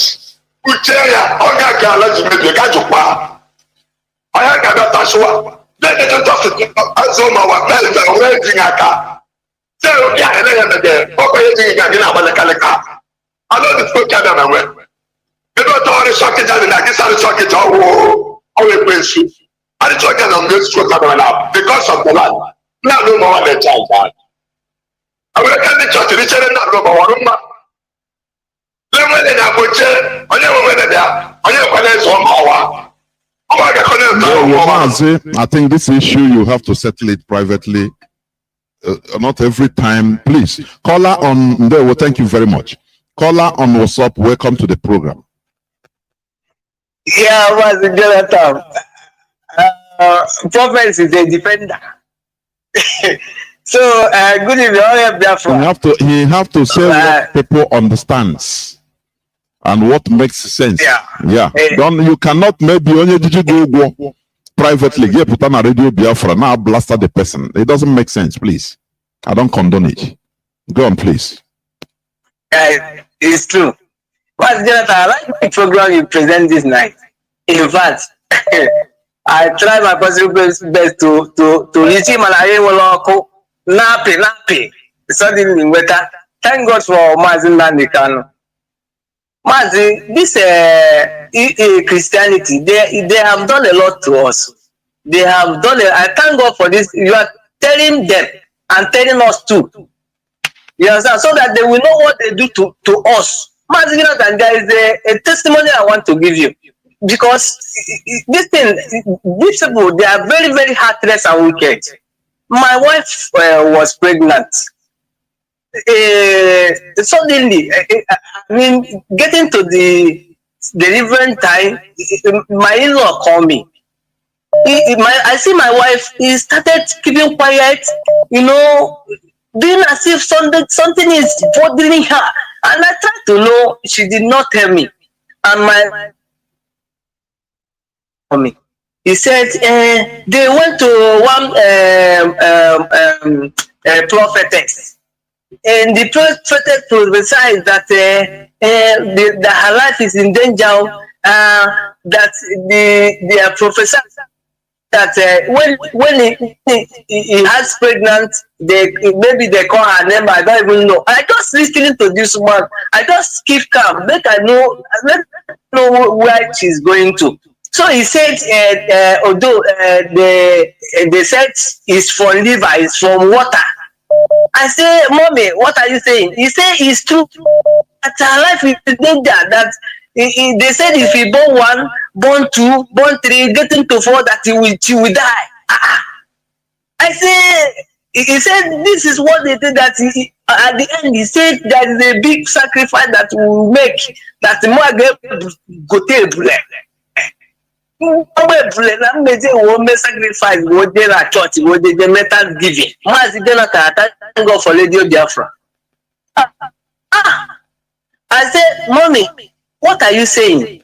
I asked her, what did you see your forefather? Or do you know your forefather? Or do you read about your forefather? He said yes. I said, what's the God they are worshiping? Then I think Christianity then. He said no. I said, why should you believe on all this thing? So you people, I said, why should you go to that woman? I'm showing my own family. The time you born your children, at least you have up to 5 children. The time you born them, did anybody come and tell you that when you born 1, when you born 2, or when you born 3, die? Did somebody tell you like that? He said no. Why should you? Mazi, you are calling on WhatsApp. Just hold on. You are calling from the Zoom, but you are calling on WhatsApp, so no problem. Do you see in this world, let me tell people that are listening, human beings have power, natural power, endowed power, until you discover it. That is why, you know, when people whenever you believe in anything, you see it happens. You know, these people, it is psychological. They attack, they use fear to catch you, to grip you. And once they grip your mind and you start being afraid, it's finished. It's finished. That thing can happen. You just imagine, just practice this today. If early in the morning you are healthy, but you start pretending, say, believing in you that, oh, nah, I'm sick, oh, I'm sick, I'm sick. Before God and man, before 12 o'clock, you become sick. Real sickness. If you really believe it that you are sick. You understand? So people don't understand that all these people, they use psychological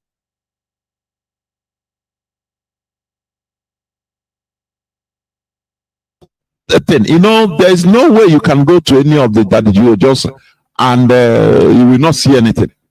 You will first of all grab. You know, when they go to Bible school, they train them on psychology, mind control. That is what they train them for, so that they will be watching you like this, and they will be talking something, putting one thing inside you, and they will know that they have grabbed you with that thing. And once you believe and continue, finish, you are in their palm of arms. And anything from there, they can be controlling you. Before you know, okay, I'll bring a bulle, or we go do sacrifice, kill it in Bar Beach. From there, you have become, you know, a tool in their hand. They can use you as they want.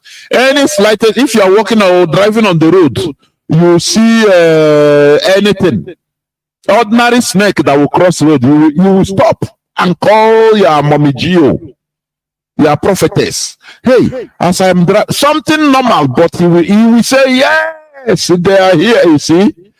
Thank God that is what I did. From there, we and holding you postage. That is it. Go on, please. So, if you see the anger that I should do something that I thought I want to die or something like that, say, calm down, except I will call this call and you never call me again. Stop telling me about this. In fact, you will give me the number of that person. And if anything happened to my wife, I will know that person responsible. It started of course. Telling me, it's not, it never is like that. I think, what are you saying now? You didn't deck. I'm joking with me. I'm joking. The person you are talking about is my wife. I know her. You never ask her whether she belongs to River or not. It's your daughter now.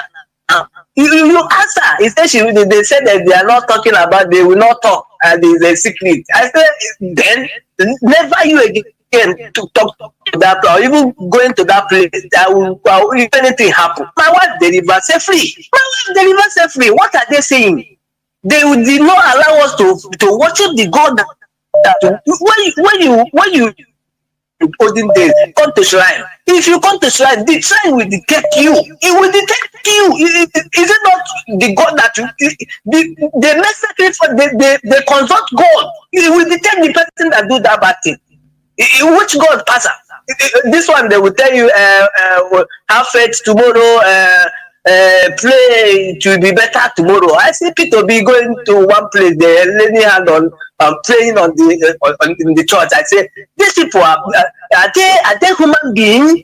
Are they not listening? Are they even the people, the pastors? I know that they are really people, really good, but nothing there for their head. Mazi, this not whatever that mutual explained, it's also up to 21 hours, and Hanez never said anything about that, and we never see any person that come and condemn what these people say. It's only IPOB. We continue fighting. We continue fighting. We don't depend on Hanez. We continue fighting. Thank you, Mazi. Mazi, I want to give me that your Facebook. You say Raphael what? I don't forget. Jonas Raphael, please inbox me. Okay, after I will send you the link. Please direct. Okay. Right. Thank you very much. Oh, Biafra. Almost Biafra. Thank you very much. We must continue. I have a caller or callers that are ringing. Even this one, the phone, I cannot even be able to pick because calls are flooding in. But I will. Okay. Caller on signal. Are you there? No. No, he has gone. Caller on WhatsApp, welcome to the program. Can you hear me? Caller on WhatsApp. Caller on WhatsApp, off your radio, please. Caller on WhatsApp, can you hear me?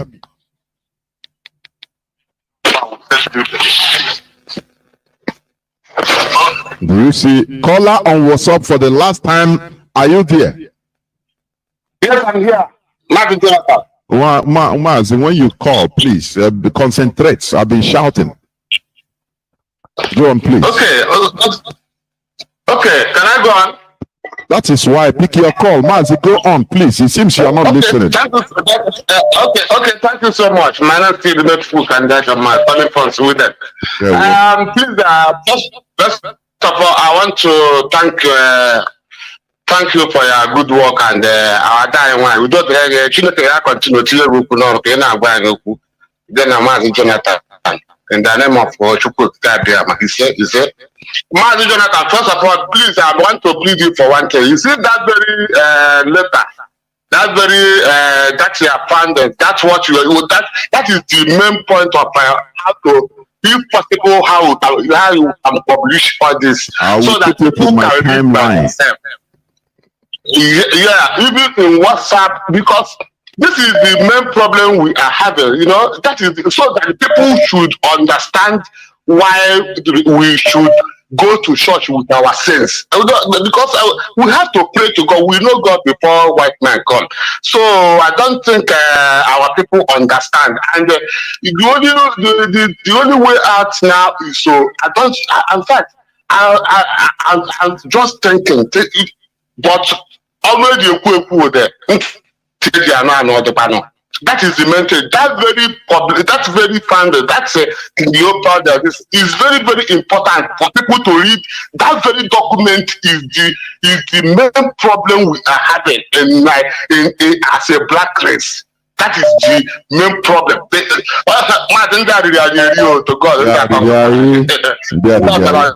So,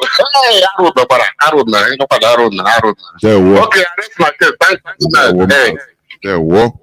That is it. What we are doing is damage control, but a day begin once upon a time begins a story. That is the reality. So, you know, after all, you see Roman Empire that was there for thousands of years, hundreds of years, if not thousands of years, but have been in power controlling the world. Eventually, people started understanding their secrets, and they started falling piece by piece. Today, they are you know, only relegated to how many, whether up to 5 kilometers or 10 kilometers square, the Vatican, the Holy See. That is how the world is.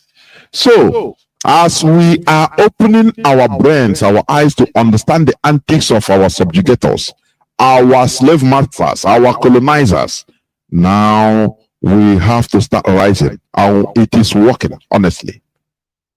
Caller on signal, you will be the second to the last caller. Caller on signal, welcome to the program. Can you hear me?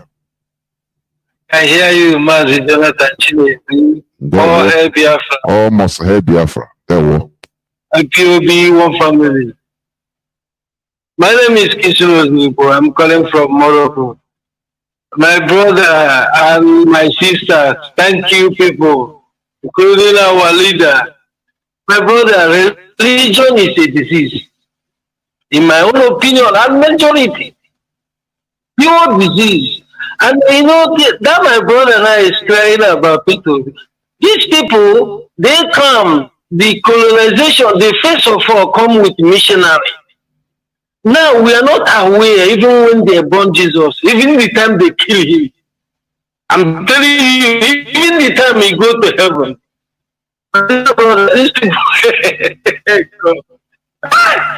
They are only from their far from where they are teaching. As they are living, what did they do? They hand them over those puppets, like a damn guy now you are calling up the after the colonization, they hand them over the power. Now we can see that even in people that in a Muslim way, when you argue with them, when we tell you that Bilal is a black man, now you realize that Bilal now they call it was called a false Allah and shouted in the Mecca side, Arabia. That man is a pure slave. You see? So upon the maltreating, this is how this goes. Today, here I am. There is a lot of Islamic scholars studied all the way from Nigeria to here in Tetuan. God made. Now, I asked one of them because they are discussing with one the northern Moroccan. Now, one day I arrived there. They call, this is your brother, this is this. I said, now my brother, have you seen what you have been dragging yourself to pit in Nigeria? Now you see you as a black man, you say, we did not, because now and he's a Muslim. He's a Muslim like him. He's a Muslim, my dear brother. Even him is the one that confessed from me, honestly. He said, when the Quran in his hand, he wants to shake the imam or the imam, tell him he should get up there. I said, man, that is it. But here in your black country, you are carrying it overhead. I said, these people ready to hug and greet a Spanish white man and throw you out into pit with your Quran. He said, I'm seeing it. He said, yes, that is it. This is where you are following. I'm not dislodging anybody to follow. That's your own. But, first is your color. They are for human beings. We have already met before these people, including the name they answered. Some of them are attached to their own traditional name. All hail Biafra. God bless you. Almost hail Biafra. That is it. For people that maybe could not, let me explain what this our brother said. You know, he lives in Morocco. It's an Arabic country, Muslim country. He said people that come, Muslims that come from Nigeria. He himself is not a Muslim. You know that. Now, they left him, his fellow Moroccan Muslims. After everything, they carry him, they say, oh, there's your brother, a black person like you here. They didn't carry him, to welcome him and say, oh, it's our Muslim brother. No, now they put him to the person that back in Africa, he is ready, that person is ready to kill this our brother for Islam. But his eye open. Our brother told him, say, look, do you see it? That is, this thing now is a religion you are dying to secure. Oh, Arab, oh, Islam. But here now, they refuse you. They see you as a black man. Do you see it? Now they take you to me, your black brother. But back in Africa, you can kill me because of this religion. He said, talk to the man. The man said, you are not telling, my whole, philosophy of this religion have just changed with the episode of what happened. That is it. It's just like what is happening to us. Oh, we are sending money to, contributing money every Sunday, sending to Pope in Rome, to Canterbury in UK. They are killing us. None of them are doing anything. None. They kept quiet. But every Sunday you go and send money. Is it not stupid? They look at you as a very gullible and stupid set of people. That is the reality. That is the reality. It is only us that can save ourselves from both mental and physical slavery. No other person. Forget about the foreign imposed religion. It is we that has the same, value Our traditional way of life, our traditional religion, that is what binds us together. Forget about those people as I answered Jonathan, because of the Christianity. They can't do nothing more than your own brother. They can't do it for you and nothing. Only maybe if they are slaughtering us now in a war, they will come.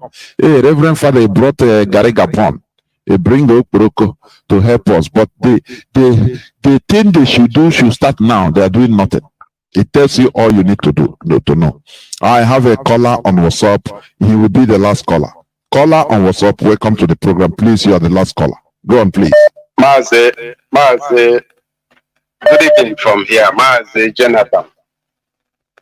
Yeah, well, Mazi. I salute you. I salute my sister, our sister, Wada Maria Heather.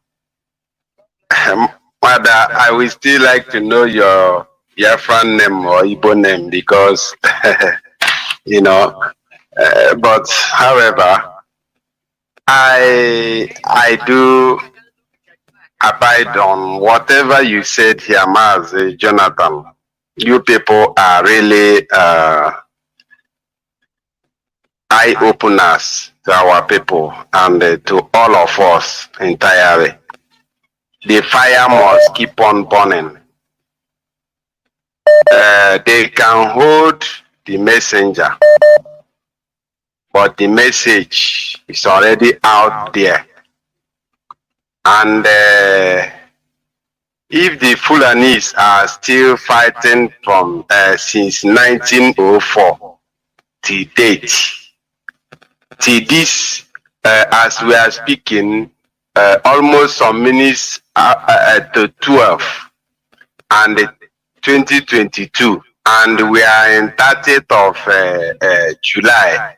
They are still fighting to accomplish the dream of their ancestors. What makes us Biafrans to abandon what our ancestors have given over to us? Mas, the reason why I called this evening, sorry, I haven't introduced myself. My name is Mazi Emmanuel. I come from Arondi Zog. And by the special grace of Chukwu Okike Abiama, I serve the indigenous people of Biafra as the Paris Zonal Coordinator. Mazi, the reason why we are, in fact, I want to quote the father of the person who betrayed our leader, which is Uhuru Kenyatta. His father, who is, I think, Jomo Kenyatta.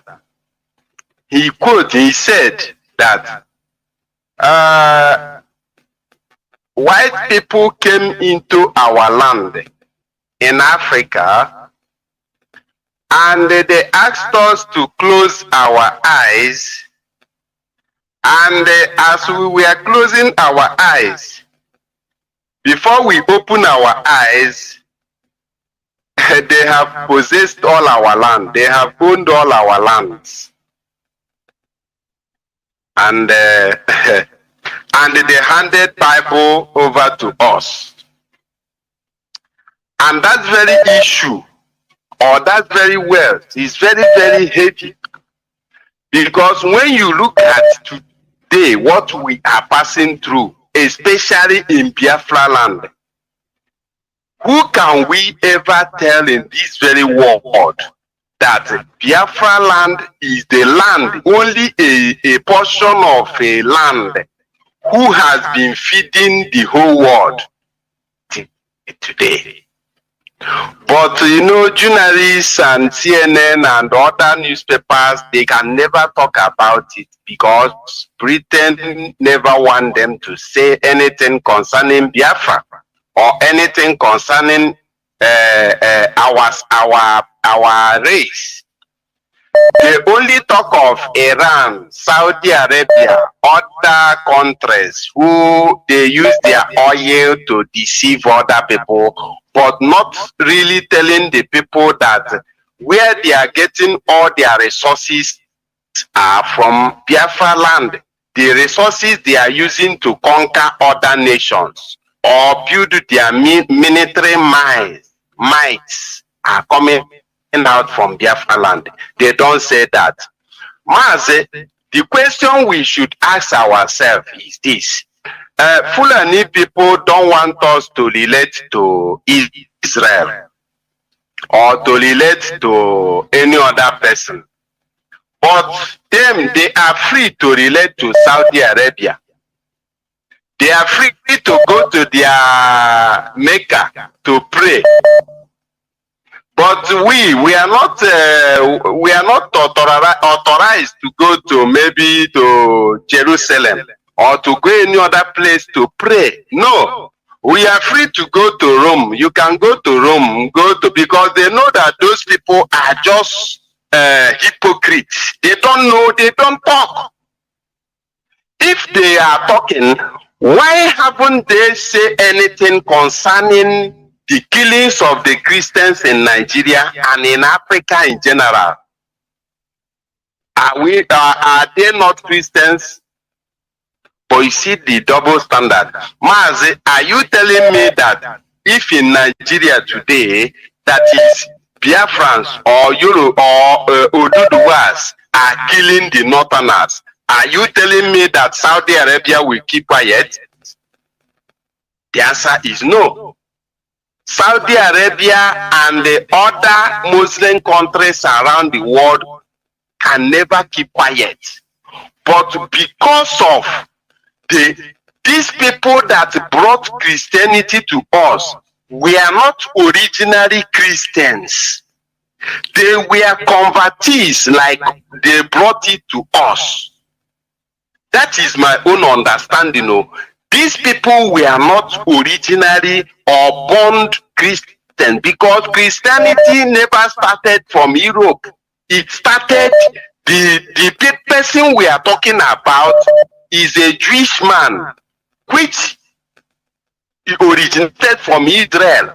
But these people build their own to suit their own narrative, and they start selling it to the gullible Africans. And they're backing it up with their own currency, which is money. Today is bubbling, is raining everywhere. Today we have jettisoned all our own. See where we have landed ourselves. Mazi, what you people are doing here is, it pains me that our people are very, very critical and very, very, we are stubborn. I am not exonerating myself.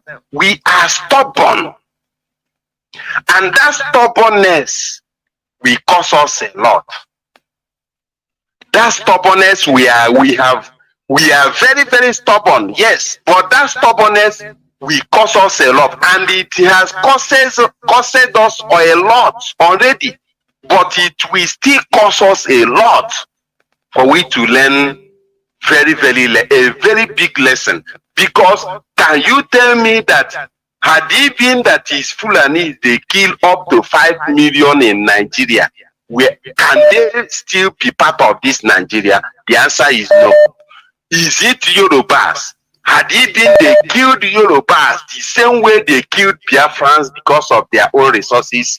Are you telling me that Yorubas will still be part of Nigeria? The answer is no. But today, we see Biafrans, we see Igbos, we see Efik, Ijos.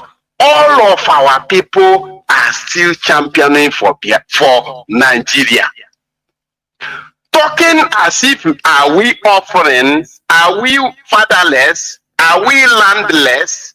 Are we Fulanis are landless? Fulanis are people with countryless people. Are we countryless? Why are our people, because of the currency that white people normally fabricate in their so-called banks, are using that so-called currency that has no value, selling our ancestral lands? Why? This is a very pertinent question. And if you see what I am begging, even though if heaven, I don't know whether Biafra comes or Biafra did not come, we must accomplish that thing that Ojukwu could not accomplish. What was that? You see all these saboteurs. You see these people, these traitors, Ojukwu allowed. Ojukwu allowed. Our team, Ojukwu allowed. They never dealt with them. People who sabotaged Biafra from 1967 to 1970, they allowed them. They leave them. They allowed them, and Nigeria, the enemies, use them against us. Just today, we see a lot of people sabotaging Biafra. We see a lot of people fighting against this freedom. Because of what? They saw that the old ones, they never received any punishment. And to them, it's normal thing. They can just do, say, Biafra in the morning, in the night, they are one Nigeria. They can just say Biafra on the mouth, in their heart, they know that they are just there to sabotage you. You see, if we never achieve anything, these people, we must hunt all of them, wherever they may be. If it's only that we achieve, I will be very, very satisfied. Thank you very much. Thank you.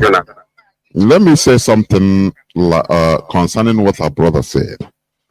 Our late Jim, eternal hero, not that he left saboteurs, never. Far be it. People, he didn't leave them. No. The reality is that we lost the war. You understand? With the help of the saboteurs, yes, we lost the war. And there, as you lost, there is nothing much you could do. Saboteurs became imposed on us as our political leaders, our political elites. Do you understand? Didn't you see somebody that came up after the war, 80s, he was a hardcore Biafran, and he started doing good things, setting up industries in Imo State. He built Imo State airport through the general contributions, which I did. That time I was going to school. I was going to school, you know. My father paid for it also. They call it Imo Airport Appeal Fund. So, but what happened? I think they put him in jail after the military takeover of they invited them. They destroyed everything subsequently.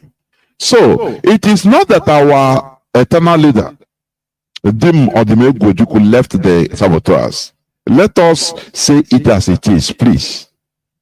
It is that he was overwhelmed. We were defeated. And, you know, the conqueror, not a conqueror anyway, because they didn't conquer us. They defeated us. And they entered into the pattern of final conquest, which they have been since 1970 till today. But they couldn't. It's late now, it's too late. So, in our own time, that is why I am soliciting as hardcore Biafrans. Do not come here to tell, dear S, you should give us order. All those known saboteurs, anywhere in the world, you can take a wolf action. That is it. That is how people sabotage will, you know, diminish in our land. When they see that, oh, the people that are missing in this country, in this place, one saboteur is missing. The other side, another saboteur is missing. You see people now become afraid. You know, our people, they see that we are powerless. We can't do nothing. Instead, too much, cannot do anything. You see people come here, Mazi Nnamdi Kanu, DOS, give us order so that which order are you waiting? Because you are weak. I give an example always. Look at Arabs, look at Muslims. They take wolf action. Wolf action. And that is why they are respected all over the world. Because if you are in one part of the world doing something against the religion, in your place, you don't know, as you are going out in another part of the world, one person will just target you and without waiting for any command, no person commands him. He's doing it, defending his religion. Therefore, it's our religion. Any person that is sabotaging this, he should be automatically sentenced.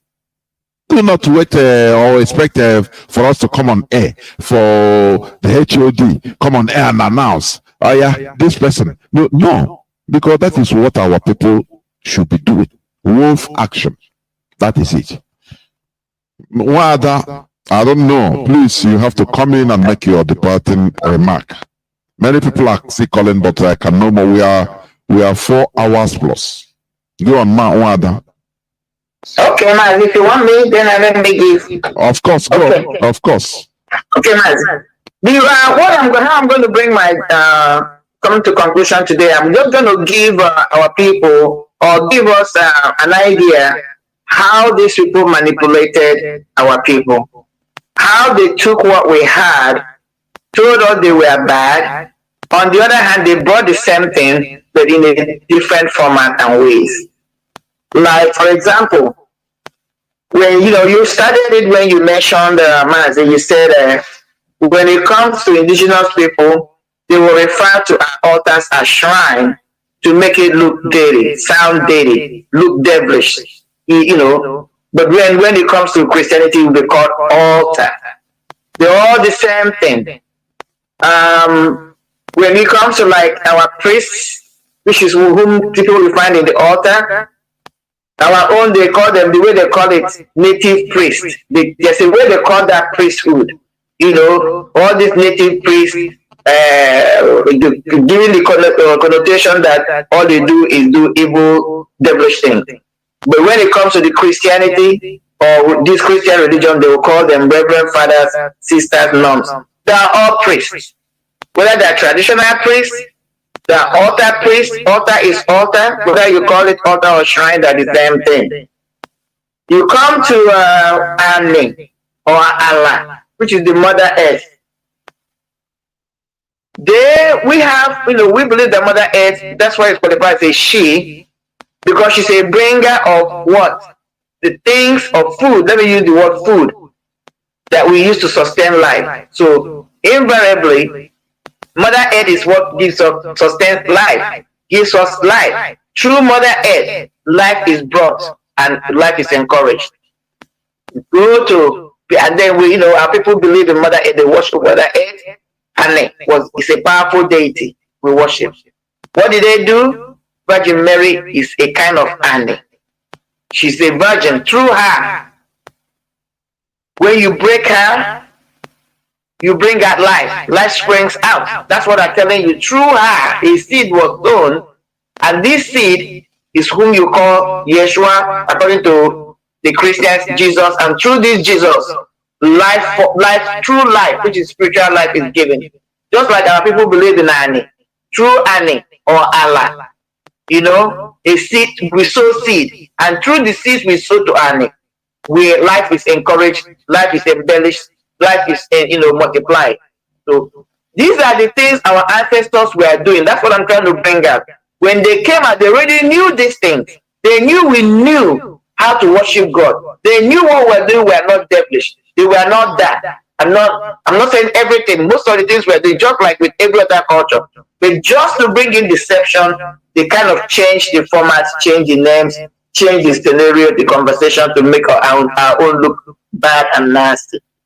So, but then look at this. This is the kicker for me when I was writing this down. Now everybody's talking about climate change, greenhouse energy, and all that, trying to combat climate change. The question is, what is it that brought climate change? It's Western civilization. That's what it is. But then look at that. That is Western science and technology. Again, I'm not putting it down. But the way they went about it is what is destroying the atmospheric air world. And then we are talking about climate change. We have to combat it. But because this earth we are talking about have been here for millions of years, science is proving that human beings have lived or walked on this physical earth for millions of years. And our ancestors were part of those ancient people that lived. They have lived, they never violated nature. Rather, they respected nature because they understood that they have to work in harmony with nature. They had their own science. They had their own technology. Like I invoked earlier on, they were great navigators. They traveled a lot, both land and sea. They were great astronomers. That's science. That's technology.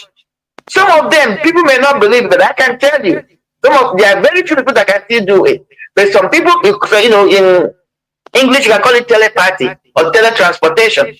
They can be here and they'll be able to be somewhere else. You may not see them, be able to affect things, affect change.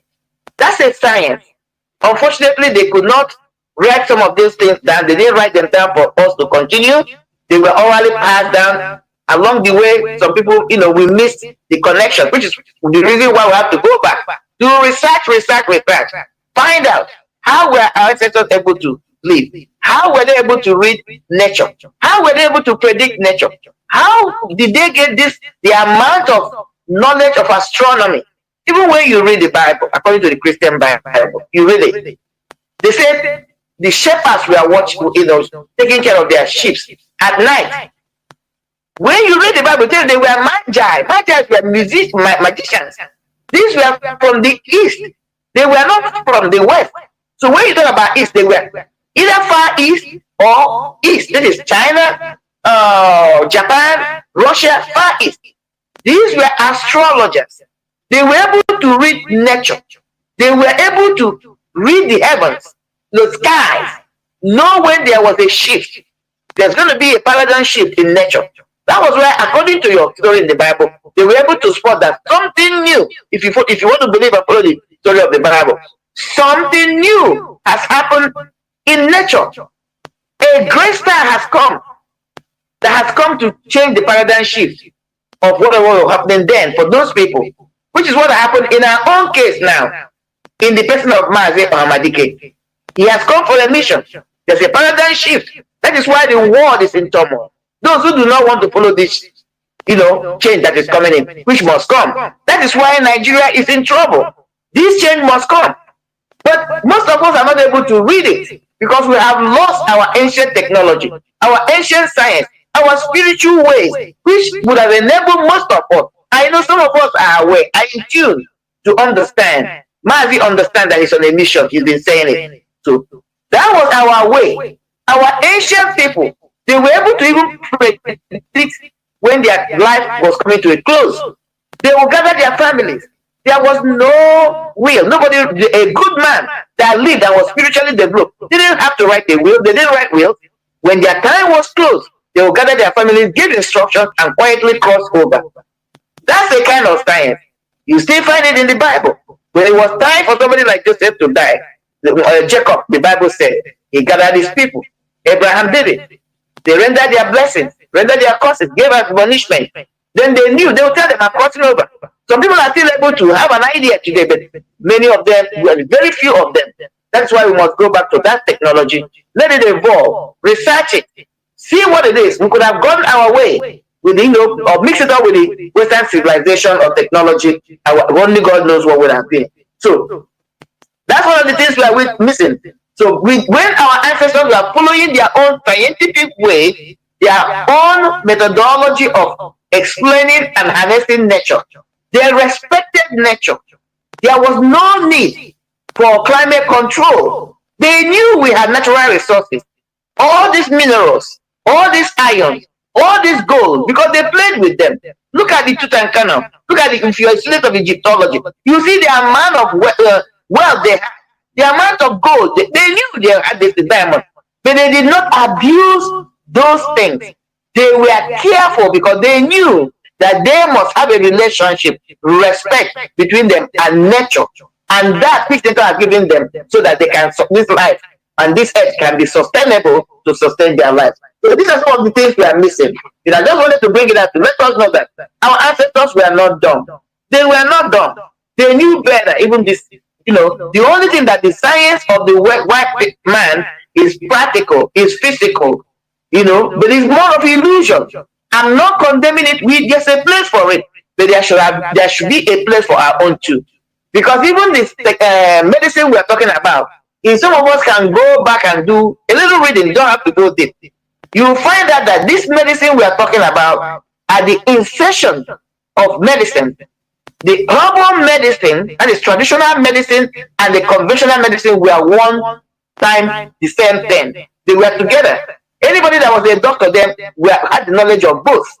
Even metaphysics, some of them went into metaphysics, cosmology, and all that. It was all brought under the umbrella of medicine. Until the Western or the white man realized that with that kind of concept, you will not be making a lot of money. It goes back again, making profit. It goes back again, control. That was when they came and splitted what you call traditional medicine from conventional medicine. Because traditional medicine was geared really towards into finding the root cause of your problem and taking care of it. Conventional treatment, that's why it's called health management care. They manage the issue. They don't treat the issue. So what I'm trying to propose here, or what I'm arguing here, is this. If our ancestors were not subdued, were not marginalized, and our own way of life had continued and competed with Western civilization, would have been in a better place than where we are today. That's what I'm going to submit today, Mazi. Thank you. And thank you all for listening. Thank you, Mazi, for the opportunity. God bless. Thank you very much. We have come to the end of this program, but we shall continue it, I think, another Saturday, God's willing. What we are doing here, it is not something emotional. We poke your mindsets, your brains to go into more researches. That is that is what we are doing here. That is the intention. Go into researches, make factual investigations in order to find out things by yourself. That is what we do here. And that will lead you into taking the right decisions. Because when your eyes are opened on things you didn't know before, or things that we are voluntarily made to misunderstand, because it's a voluntary something. It's a voluntary motive in order to keep you, in a shadow, pursuing shadows, in order to keep you gullible. The same way the Nigerian mainstream media keeps Nigerians in, in darkness. The way they report news, you will see now they will paint something highly serious, like the overtaking of terrorists in Abuja. The way in other countries, normally political heads will be rolling. People should be resigning, courtesy of the way the media reports it. Do you understand? But when you see Chinese television discussing it, they will be laughing, and the way they will put the sentences, it will galvanize comedians to take over. They will do comedy, use it to gather comedy to make money on some issues that are highly critical and serious to the people. So what happens? Nigerians continue making fun of their lives. That is it. Many things are contributing. So what we are telling you is the reason why you are defending a religion that that come from outside, whereas demonizing your own as a motive. Another day we discuss about more about the motives, please. Therefore, it is high time we start doing the right thing, thinking the right way, because this is the awakening. What we are doing, it is historic. It's historic, honestly, because we are awakening the mindset of our people. of ourselves. Enlightenment. That is how Europe started their own revolutions. After being impregnated with teachings and enlightenment. That time, no microphone, no radio, nothing. Through writing, no printing, no printer. Sometimes I think a 16th century printer came out first. Yes. So they were writing, distributing. People were reading. When if you read, you tell your fellow, your comrade. Today, people doesn't know what people listen is what do you call it? Gossip. They don't listen to something important to them. It is very mind-boggling. This is where you hear things you can never dream of hearing in the mainstream media. That is why Radio Biafra is addictive. When you start listening to it, you continue. It started from our leader. That is the standard we must continue setting. You continue even if you don't want to listen, but no matter how we are shouting, you feel that that is the only thing we want to hear, nothing more. It doesn't matter whether we shout it or we whisper it. That is not the problem. Therefore, continue in this awakening, this enlightenment, so that you help yourself and help our people. Thank you for listening. Biafra is our religion. Biafra is where we worship. It's our ideology. We have no other identity other than Biafra. For people that think that they can hold the IPOB hostage, your ass is grass. Nothing can destroy IPOB. It doesn't matter. That your personal